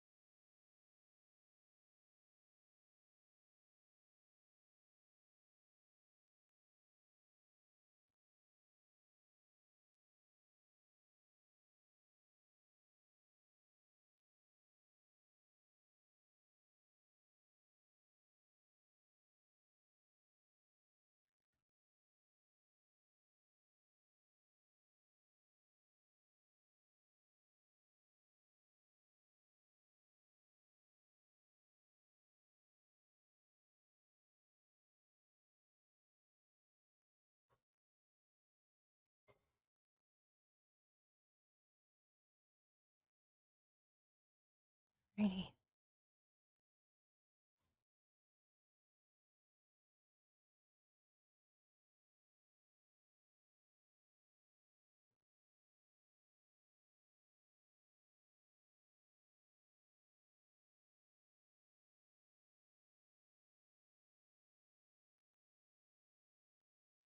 The red is starting to pop now. That's right. Yeah.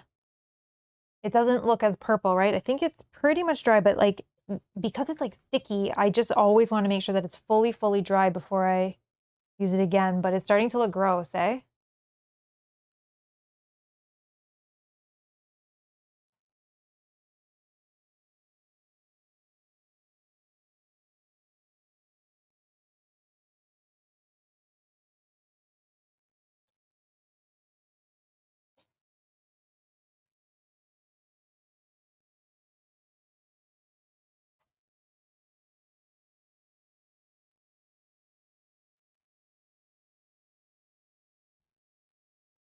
All right, one sec.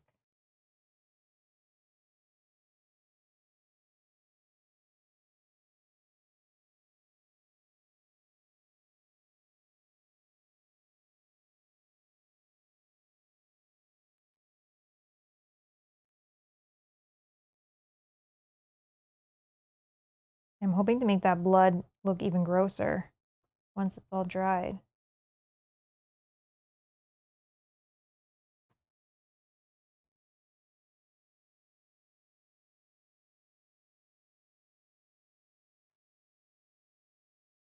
It's the base. The base is what's stumping me. I'm debating if I do like a green or a brown. Thinking brown.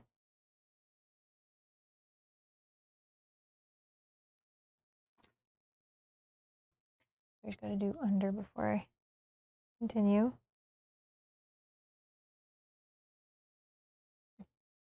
And you're back. Not done. We're getting somewhere though. We're working on some details and that. We're getting somewhere. Welcome back. Did you rush your chores or did you do them properly?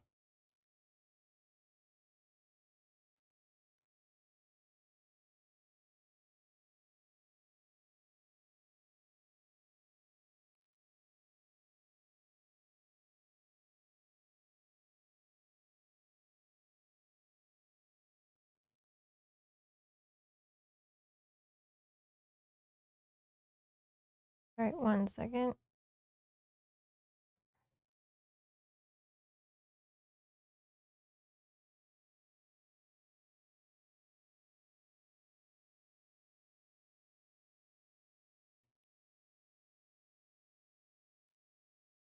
Oh, properly. You've even trimmed your palm trees.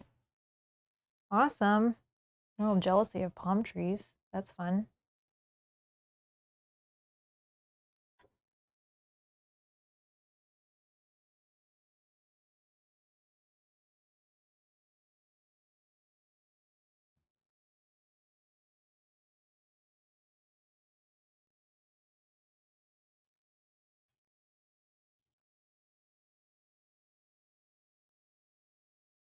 Putting it down for a minute. Rest my hand.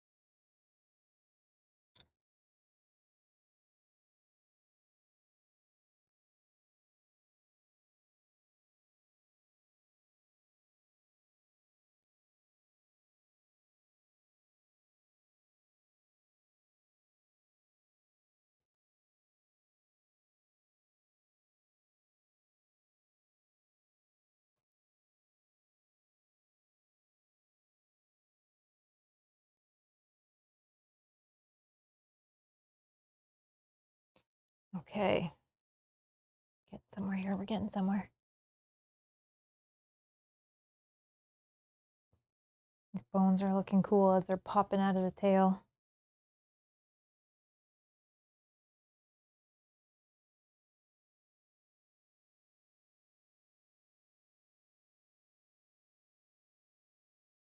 Doing a thin coat, but I think it's going to be fine because once I put a brown wash over, it'll darken the color, and any specks that we can see through, I think will be hidden by that.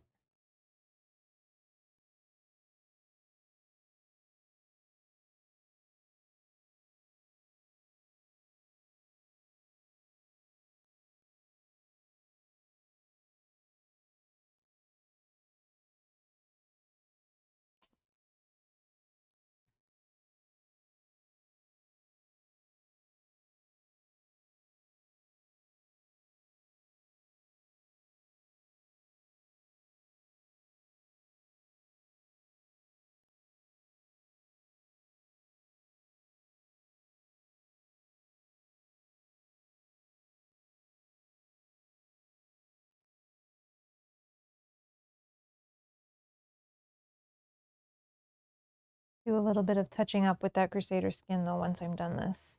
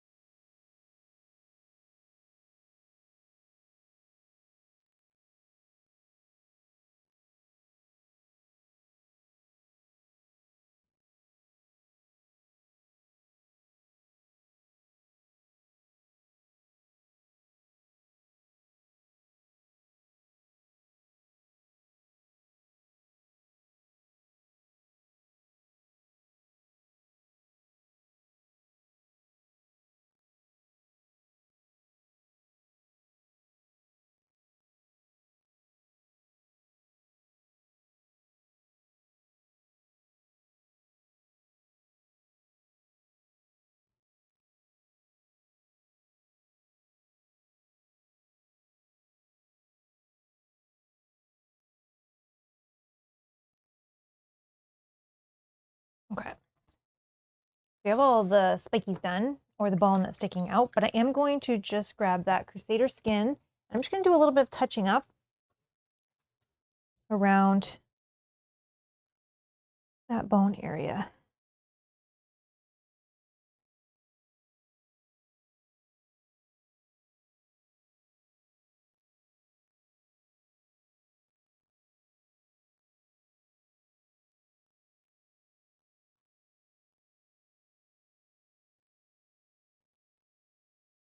Oh, I just stuck my finger right in it.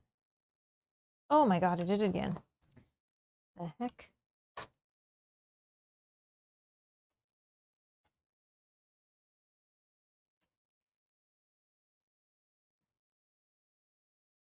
don't even know if that's the same color. I don't think it is. I think this is the one.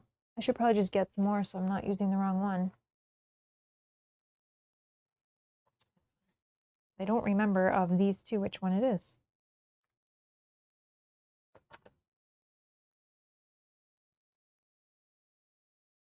It's okay if it's a little different, which I think it is. I can see that I didn't do that right, but or it's just that's what it looks like when it's wet.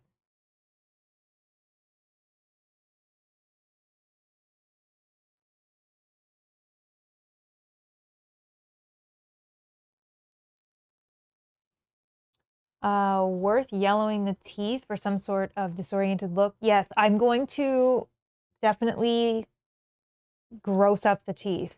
Yeah, they can't be like pearly white. Yep, that's definitely what we'll do.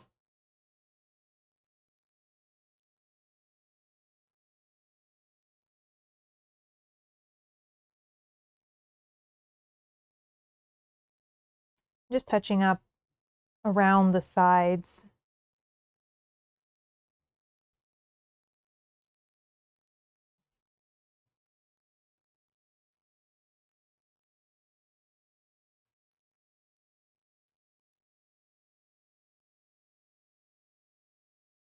For the teeth as well, I'm going to use this Crusader skin, so the same color that's the tail. I'm thinking about doing that as the inside color of the mouth, and then with some wash being able to make them look even more gross.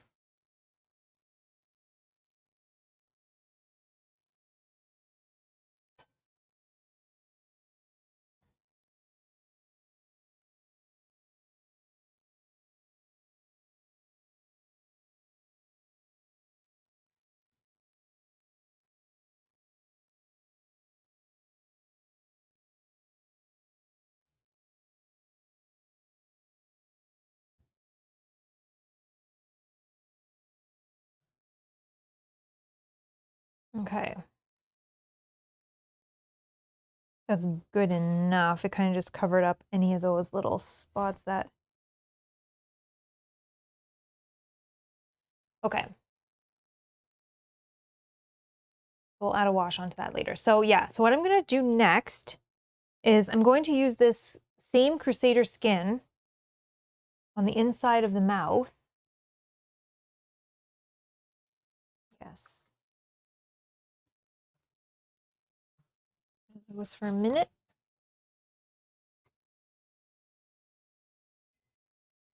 Or actually, I'm just looking, I think this is the sand color, which is kind of like a brownie yellow. Maybe I use that one instead. It's like gross, right? It's like dirty. Yeah, let's use that. So we'll have some different colors. So I'm just going to put that on the inside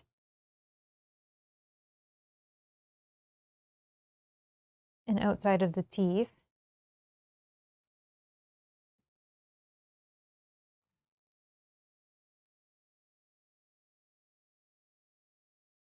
I can add some, so right now they kind of look like this. I can add some after. Oh, come on now. Come on. There we go. I can add some color to it as well after this kind of dries. I can put like a yellowy mix or like maybe even a yellow with some of the pale color to like lighten them a little bit.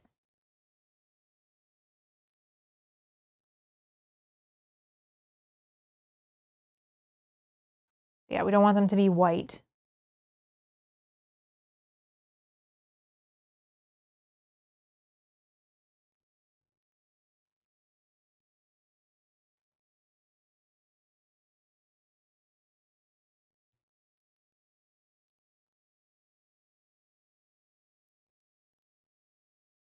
What I do like about the speed paints though is that it like fills it in, so in between the teeth looks kind of gross as well.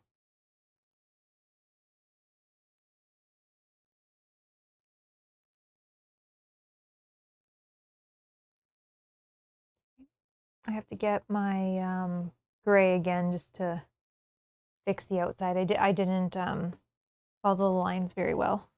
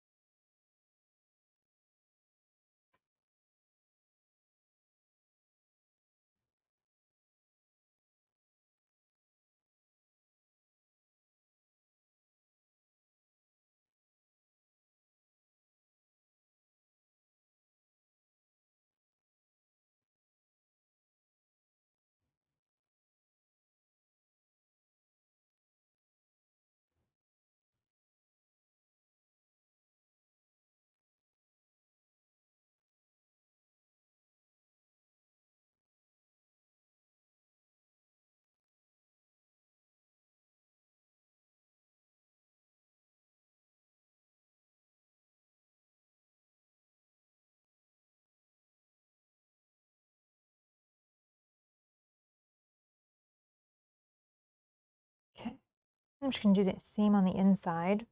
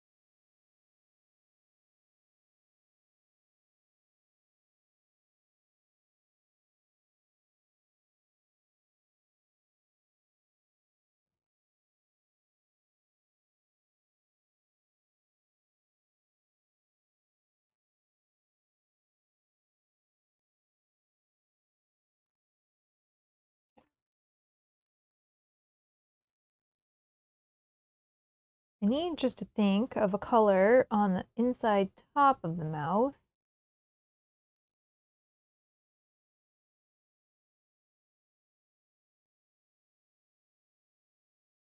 I'm just gonna let that dry for a minute so that I don't, because any pooling will change the colors. I think I'm just gonna do like maybe even a mix of this pink, oh sorry, this pink, excuse me, with like a dark brown or something. I want to be like dark in there. Okay. Kate, hi. Looks both fantastic and deserving. Good job. Thank you. That's what I'm going for. That's exactly what I'm going for. Gross, but cool. What was I just thinking I was gonna do? I don't remember.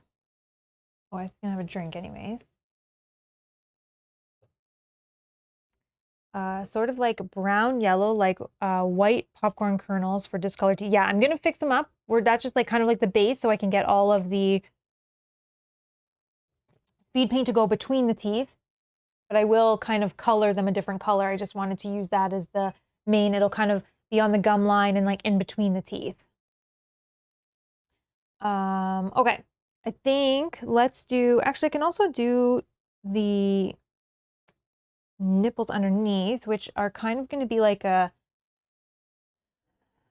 cream color, but not like, almost like, probably almost similar to the color of the hands and ears is kind of like what I'm going to go for. So I'm going to just go for something in here. Do one and see.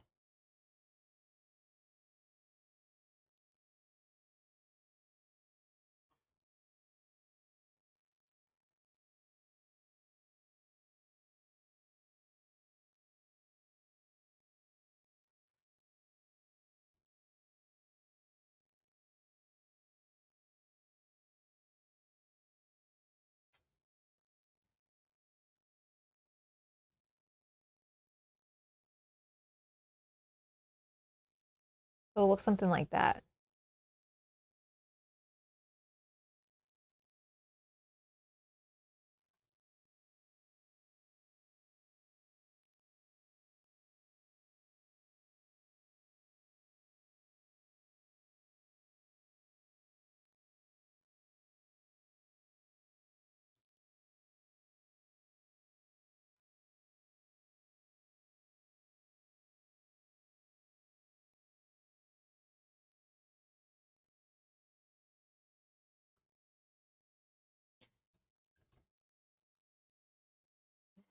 Really won't want that rat in your flat. No, no, we don't want this rat in our house at all. Gross.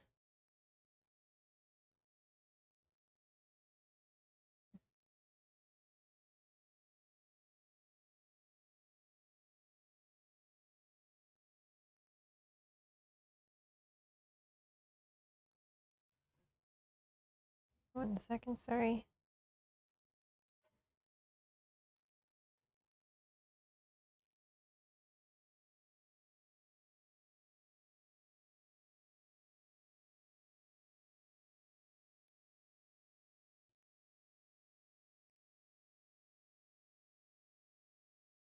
When I'm adding the wash to the hands and the bone, I'll add the same color wash here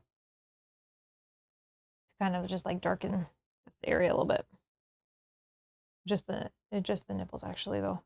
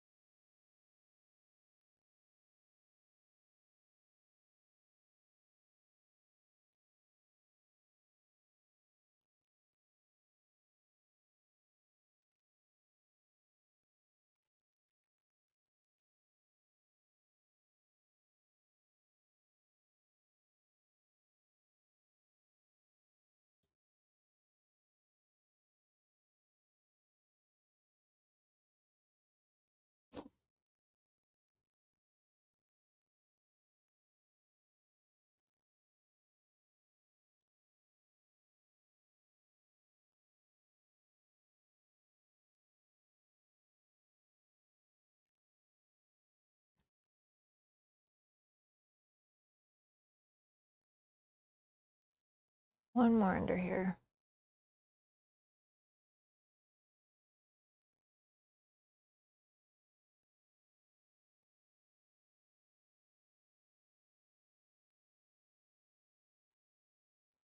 Okay. All right, I remember what I was gonna do. I just wanted to fix that mouth line. Pull this over here.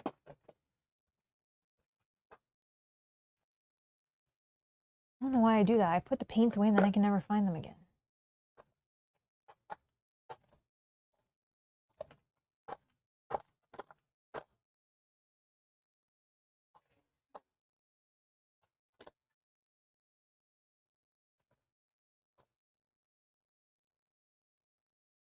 And for the gray that I used, do I have it out? No. Going crazy.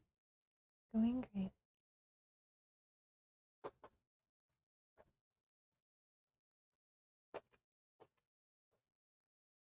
I initially start with all my paints in by colors. But then as I put them away, just haphazardly, got it. As I put them away haphazardly, they don't go in the right spots and then I cannot find them. So just a little bit of this gray, and I'm just going to touch up inside that, or beside that mouth a little bit.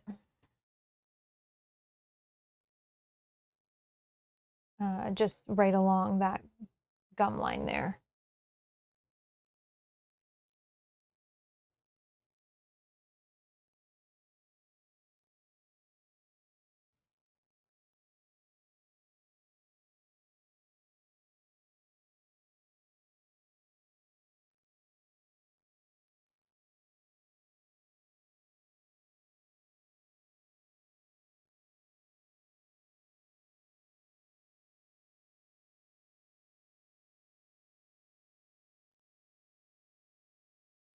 Awesome.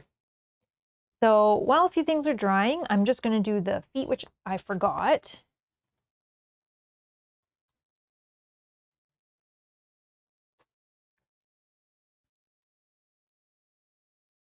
Okay.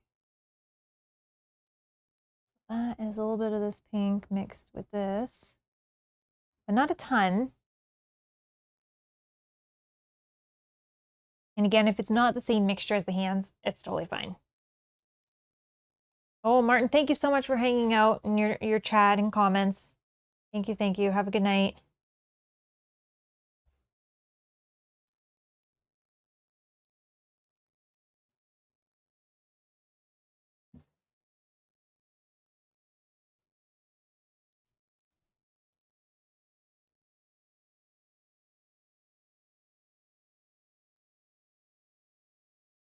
Yeah, the nails on this rat. They're so long. I'll after I do a wash, I'll do something to pop those out because that's gross. They're like this long.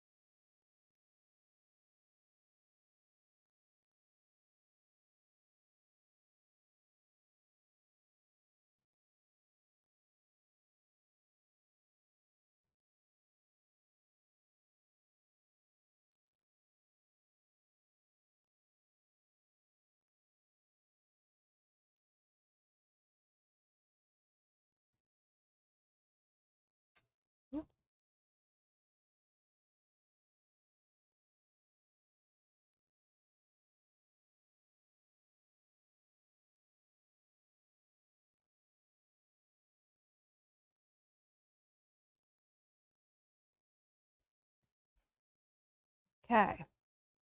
One foot done.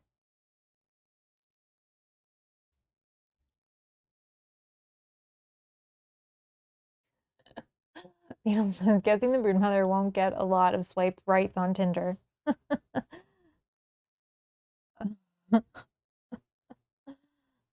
I guess depends what you're into. He is gross.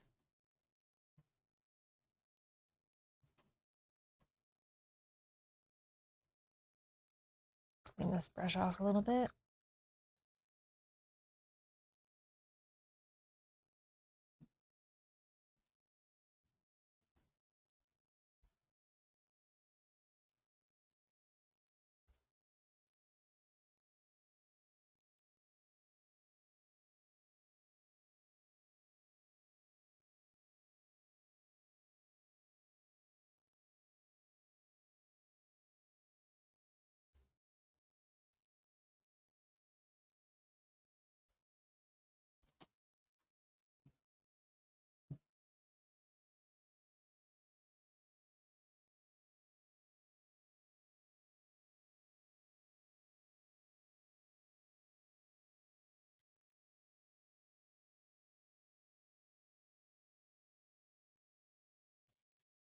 Doesn't have to be as perfect under here because I don't think anyone's really going to be looking.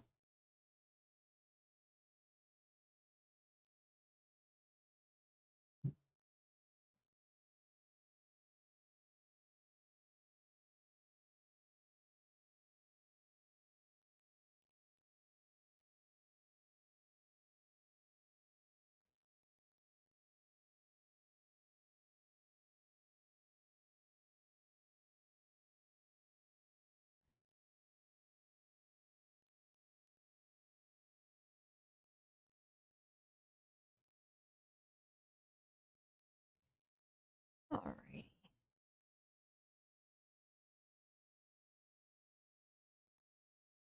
I do a second coat on those feet once they dry, but I'll decide when we get there. Okay.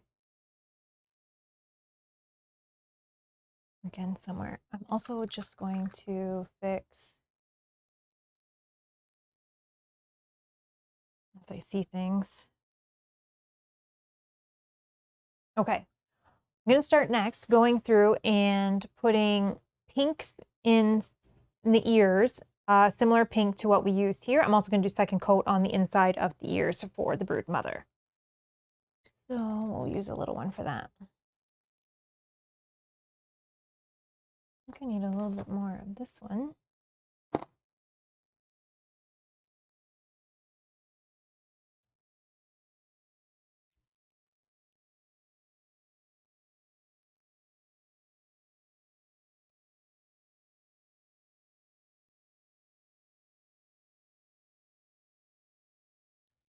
Okay.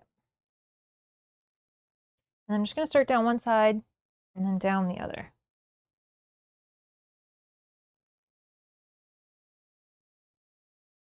This is probably too wet, which I don't want.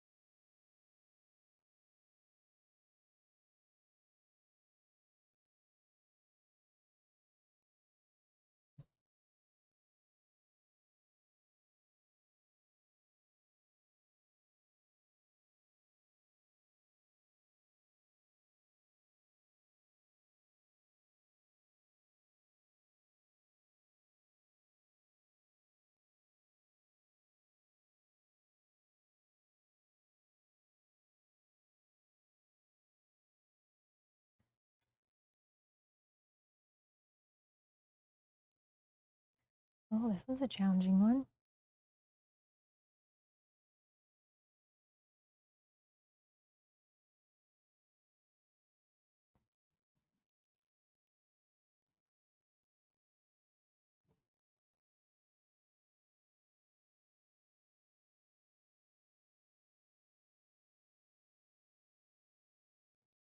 I find the magnifying glass really helps me with this part of the job.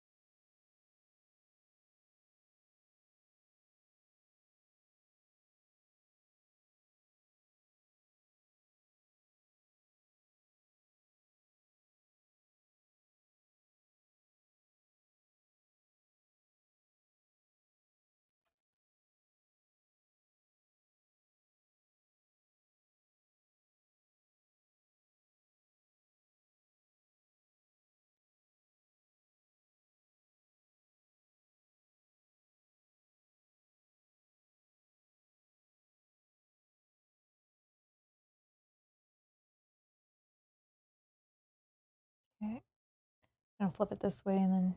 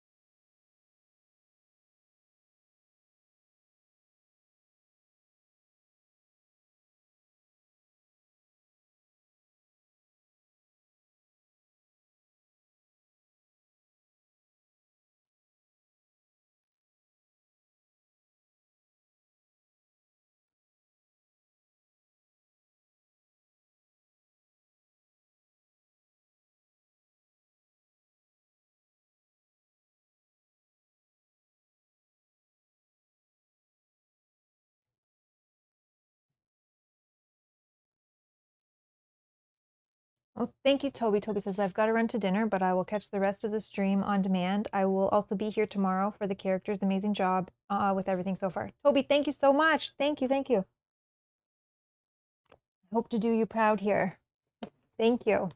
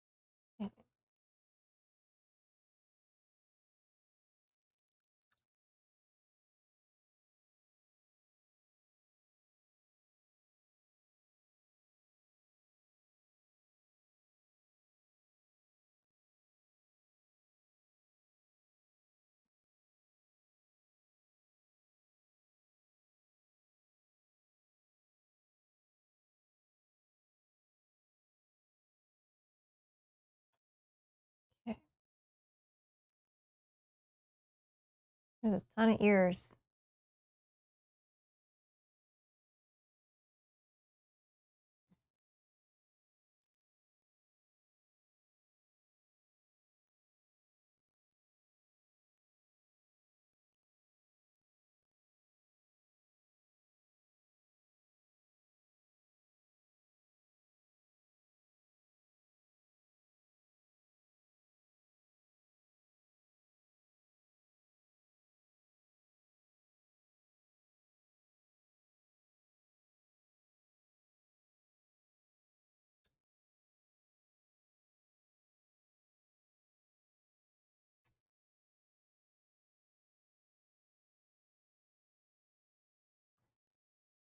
Okay.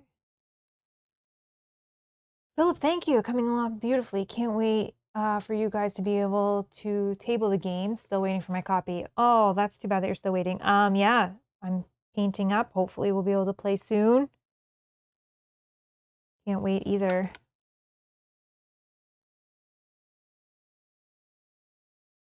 Wow. I'm just gonna try to get a nice pointy brush. Get into this one.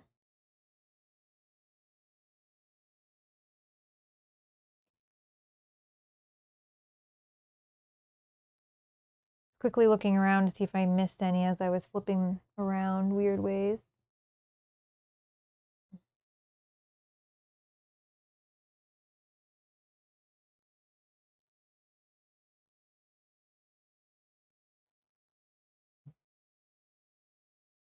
Oh, a couple on this side.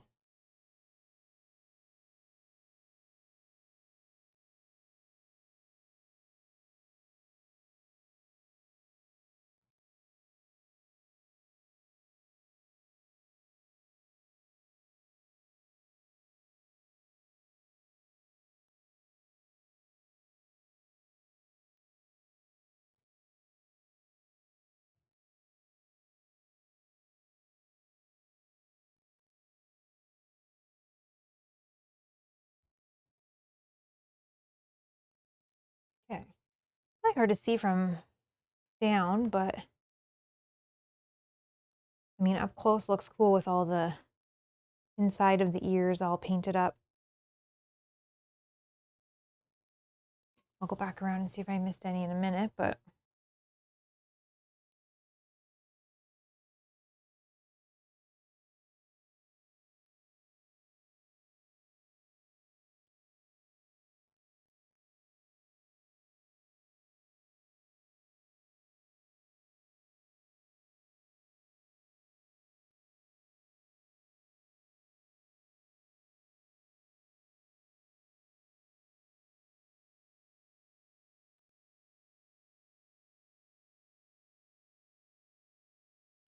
see if I can get inside this one.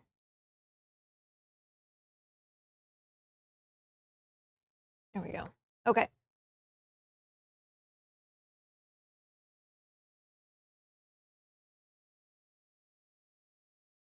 One more.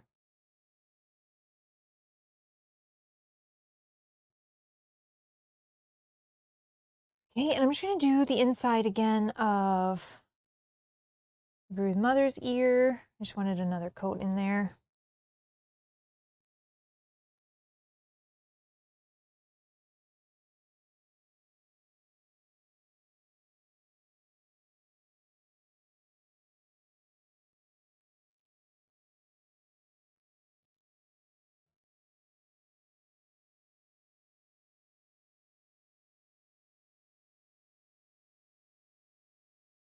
Okay.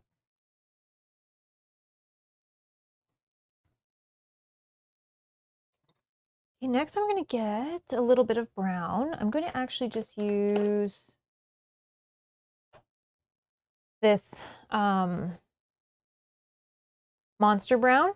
I'm going to use this Monster Brown mixed with a little bit of the Scar Tissue Pink that I have on my wet palette just for the upper inside of the mouth. I just want it to be kind of dark. I don't want it to be the same color as the tongue.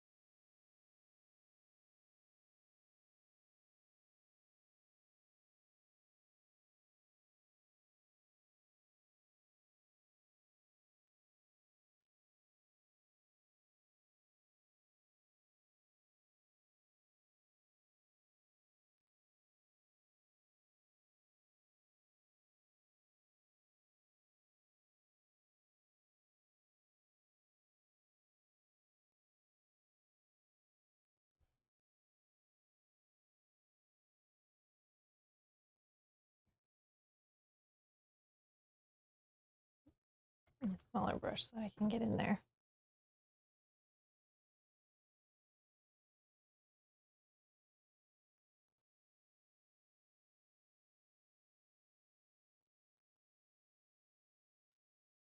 Sorry, one sec.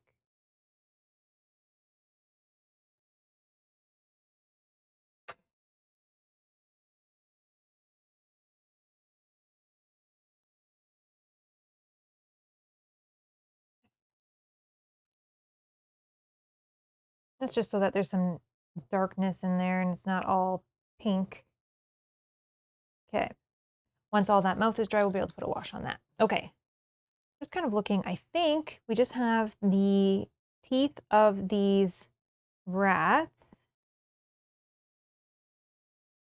So for them, I'm going to use the Crusader skin. The Crusader skin, same that we use for the tail. So they'll kind of be like that dirty brown color. Not like the yellowy brown that the mother has.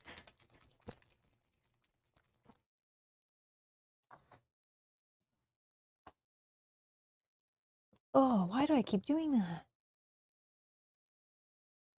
Let's just get rid of that one.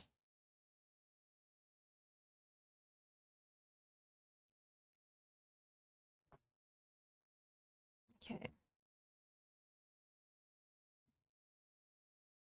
And I'm just going to kind of go around the mouths. Might be hard to see, but I can hold it up in a minute. Just do a couple.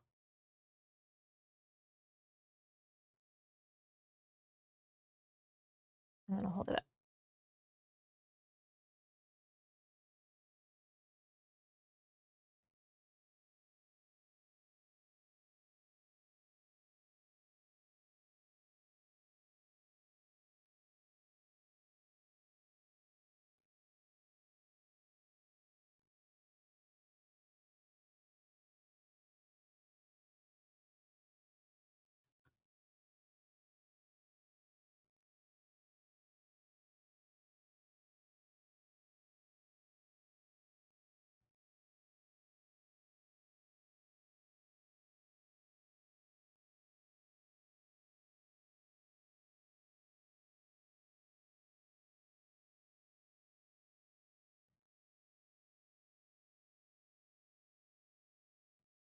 Also need a little bit of the base color as well, so I can fix up a couple areas where I didn't go all the way to the teeth.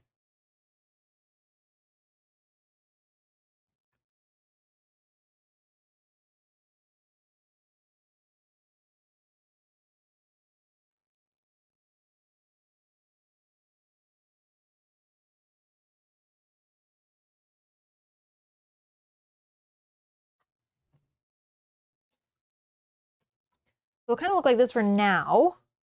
I can show you. So I'll just fill in some of those gaps and make them pop out a little bit. And then I might do a wash and a little bit of highlighting on them, like to pop out the individual teeth once that all dries up. But that'll kind of create a little bit of wash. It'll kind of pull into the recesses around the gums between the teeth.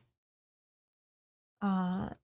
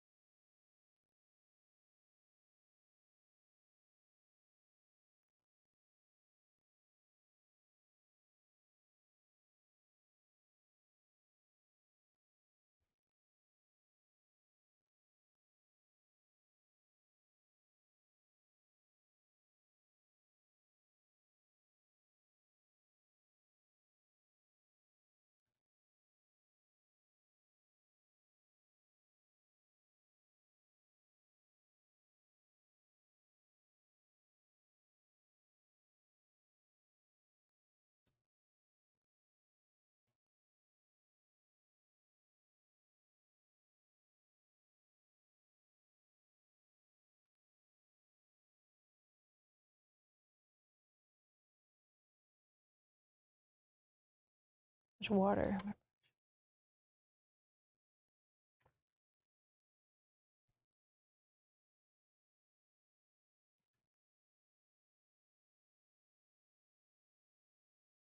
Even like all of these rats have different variations of their face. Like some have open mouths, some closed.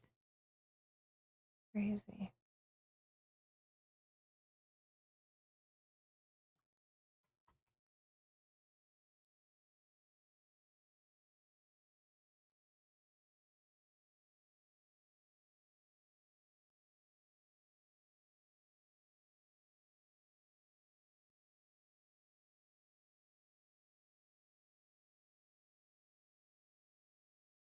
Some of the paint I probably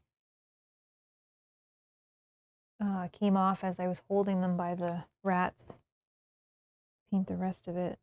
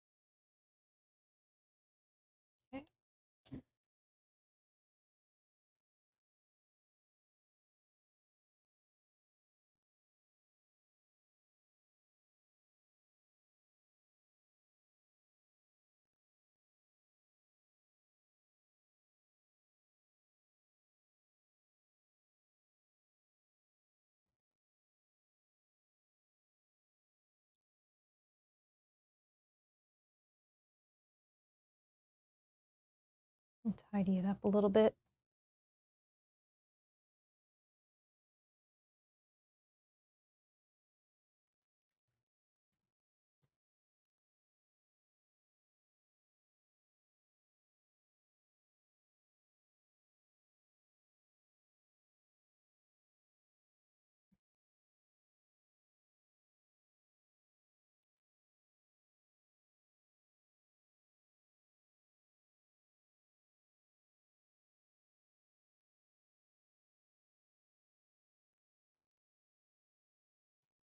I think that's all of them for now.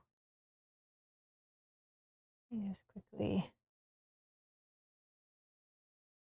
peek.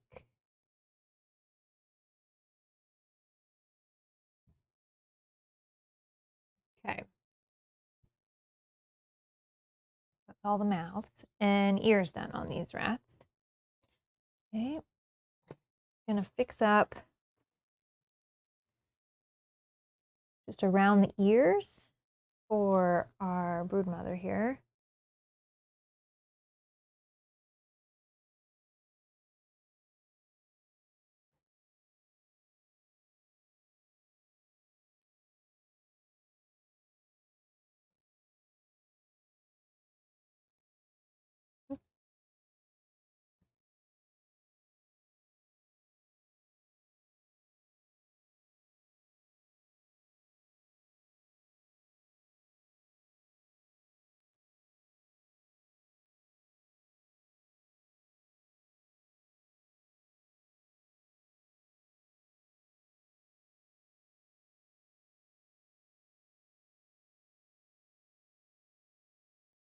Okay.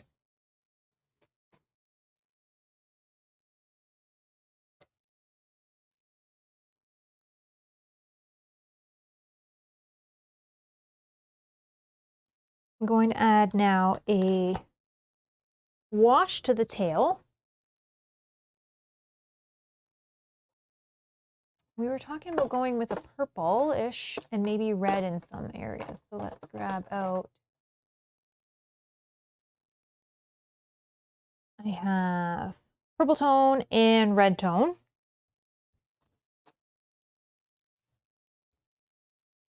Just want to put this out and see what it looks like. I've used the red, but I've never used the purple.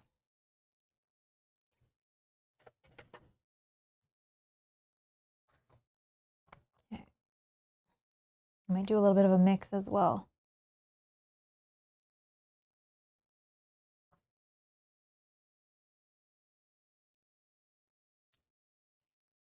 Just gonna pull this up.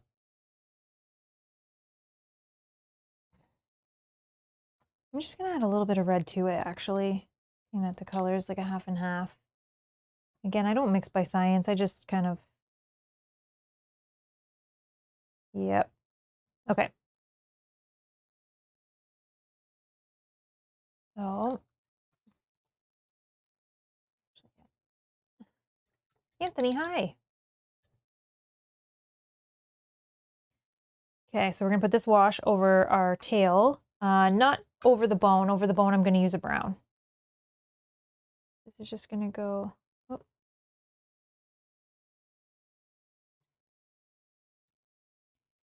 Okay.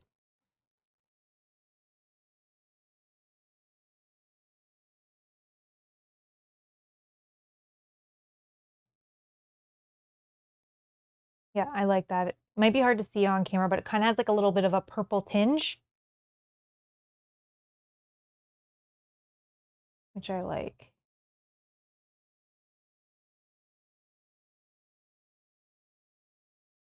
I'll hold it up in a sec and you can see if you can see it once I get like a big enough chunk done.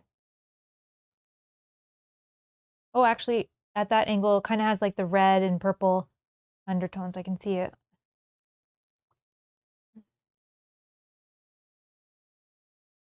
I like that a lot. And that's just the red and the purple mixed together.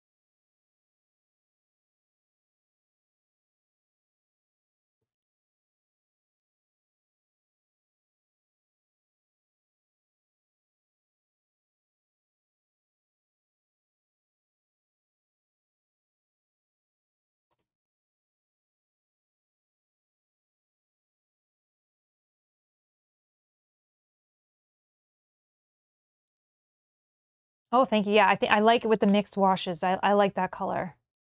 And it has like red in some areas, purples in others. Yep, I'm liking it. Again, I don't mix by science. I just kind of go by what I think looks okay or what I think I want something to look like.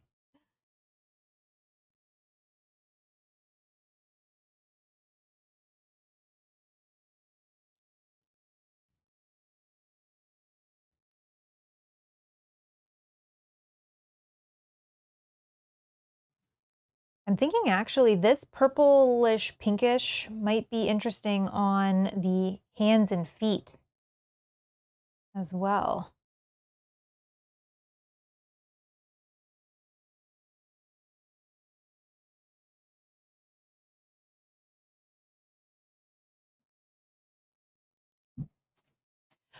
That's a huge mini. Can you call it a mini? I have the same thing. I'm not sure if I'm supposed to call it a mini or I don't know what I would call it.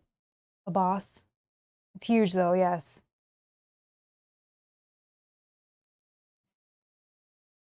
As they get closer and closer to being done though, I'm like getting super excited to play with this on the board and like see what this thing has in store for us.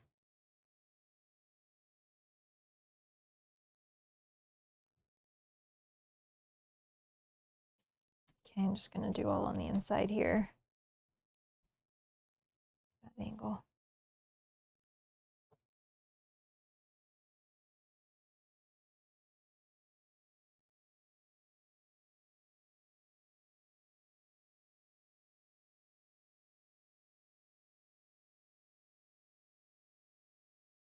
And then just on the inside in here, can I hold that so you guys can see? There we go.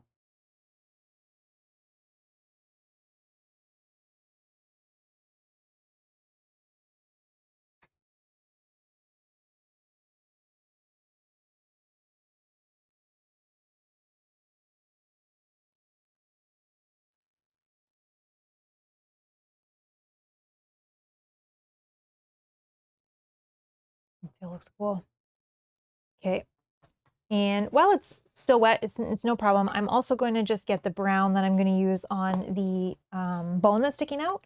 And I'm going to use my darkest brown that I have, which I think is, I have strong, soft, no, flesh, no, dark, no, mild. Okay, so we're going to use strong tone, which is like my darkest brown that I have. Yeah, I think that if I use that same color on the hands, I think yeah, it would tie the flesh and the tail and the hands together nicely. Yeah, I like that. So I should probably just do that before I get lost in what I'm doing. I have it all out. Just do that.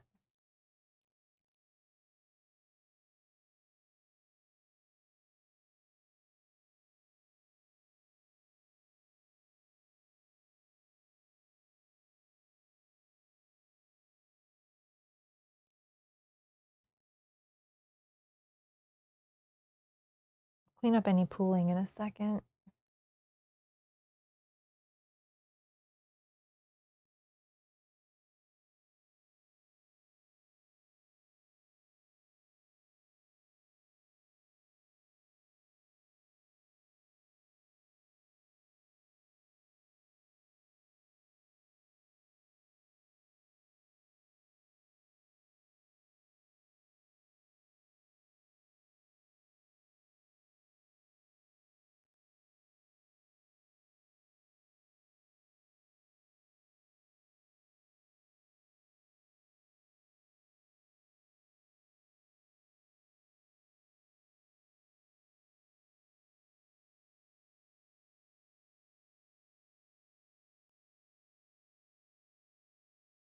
I even think this would be a cool wash inside some of these scabs.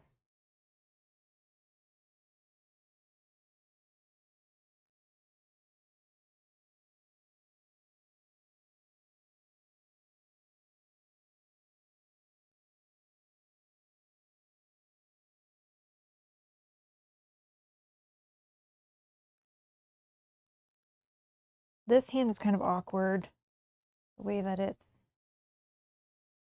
pointed.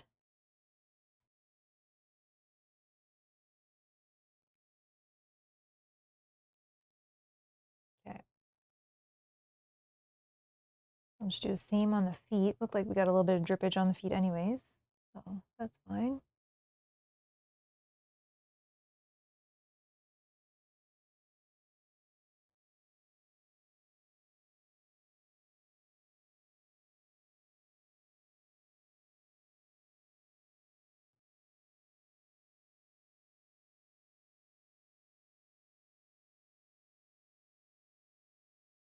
Oh.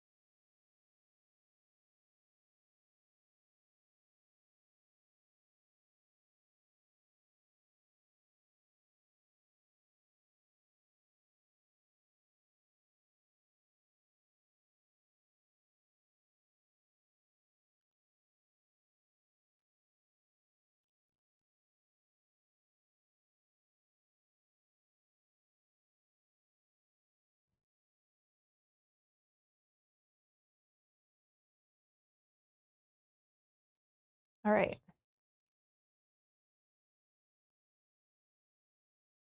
Yeah, I agree. The wash on the flesh looks gross in a good way. I agree. I agree. We'll let that dry and see. But I like how it's kind of like pooling between the fingers and stuff to kind of give some detail there. Okay, that's good. So now while that's all drying, I'm going to take the strong tone again. Sorry, we got sidetracked there. Strong tone, and I'm going to just do all of the bone down the back and the bone coming through the tail.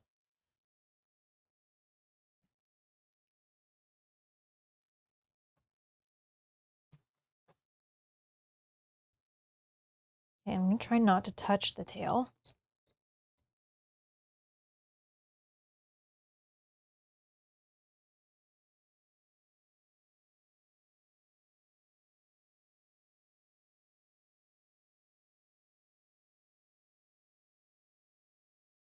And this will just darken the bones coming out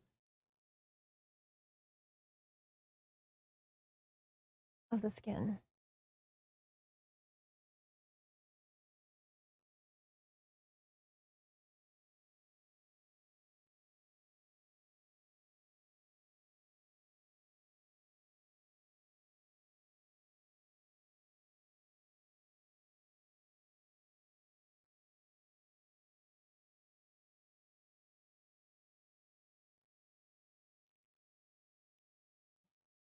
It looks like that so far.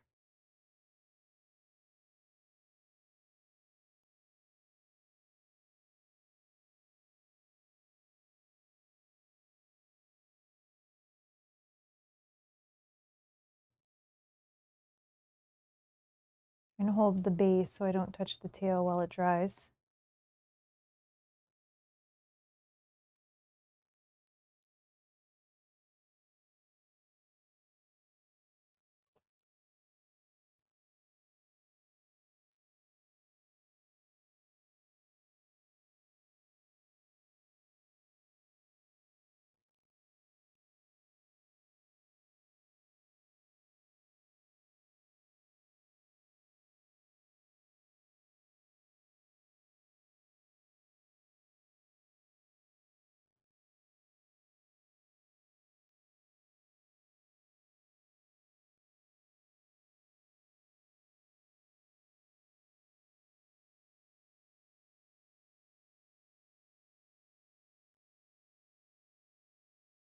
Oh, I need to use that same reddish purple wash on all the little hands that are coming out of here as well.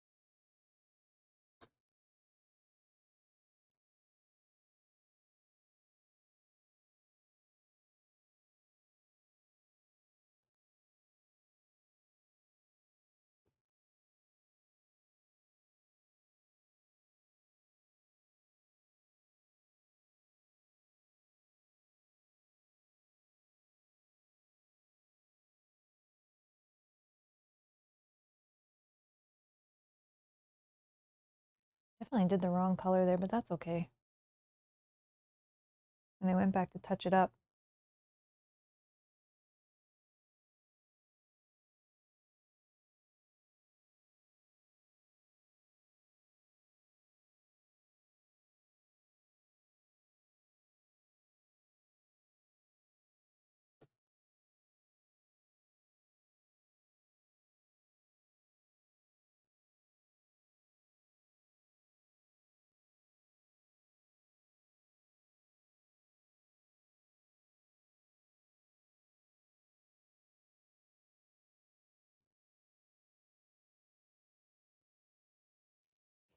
Good job. Hello. Did someone say rats? Yeah, they're gross, eh? I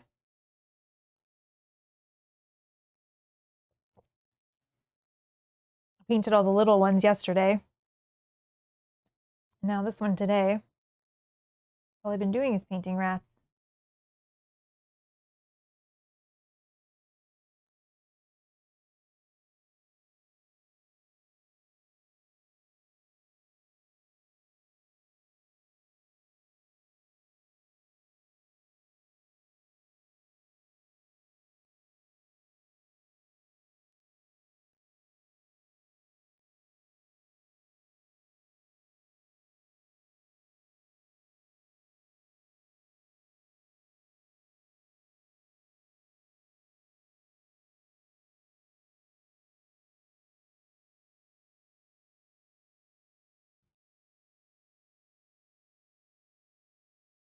Okay. I'm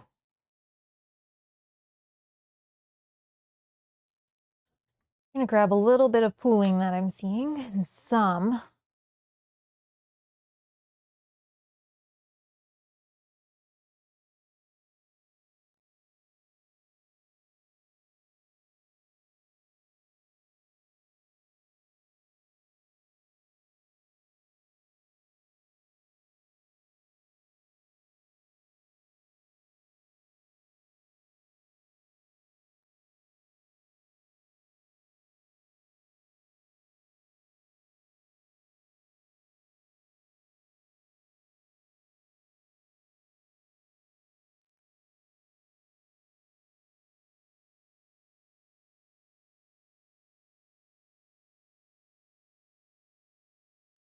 Okay.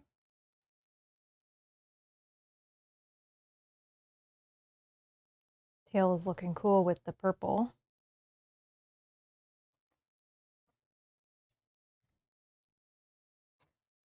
All right, I'm going to use just a little bit of the red wash by itself, the red tone. And I'm just going to put that just over the baby rat's tails quickly. And inside the mouth.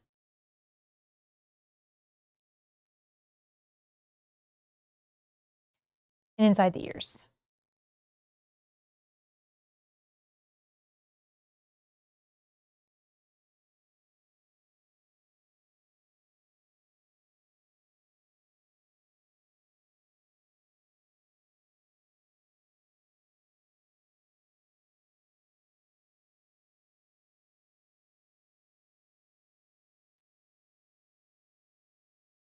Actually, I'll just use this one for the hands. Coming out of the body.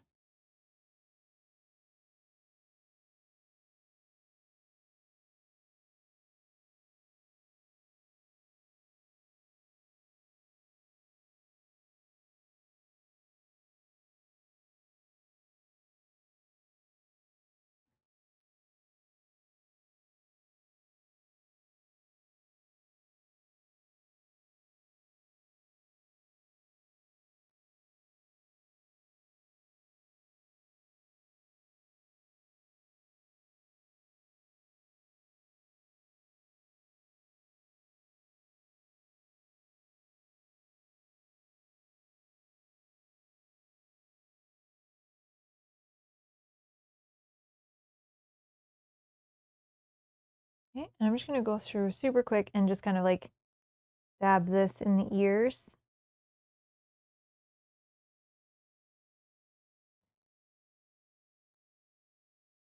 Each of the rats as well.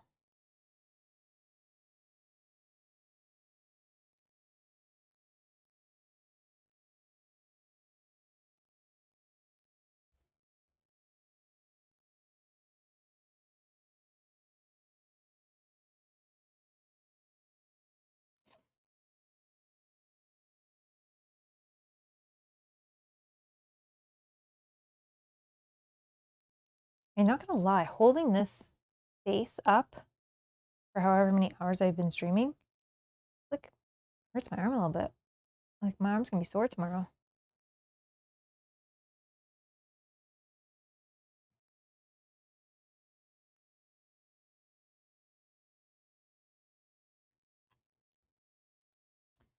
Okay, if I missed a couple of these ears, that's fine.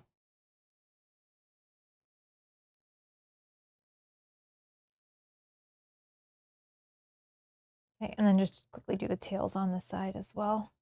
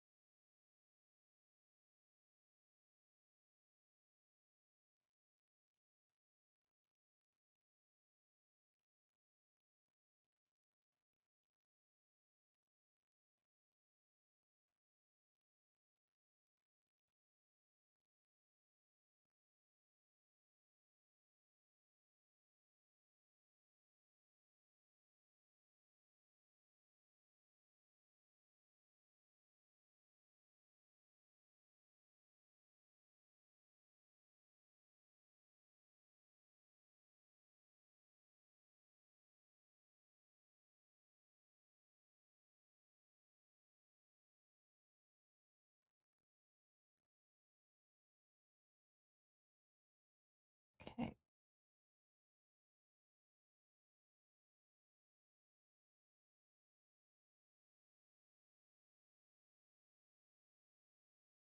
Okay, and I'm just going to take that same strong tone that we used on the bone, and I'm just going to put that underneath as well. And I'm just going to put that underneath as well, just to darken. Which now maybe I'm thinking I probably should use maybe the red one.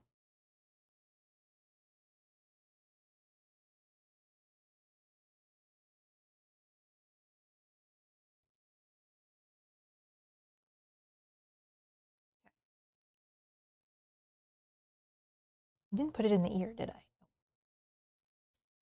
Do that too.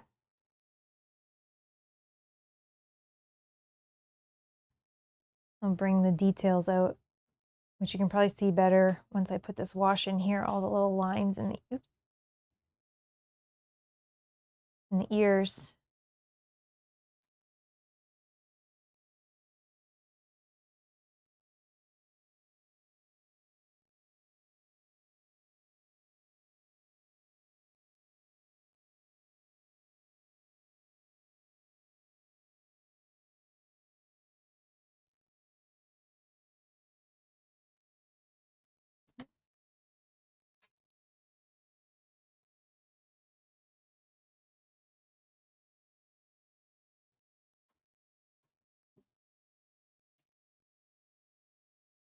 Okay, and then same on the tongue on the inside. We're just going to throw this on there.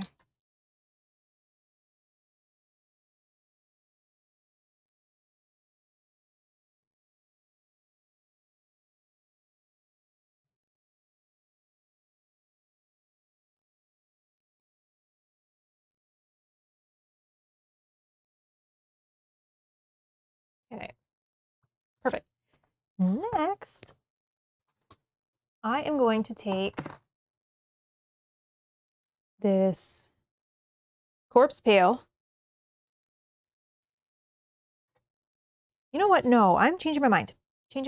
I'm going to use this Troll Claws I'm going to highlight the teeth a little bit and the nails. Just put it on here.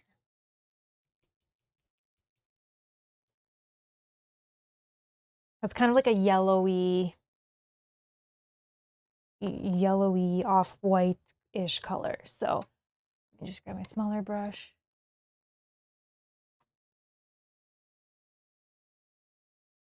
Okay.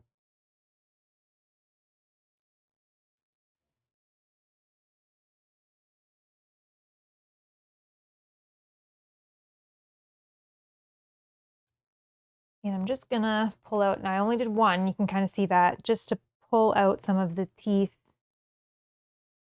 so that you can see. Kind of makes them a little bit more prominent.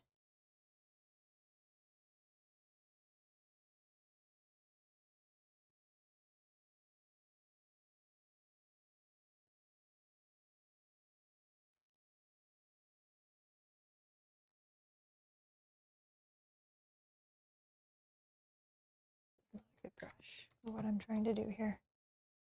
Need a better tip.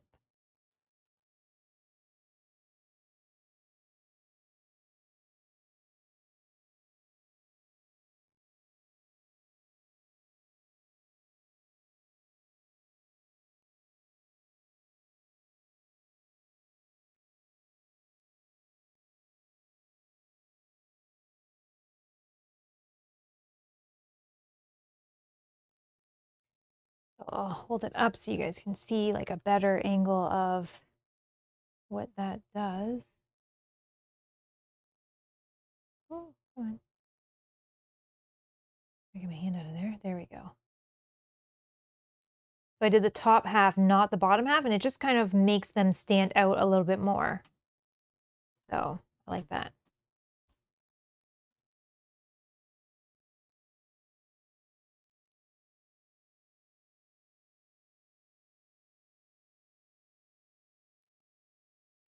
Hold upside down to do these bottom ones.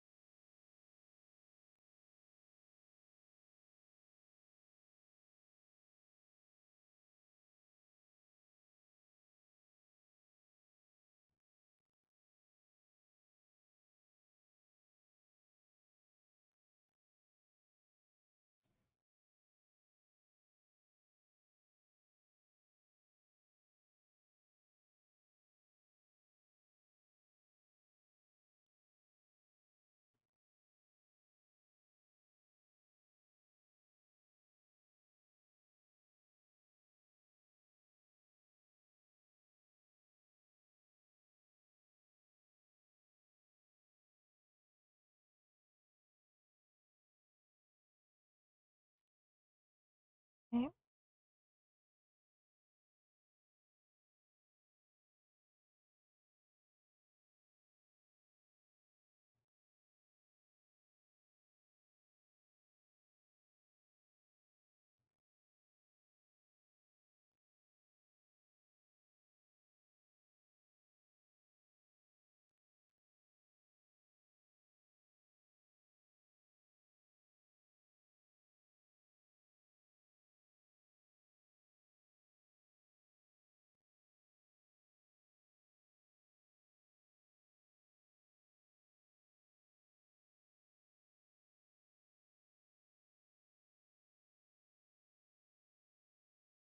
Okay. Now the teeth stand out a little bit more, I think. Okay. I feel like I need to do that as well for all these little guys. I need a better brush here. Maybe I need this little one.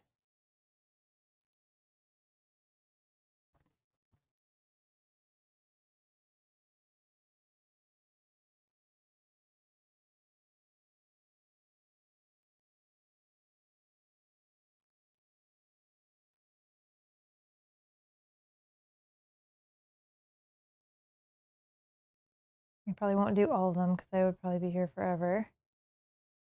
I'll just do a couple.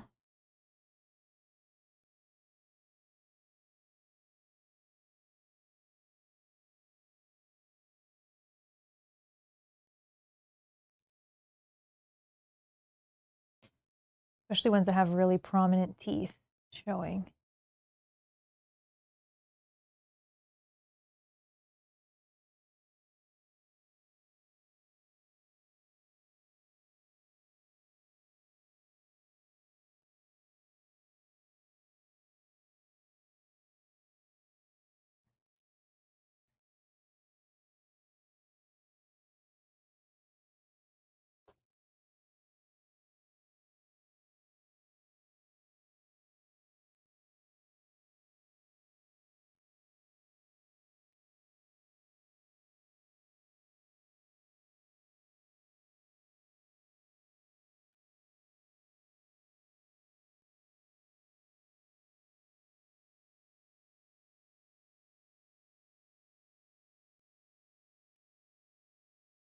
I don't know if you can see a few more of those teeth now. Oh yeah, they do stand out a little more when I do that. Again, I'm not doing all of them or I'll be here all day, but just kind of a couple.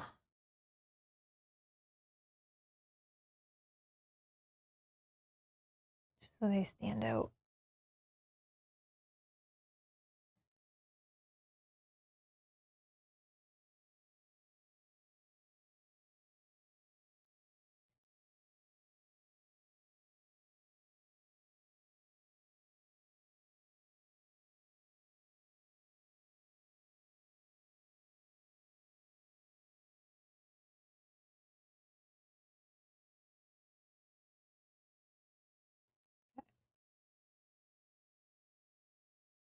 Perfect.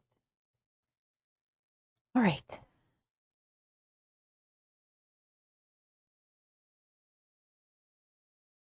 think I'm gonna work on some of the goo and like the pus coming out of the wounds. And for that, taking some of my, I have to make some sort of color for that. I don't really have. I don't really have like a pus color per se. Now I do have this, which I don't even know where we got this. But this kind of looks like kind of toxic-y, but it's more of a wash. So I'm gonna put that with, I think, mixing some jungle green with some moon dust to kind of get like a greenish, yellowy. And I think what I want to do is in some places is more yellow, in some places more green, in some places maybe like a mix and not necessarily all around the whole opening. So I'm just going to kind of play with that a little bit.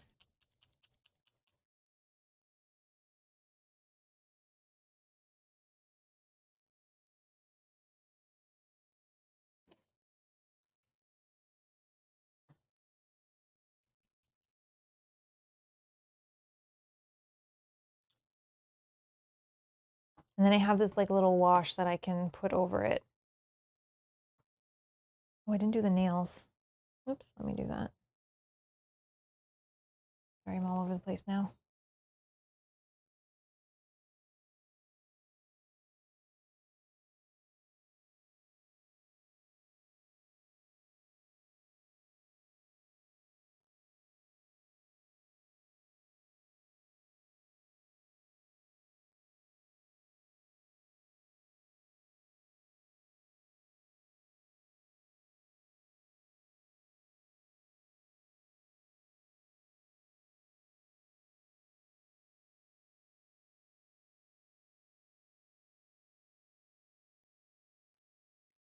Okay, and then the claws on the feet, they're nails on the feet.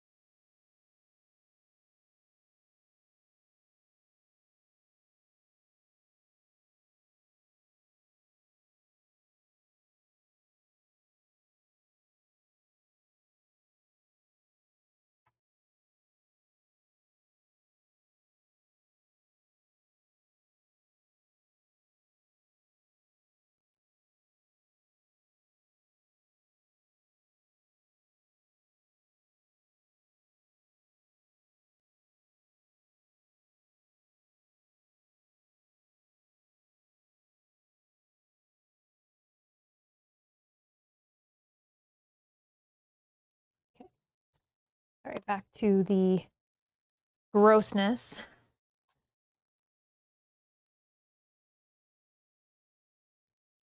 I'm gonna mix a little bit together and see what color I even get to start.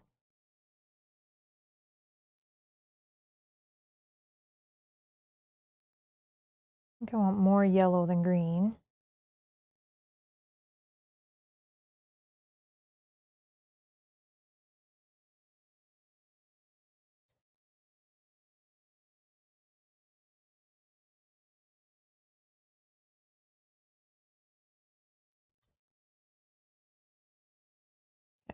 We'll just see what this looks like when I kind of put it on.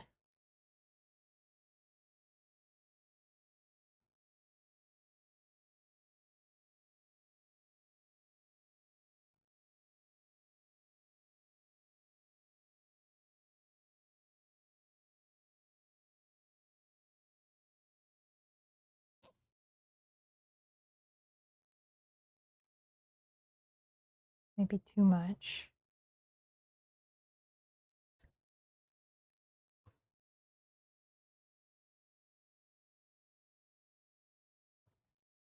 Collecting some. I think it's too much. I can also fix it on, which is getting the color I used.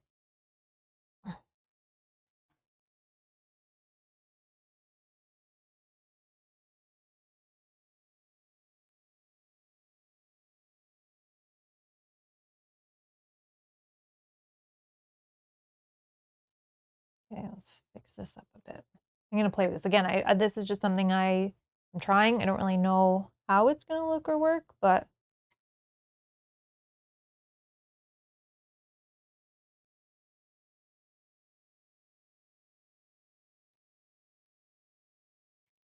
let's see.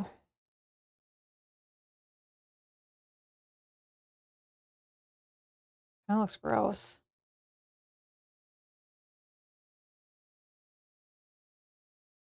I think too, if I mix it with a little bit of the gray that was originally on the fur,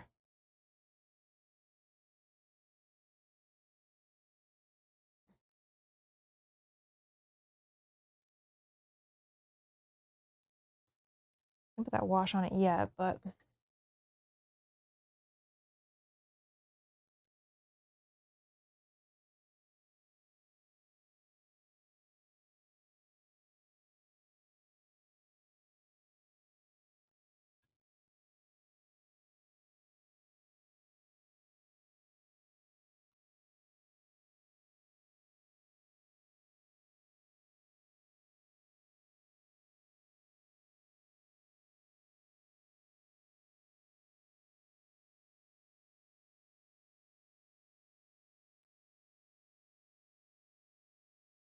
I think more green is better. It looks more like oozy and gross.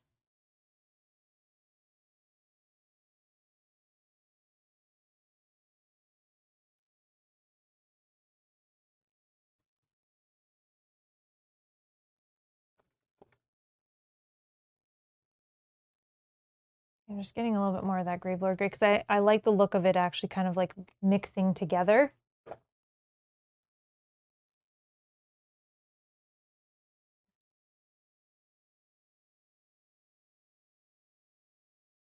Has more of like a blend effect than it's like on top of the fur.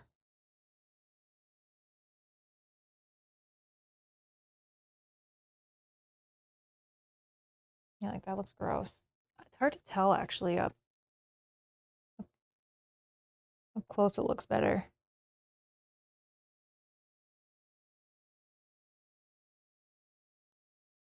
I'm gonna try something in this little one that's here. I'm just gonna fill it with that like a thin layer so that you can still see the red through.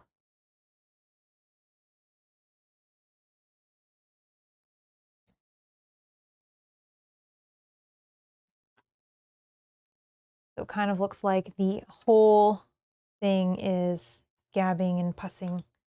Ugh.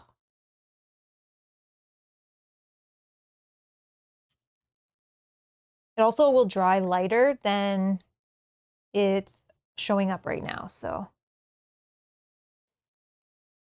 Okay. I also want to do a little bit in some of them. This pink that I have here is scar tissue. I want to mix a little bit of that, maybe even mixing a little bit with more of the blood. I can find where I put it. Where did I put it?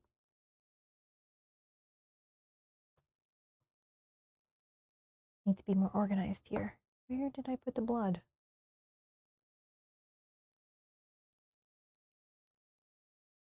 Going crazy.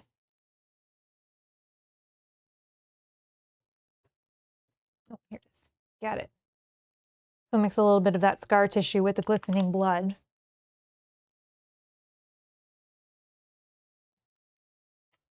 Just so we can have them kind of look a little bit different.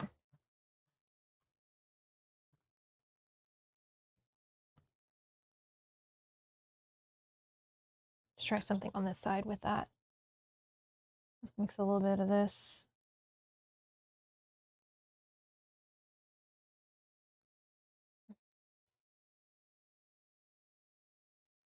Those rare moments in life that gross means it's perfect. I know, right?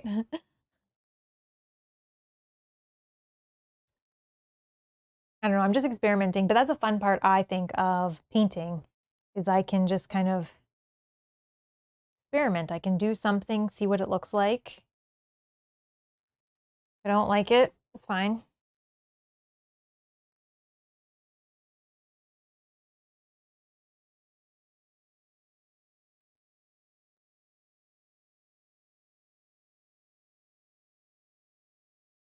So for this one, easier again to see up close, I've just taken that mix and I'm just kind of putting it all in. I'm kind of trying to leave the edges a little bit so that it just looks more like the center is kind of starting to heal. It's not as gross.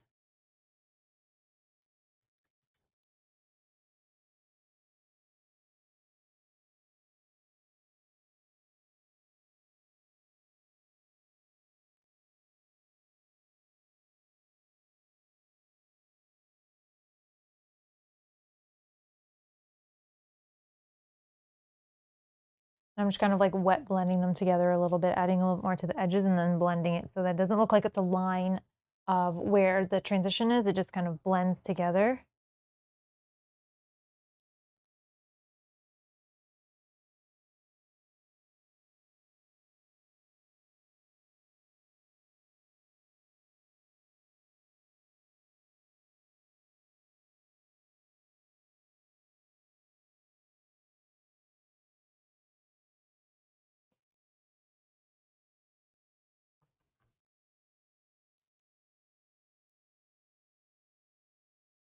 So that's the bottom one here versus like up here. A couple of these ones I want to leave because those are really gross. I want to leave just like as is. I might put a little bit of red wash in there to kind of even emphasize more of the lines, but I like the look of that. I'm gonna put one like gross one on this side. Let's see. Oh yeah, that looks gross.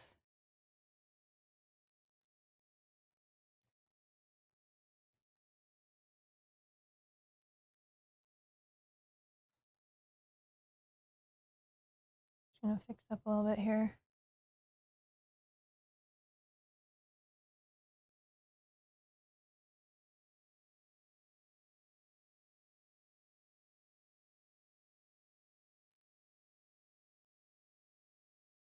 Here's the one that hands are coming out of over here. No. Let's do some, maybe I'll do some green plus on the bottom of this one.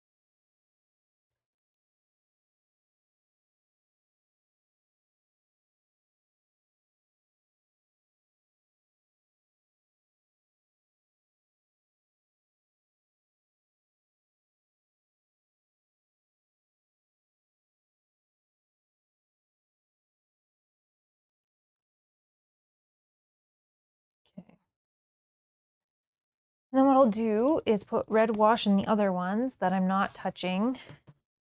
Keep that out because I do want to try to remember. Actually, maybe I should do, no, we'll just use the red wash. I want to see what that looks like in.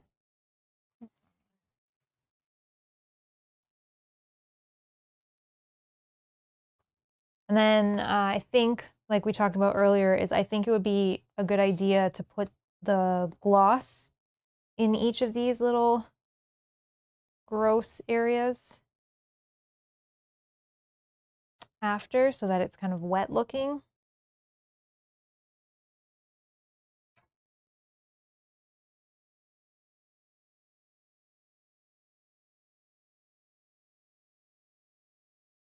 Let's see, I think that kind of highlights it a little bit more as well.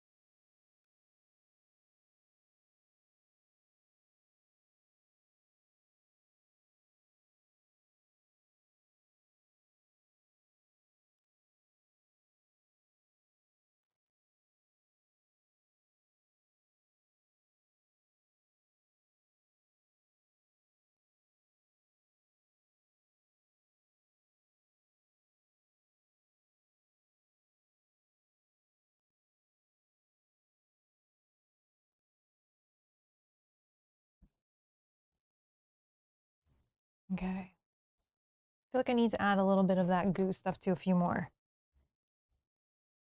Oh, maybe one up. Oh, maybe one up top here.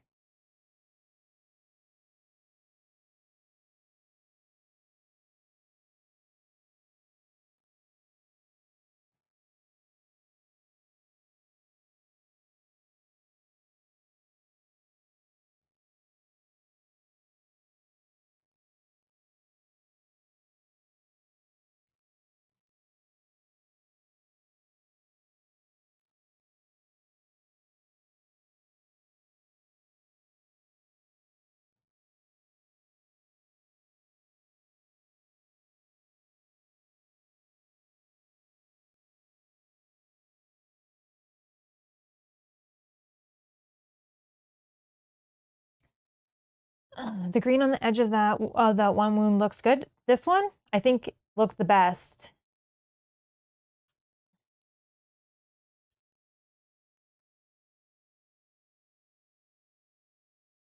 I need to just kind of maybe add a little bit more in a couple other areas. I don't want to do like all the way around one. I'm just kind of doing it sporadically, but I think it looks gross. Once that all dries, I'll put that green wash on it.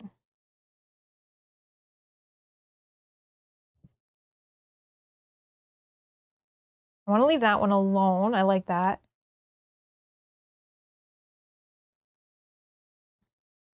Let's put a little bit on this one on the bottom.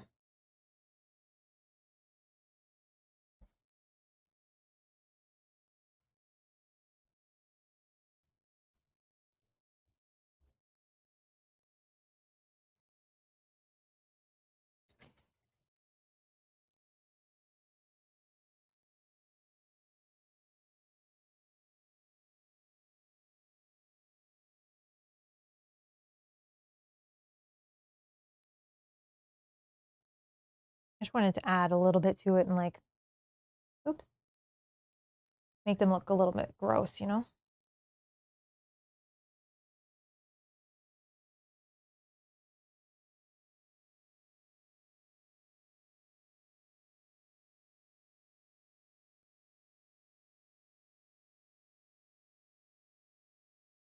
Okay. While those are drying, I think I need to just start working on the base. And, oh, actually, let me do the eyes. I need to put the yellow in the eyes. We are going to, for eyes, we are going to use demonic yellow. Like a nice bright yellow.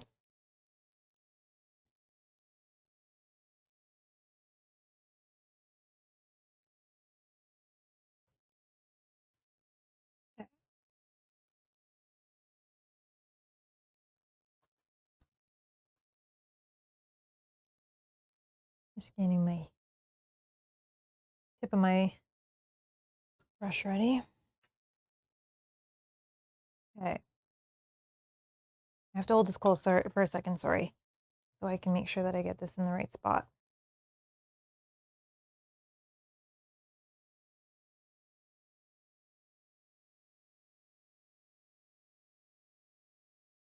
Okay.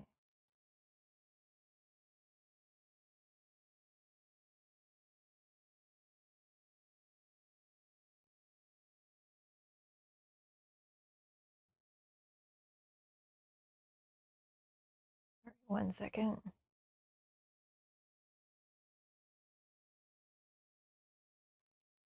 All right, we have yellow eyes. I mean, this is looking amazing. I just want to start playing now that I'm seeing it like almost done. Okay. FaceTime. All right. I'm just looking at it again.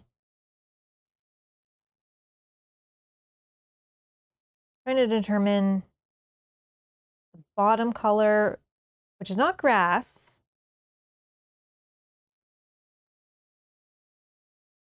Maybe almost like a sand.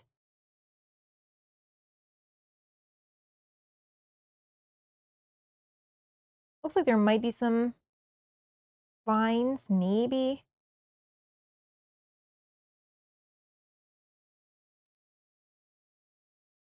Hmm.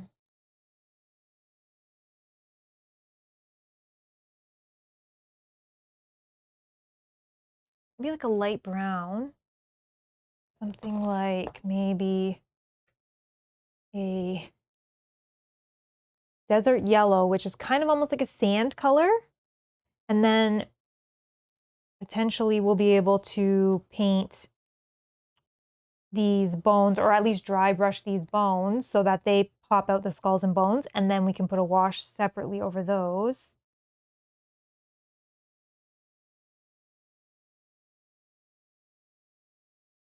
Just need to fix something actually while I'm holding it this close to my face. I just missed a little spot on the foot here.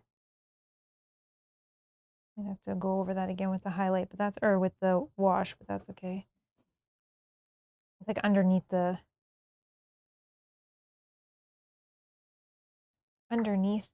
tails. You barely be able to see it, but okay. Let me see. I'm gonna put this color on like a tiny little spot, and I'm gonna look at it.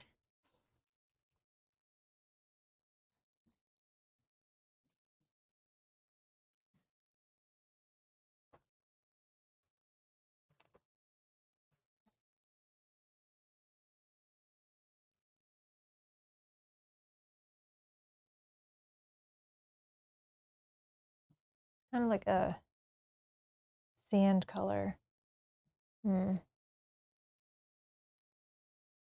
don't know if that's what I'm looking for.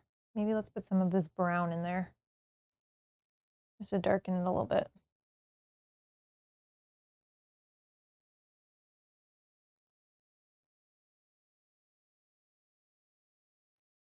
See.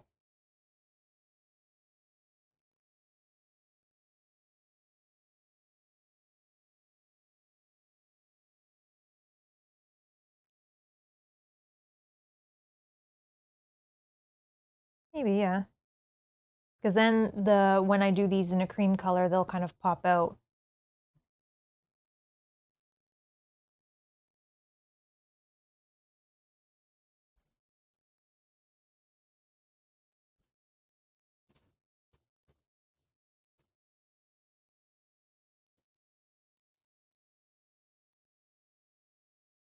Oh, that will help. Yes, thank you. I don't know what color to do the base.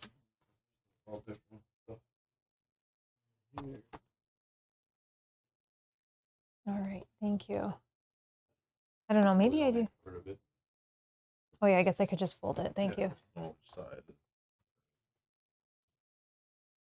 Okay, so I don't want to put it down because I have paint all over the thing, but I'll just rest it on my little ledge here. So maybe it does need to be more green.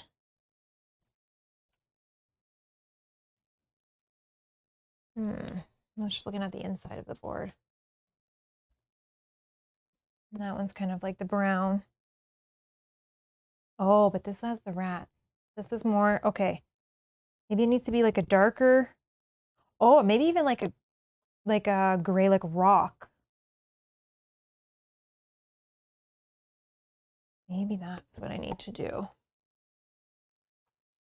So let me get this paint off.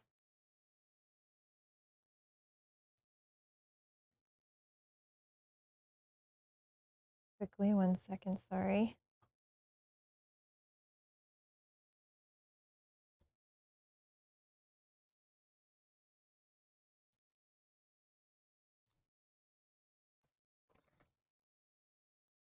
Okay.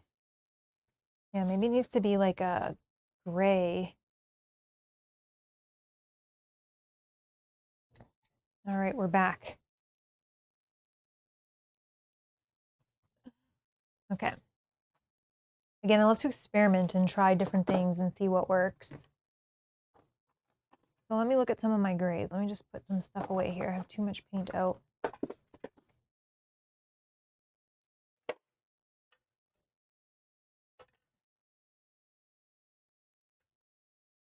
Board again.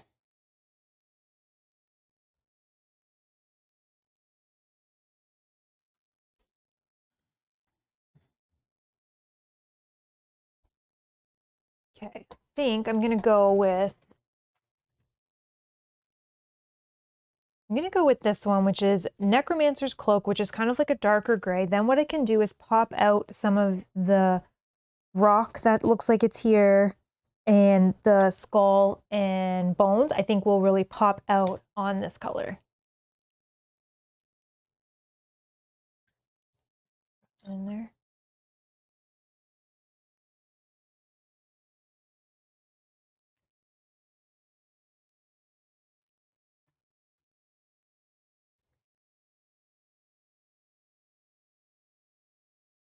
Oh, that one needs to be shaken more. Not usually this light. I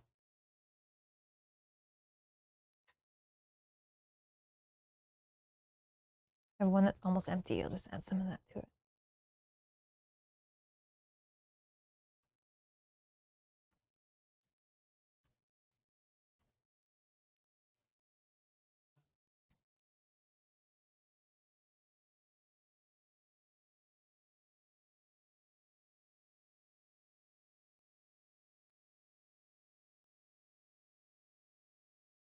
There we go. We're getting there. We're getting there.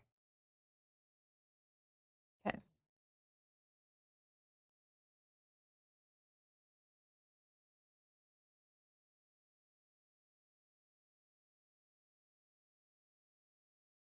I noticed the skulls. I'll try to leave them. Some of them I may end up painting over and I'll just have to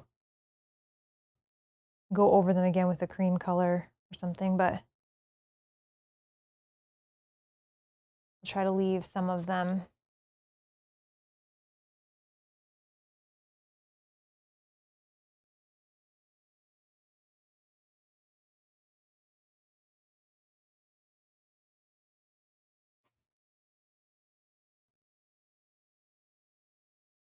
The other option too is painting the entire thing this color and then dry brushing to pop them out, which also may be a good play, and then putting a separate wash in those areas.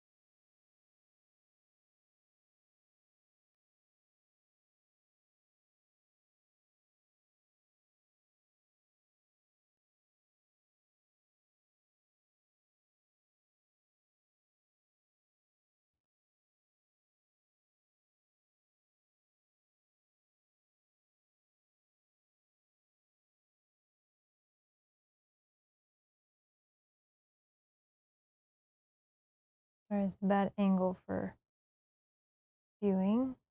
Have to get all around pile of bones.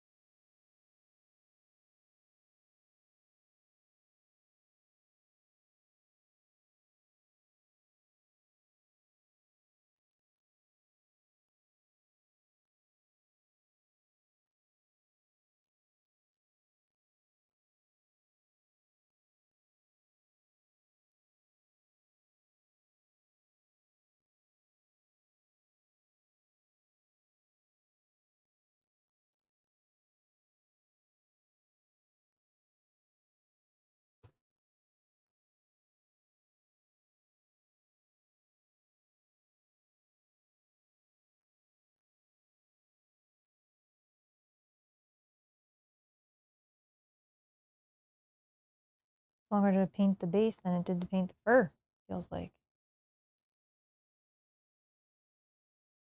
So many like little crevices. Try to make sure that I filled them all in.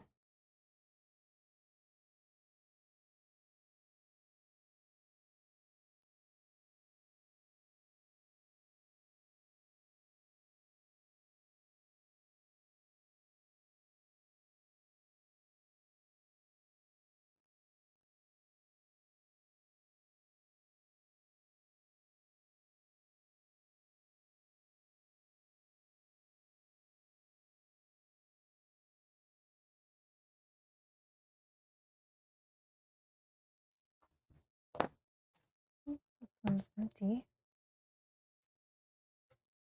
Oh no, it's not.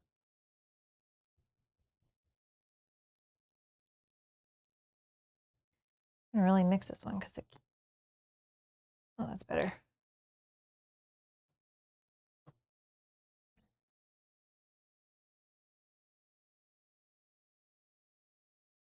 Coming out a little bit separated.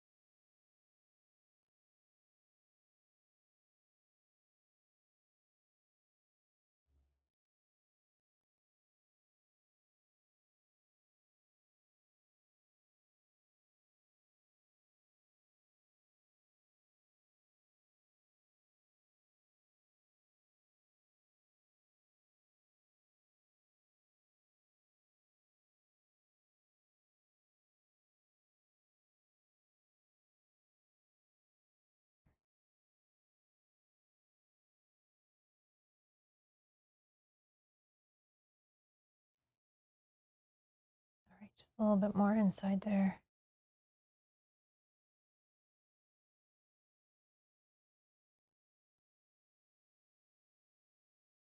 Just also trying to slide the brush under the tail back there.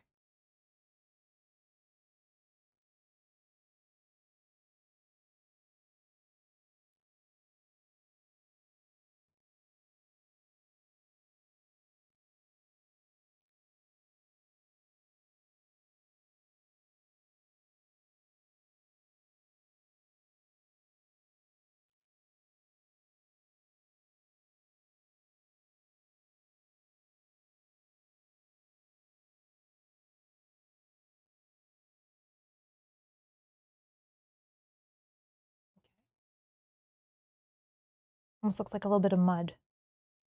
And then I'll just quickly, yeah, let me just quickly go just around this edge.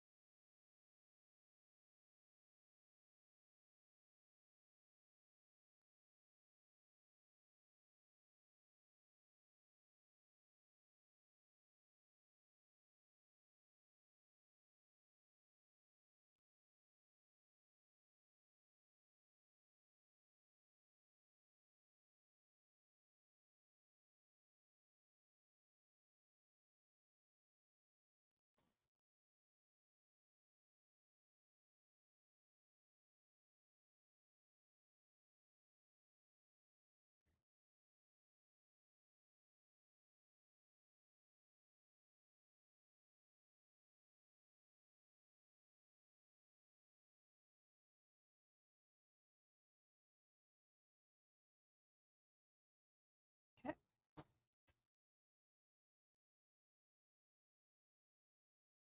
Okay, while that's drying, I'm going to do a little bit of dry brushing on, oh yeah, on our rat and the babies. Move some things around here.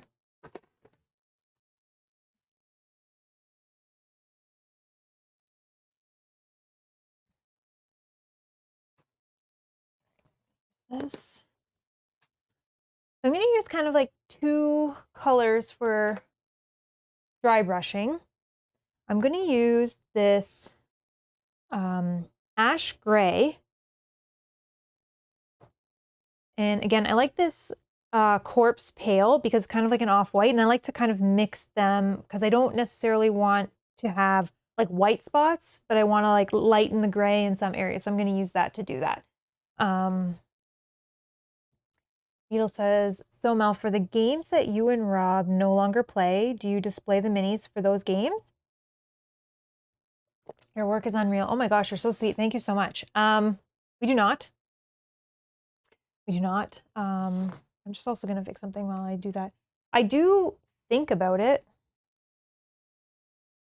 Just gonna fix that one. I think sometimes where I was holding it is like my hands got the kind of peeled the paint off. Okay, that won't matter. We don't, but I have thought about it with some of these kind of minis because they're bigger, they're neat to look at. I think it would be cool to have them displayed. But no, we don't. We've talked about it. Okay. So I'm going to start with the ash gray. I'm going to use this also on the baby rats.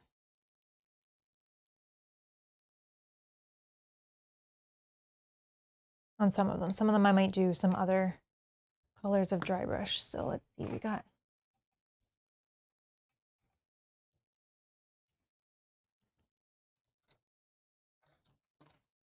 Okay. Got my dry brush paper towel here. Okay. Just gonna move this out of the way for now.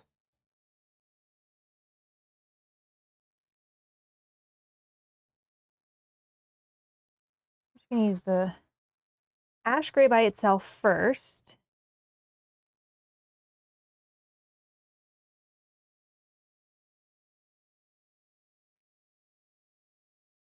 Oh, oh no, I'm not, okay. I'm gonna wanna build this up a bit.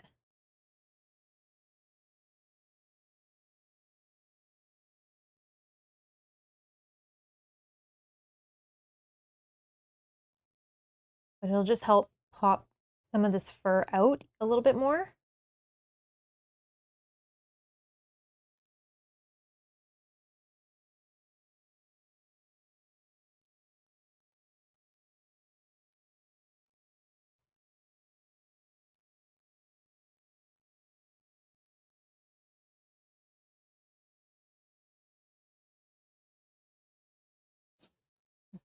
Staccato, hello. Hi, Dan.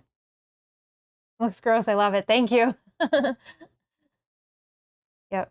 Looks gross and we love it.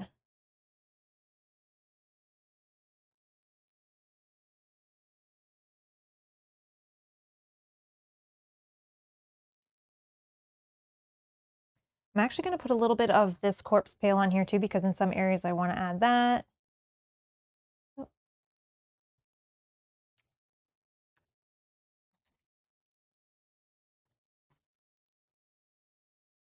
Or even if they mix a little bit together.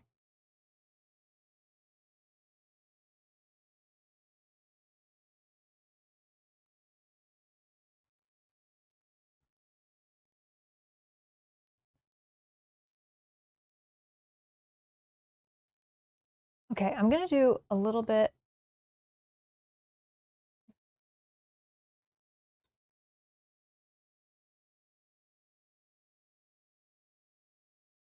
And they don't have fur on these babies, so I'm just kind of using like the sides of the brush, like hopefully prevent like streaking until we've kind of gotten enough of the paint off, and just kind of going over their faces to hopefully pull out some of like the nose and sides of the ears. And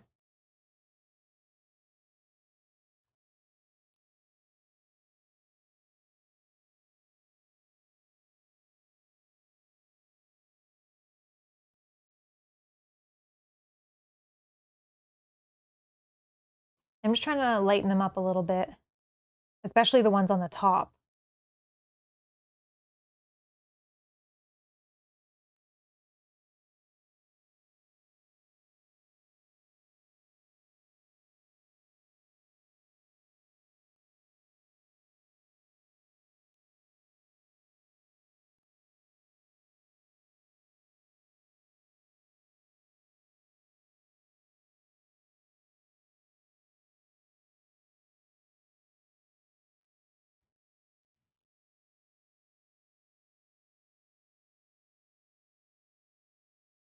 And this I just kind of play with until it's kind of to a point that I like. I don't really have any rhyme or reason again for this. I just, you know, just kind of play. I do want to lighten the front of the face, so I'm going to take a little bit of that pink that we've been using and kind of dry brush in that, but let's just kind of get this part done first before I do that.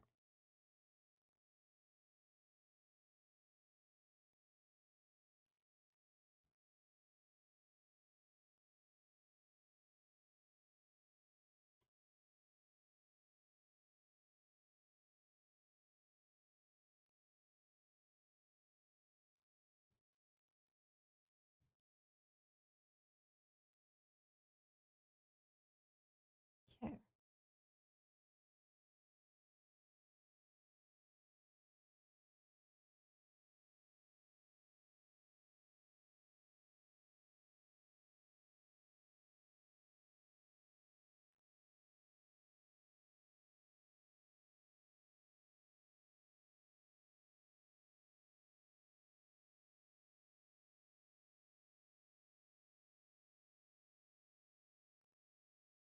6-hour paint job. Yep, this is the big miniature, and I've kind of been taking my time in some spots because I really want this one to look good. Is that what it's been 6 hours? I can't see that. That's okay. I feel like I'm close. I just have a few more details that I want to do, but I'm close. I probably could have spent like 10 hours doing this. And even though I'm close, like there's still little details that I can do, like putting little eyes, which I should do, put little eyes in all of these little rats.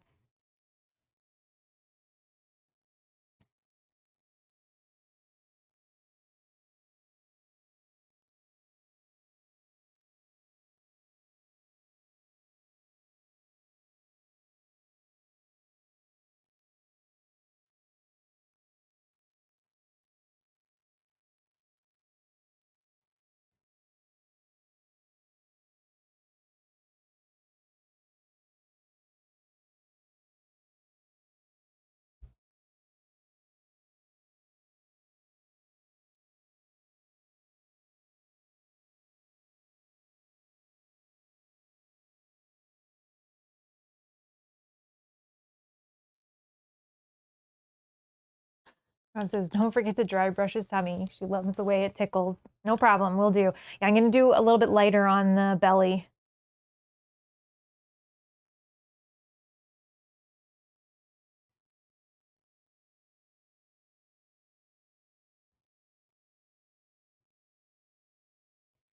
I just only have so many dry brushes, so I'm just gonna try to dry brush certain colors first, then I can maybe use them for a different color if I need, depending on the colors.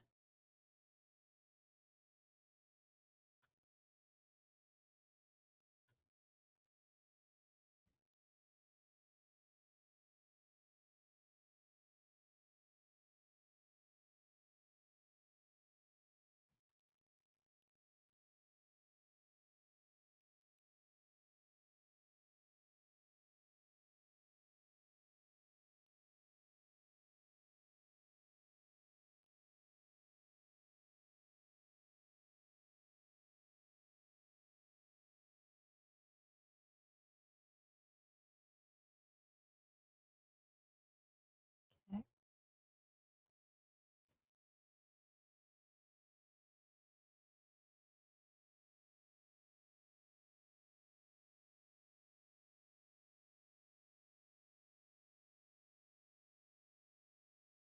So again, going over the ones on the top, so those are like the lightest.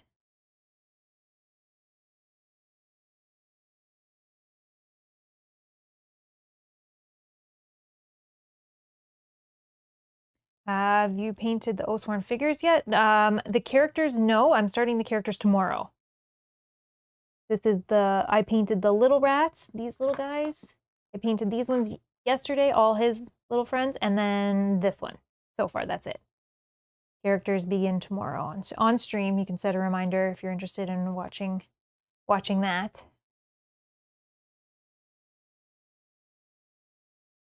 Okay. Happy with that. Okay, we're gonna do the underbelly. For the underbelly, though, I do want to use a little bit of the matte white with the gray. I want to lighten the gray even more. I want it to be a lot lighter underneath.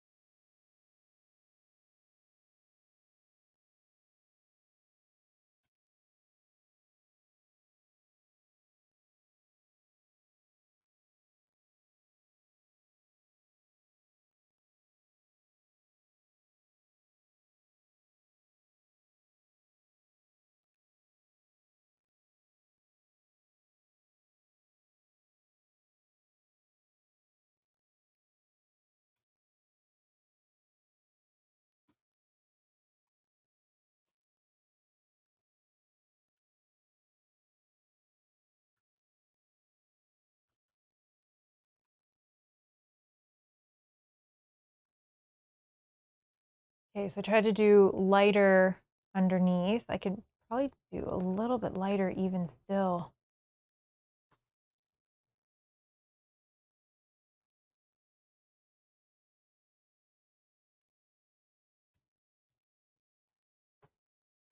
Just a little bit more gray here, but mixing it with the white, so it's almost white.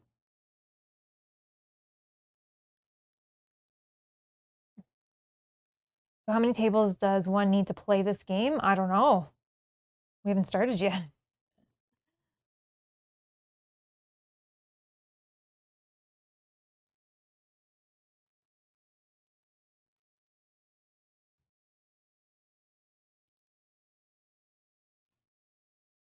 All right, just one more pass now with that one underneath.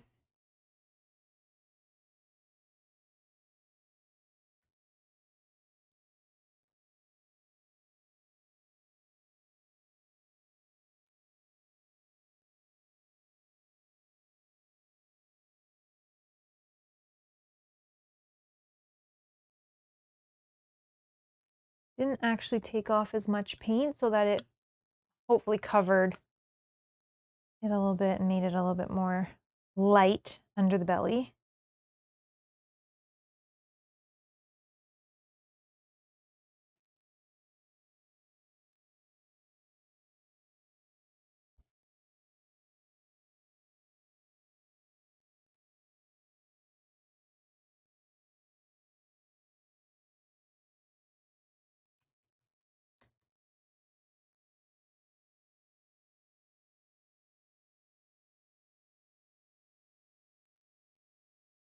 Okay.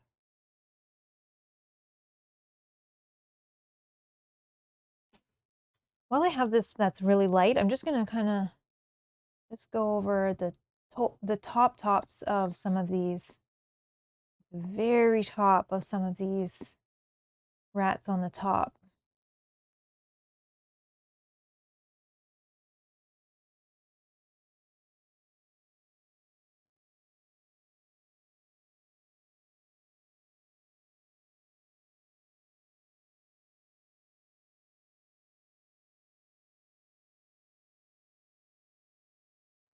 Okay.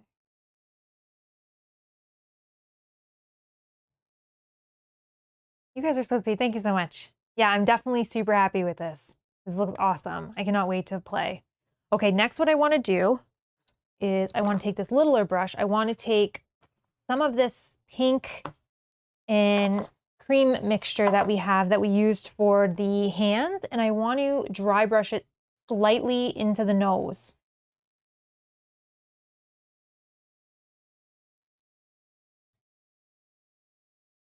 And I'm going to do this over multiple passes because I want it to look like a natural fade into the fur.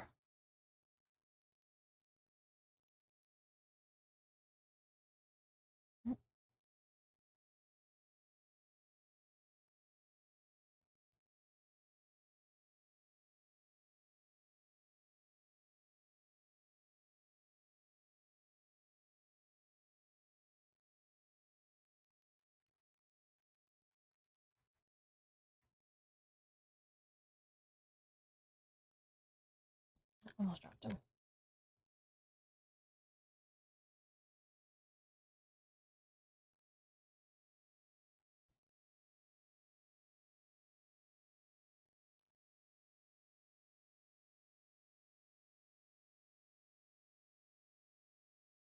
Okay. I'm going to do just a little bit down the sides.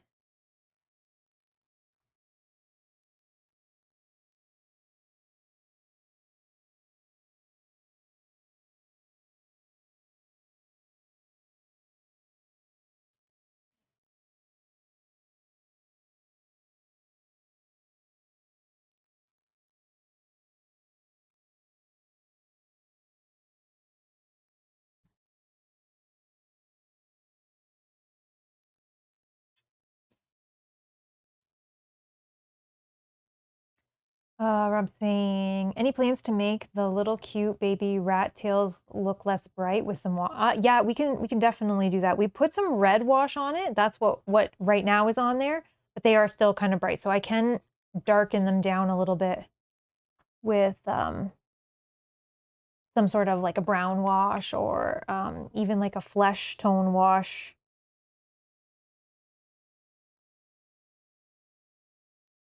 Okay, so we have kind of the nose is kind of like a little bit more pink and kind of blending into the fur. We're still waiting for the base part to dry, I think. I think I can actually, because it's only maybe in the back where it's a little more of a divot. I think I can quickly do the skulls. I want to do them in the corpse pale. So I'll just do that. And then while we're waiting for that to dry, we can kind of darken the tails a little bit. Oh, I already have this out. I don't even need.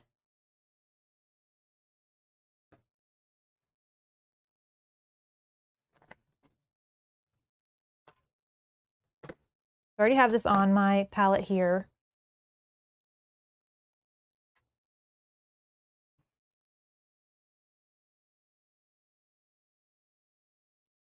Okay. And I'm just going to take this and kind of just go over all of these.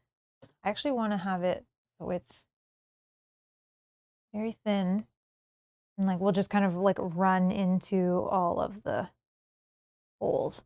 I want to do a dark or a brown wash over this. So all the wash will fall into the eye sockets and in between all of the skulls so that they'll be super prominent. So I don't need a super heavy coat of paint.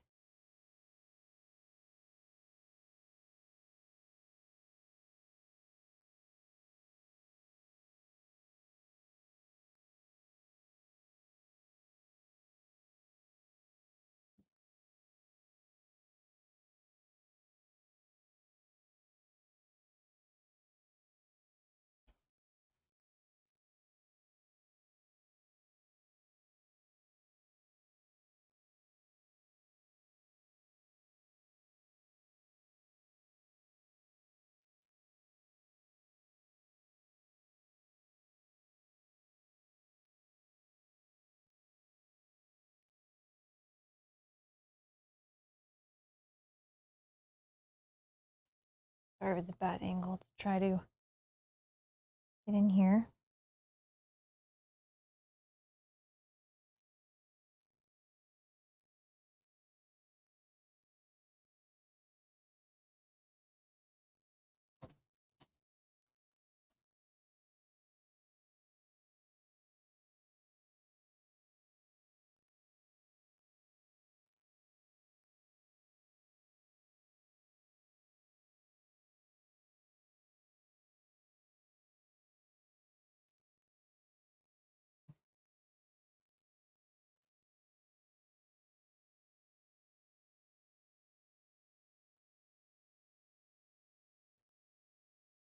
I do also want to do a dry brush. Once all this is dried under here, I want to do a dry brush as well to pick out some of the details that are in the base here. It's like, looks like vines and it looks like they might be all like bones and fragments and stuff.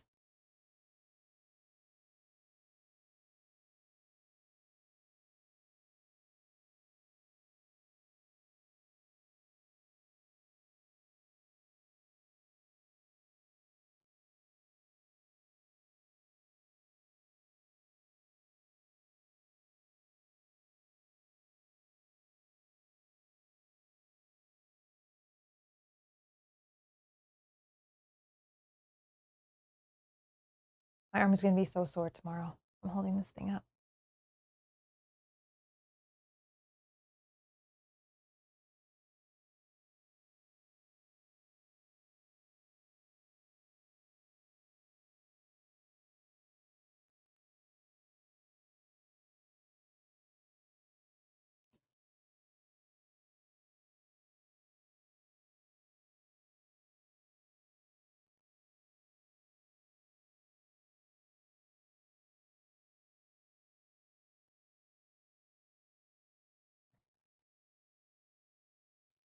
Okay. I have a few more Oops, fix that after. A few more single skulls that are just kind of on the ground.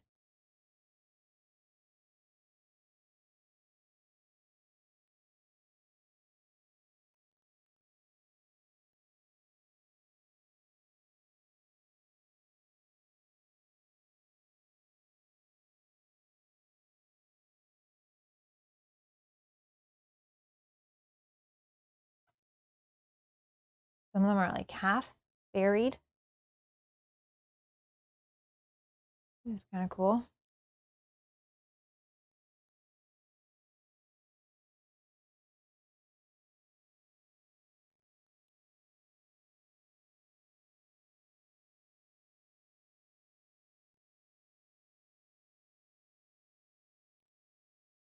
Just looking to see if there's any more, but any more I can pick up with a dry brush.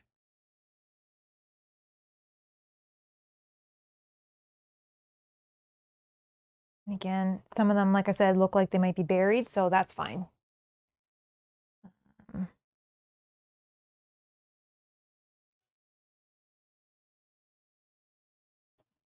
Okay. So while that is drying, actually, I just see a small little,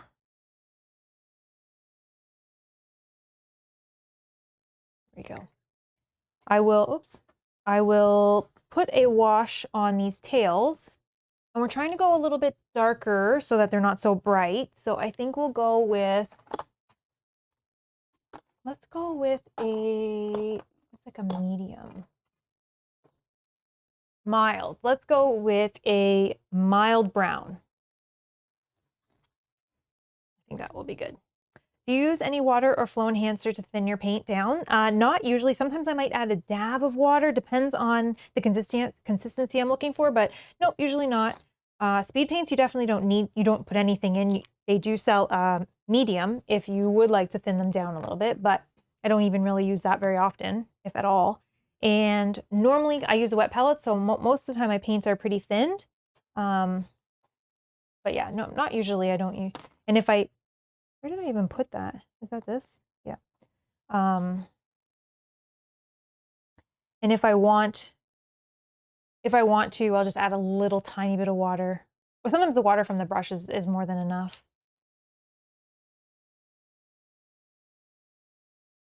This may not be dark enough. May not be dark enough. Okie dokie, let's go with strong tone.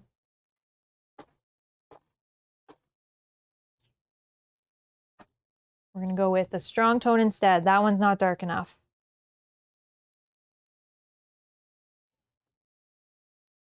This is more brown.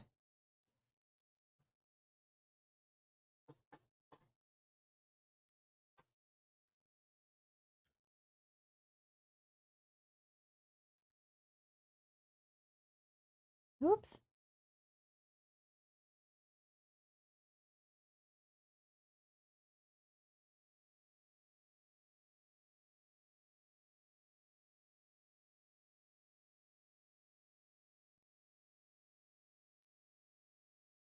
I think that's more the look.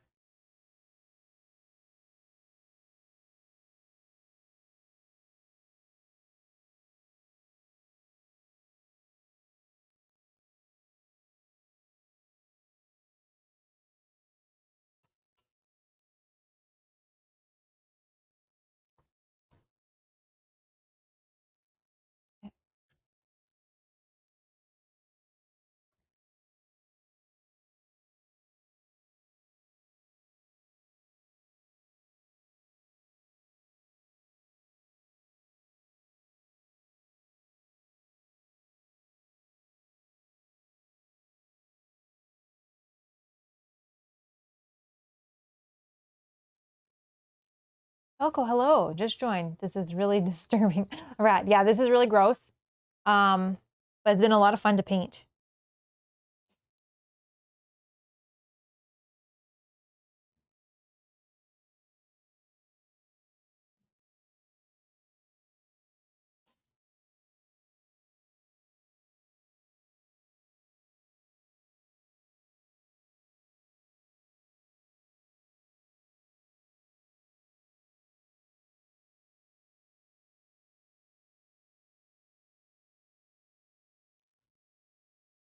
Yeah, I think that's more of a darker look, so they're not so pink.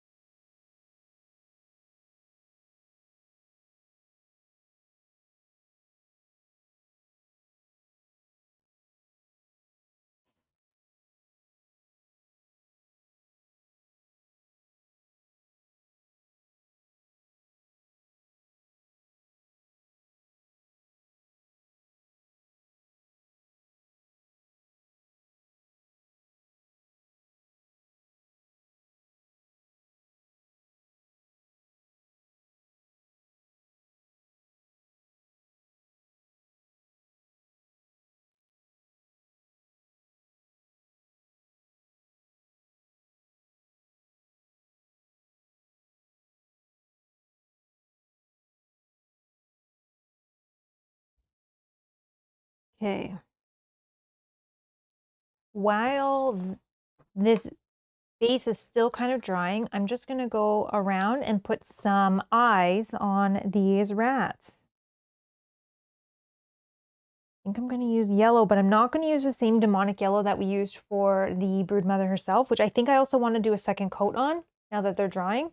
I think I'm going to use a lighter yellow for the babies. So for the mom, we used demonic yellow. So I'm just going to dab another dot on that, which I have over here.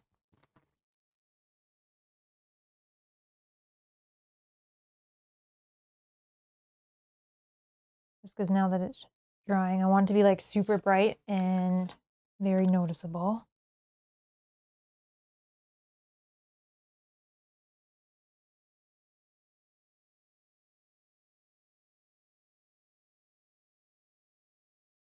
Sorry, I have to hold this really close to do this so that I can get it in the right spot here.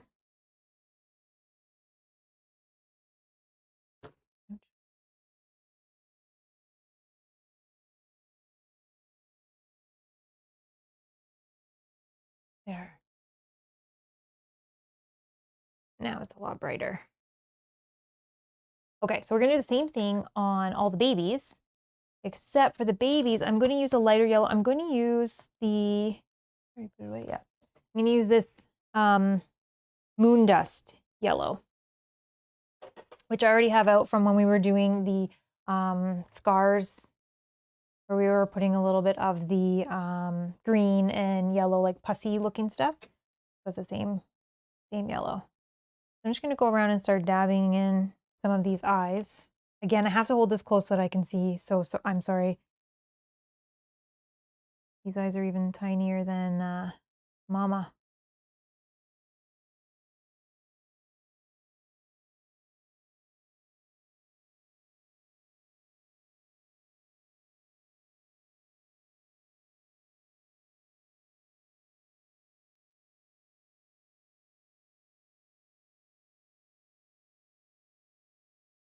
Oops.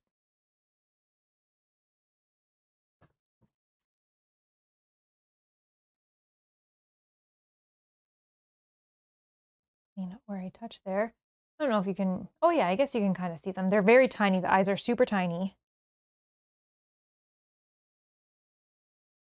I'm just hoping that they help pop out these rats.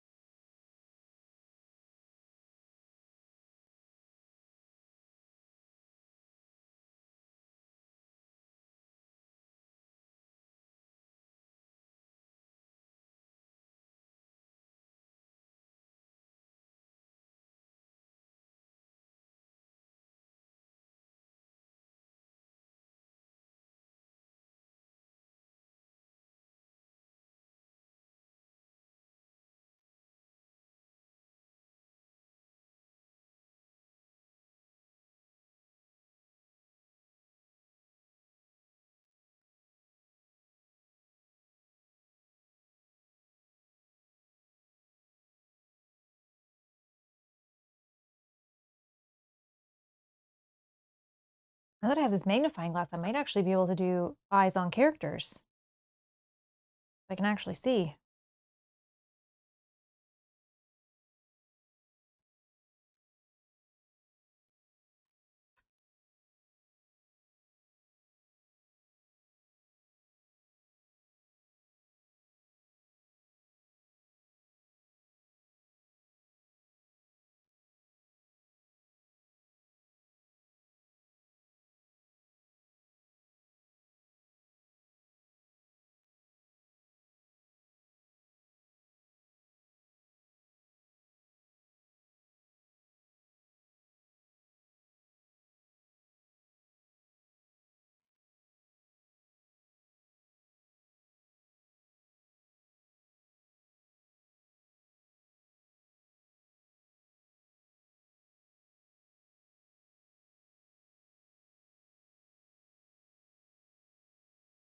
Very weird angles, I know, sorry.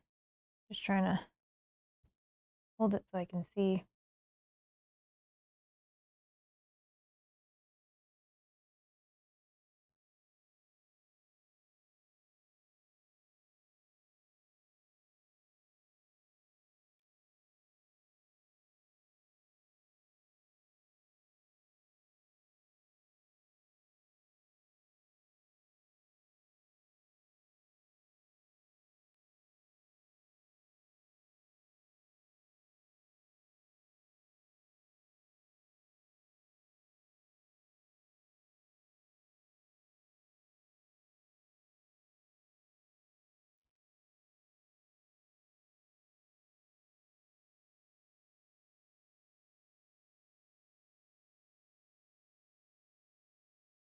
Oh, that's a good one, but that's fine.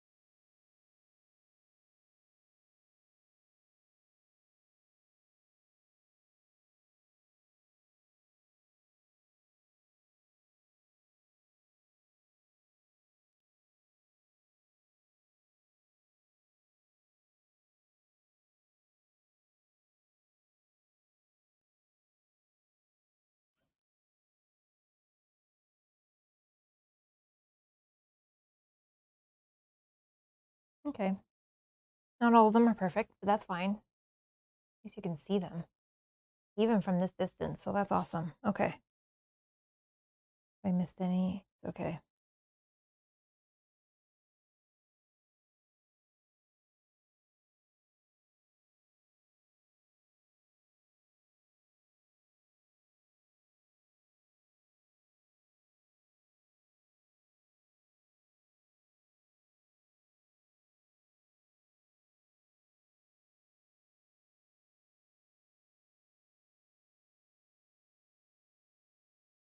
All right. Let's see. I want to do one more pass on the teeth, I think, with an even lighter color. So I did the troll claws, but I'm gonna do the troll, oh, I already have it. The troll claws with just some white. And just lighten just the center parts.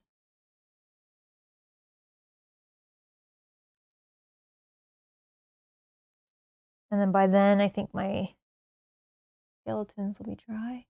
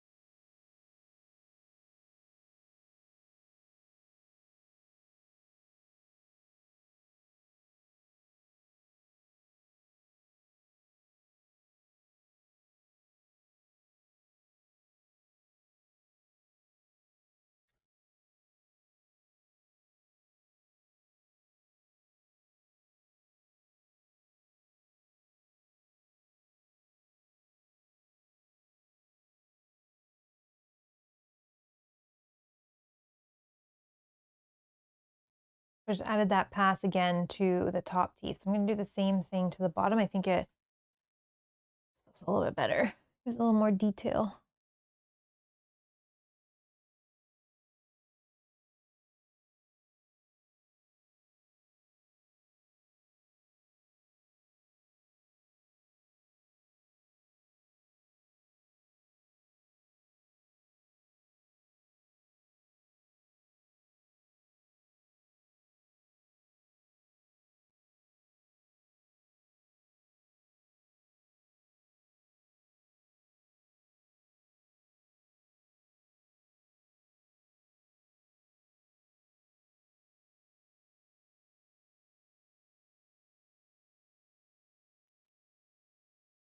Okay.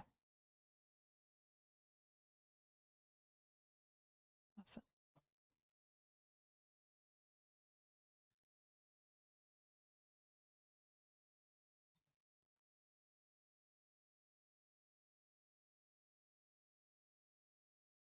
Just kind of feeling around in the back to see if it's still wet. I think it's good. Yep, I think it's okay. I think we can do a little bit of dry brush on that. For that, I'm going to use the Corpse Pale, which is the same color that I painted the pile of skulls, so that it'll pick up any more of those bones and emphasize those ones, because we'll put a wash on any of the bones. Just add it over here. That's where I had the Corpse Pale.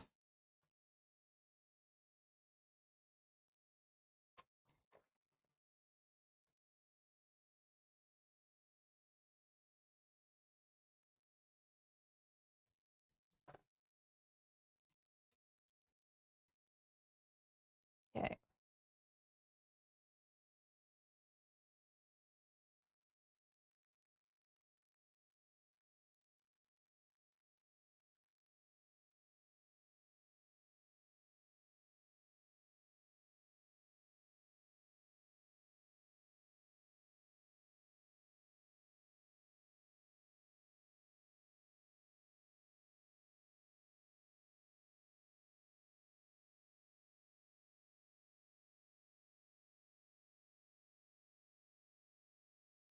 I'm just going over it slowly right now. I can increase it as we go, but it'll just kind of pull out some of this detail.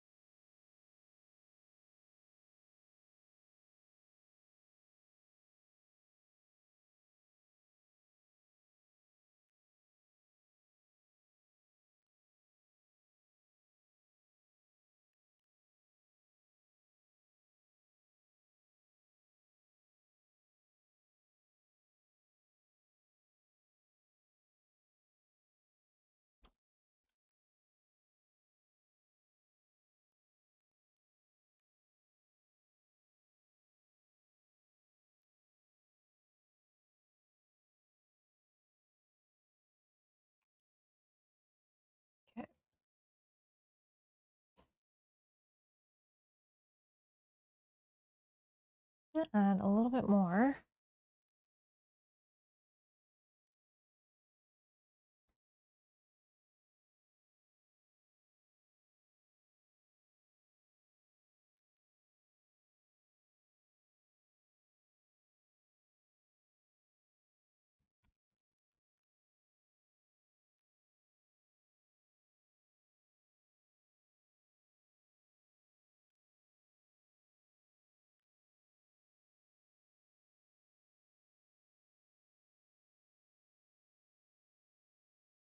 Okay, I'm gonna take now.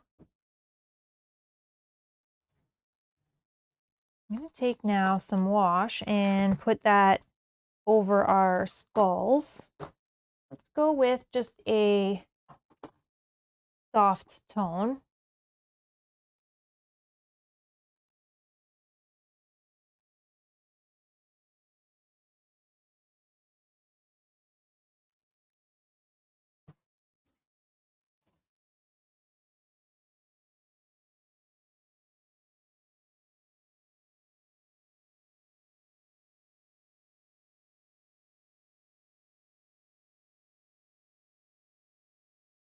And that will just kind of, I can get that to focus better.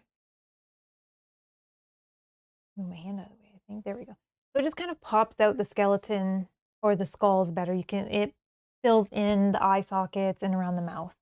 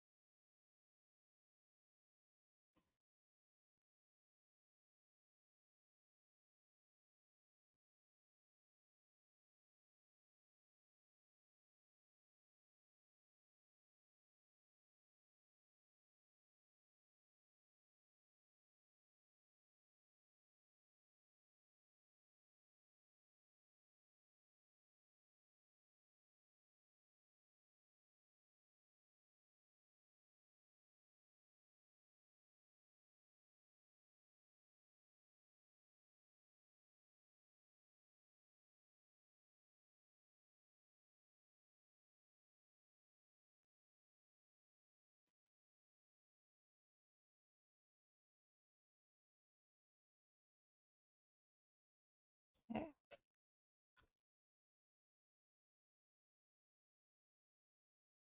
Just kind of pops those out a little bit more. I'm just going to collect some of cooling that's happening.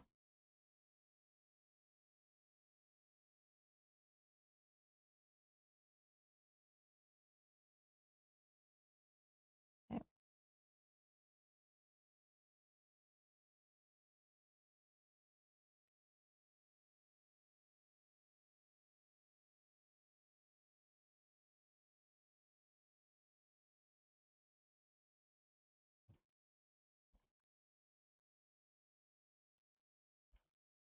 Okay. And then I want to do something with this branch that's here. Actually, first I'm just going to quickly, looks like, no. Okay. This like vine or something that's here. I'm going to use oops, sorry. I'm going to use this one, dark stone. I'm going to go over that.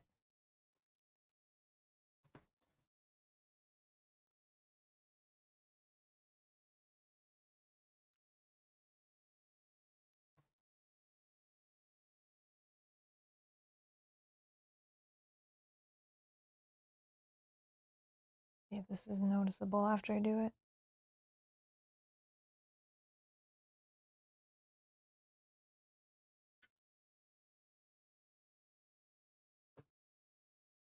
Actually, I should probably do this part here where we might actually be able to see underneath is too dark.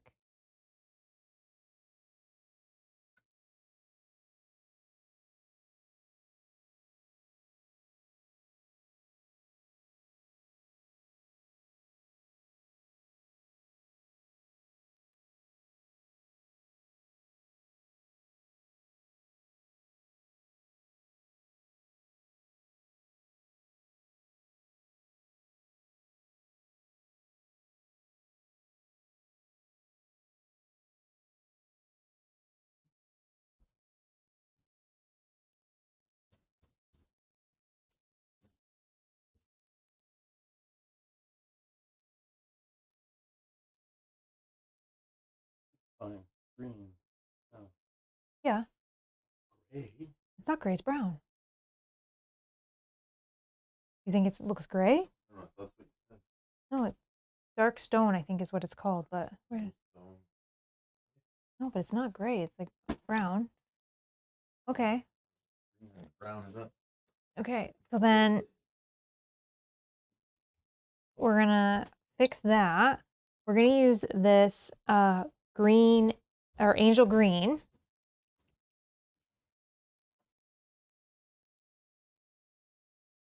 And we'll go over some of the smaller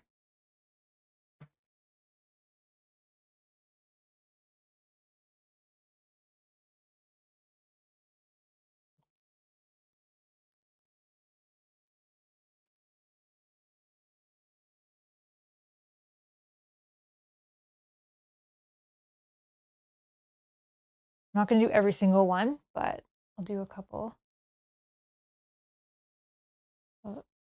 of the small and then the bigger vines.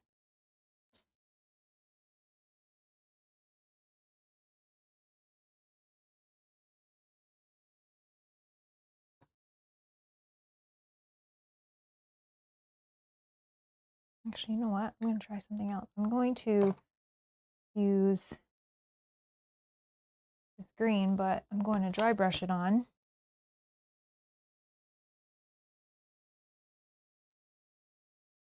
A little bit heavier handed, but we'll see. We'll just go over where just these vines are.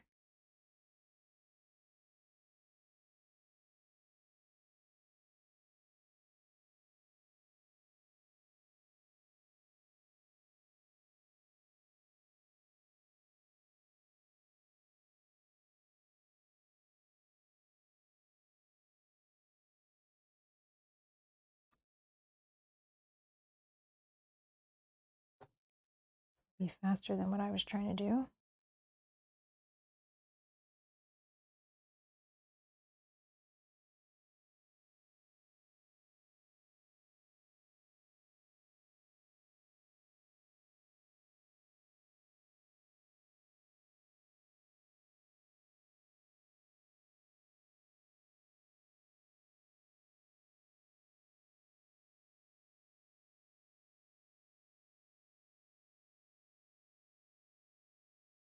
Okay. Next, we'll use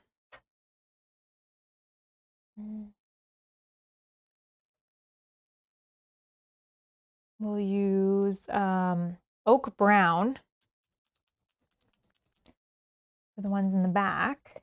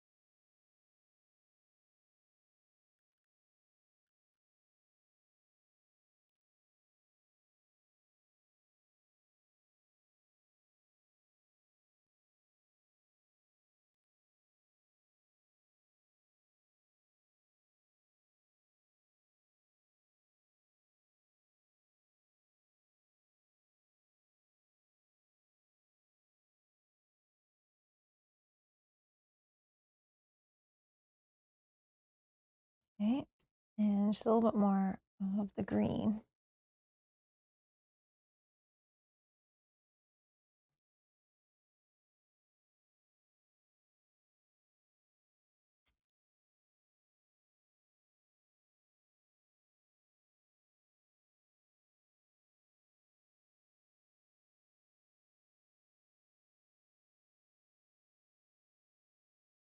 Okay.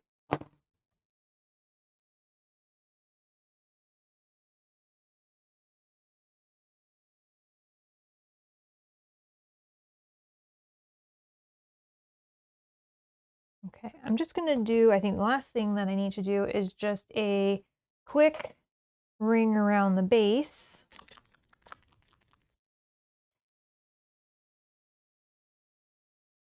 And to do that, I'm just going to use matte black.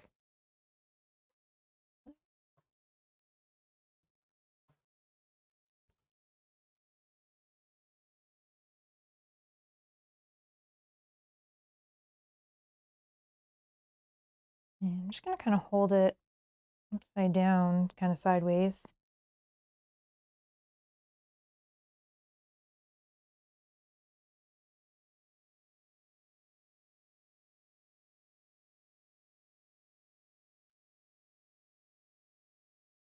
And then I'll clean the edge up on a second pass.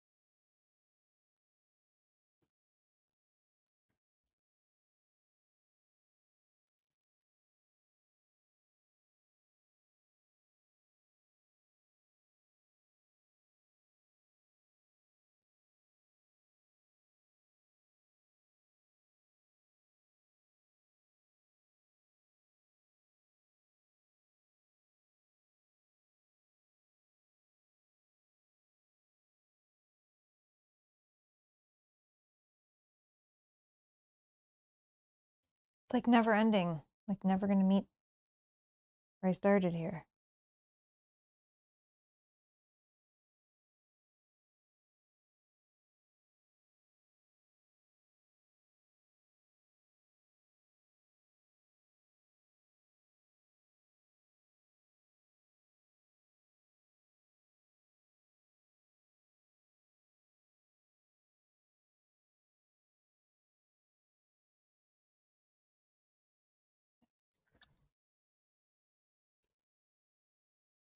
And I'm gonna just hold it the other way so that I can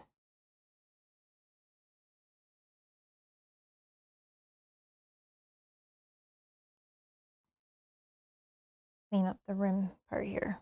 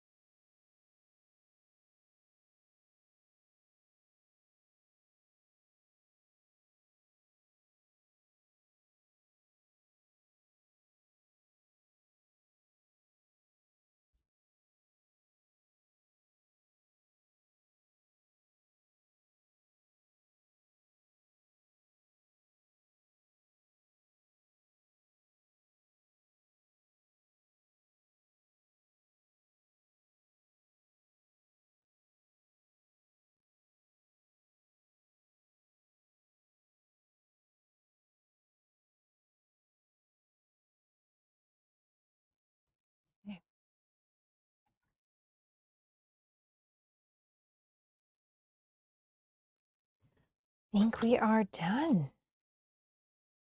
I think we have, I'm gonna actually spin it kind of like this so you guys can see. I think we have our Broodmother complete and ready for battle. Oh, I have, look what I did there.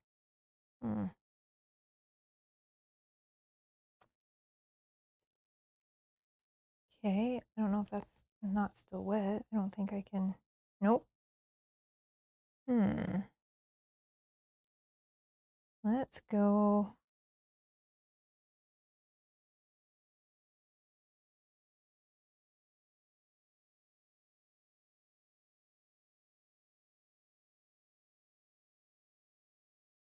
This is not going to match perfect, but it's going to look better than a gray blob. Because then I can put some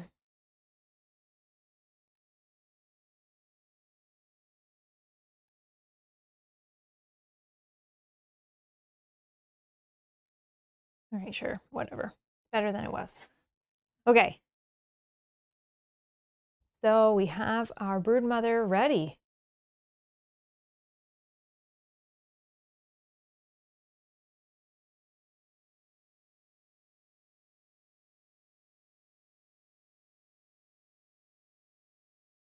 Ready for battle. I think that looks awesome and gross at the same time. Beatles, thank you so much. Says that is brilliant. Thank you, thank you, thank you. This one was a lot of fun to paint. Wow. Wow, wow, wow. Also from a distance, it looks better than holding it up, I think. There's a few more details that obviously I had hours and hours and hours I would probably do. The only thing I'm thinking is I would probably go over the ears one more time of all the inside rats so that they pop out a little bit more. You can see them. Some of them are brighter than others. So that would be something that I would do if I had all the time in the world. But again, this is table ready, so we don't need to worry. The other thing I would do is probably highlight some of these bone pieces, fragments that are coming out. But again, I think it looks fine. I think it looks great. It looks perfect, ready for the table, ready for us to play with once we have some characters to play. So,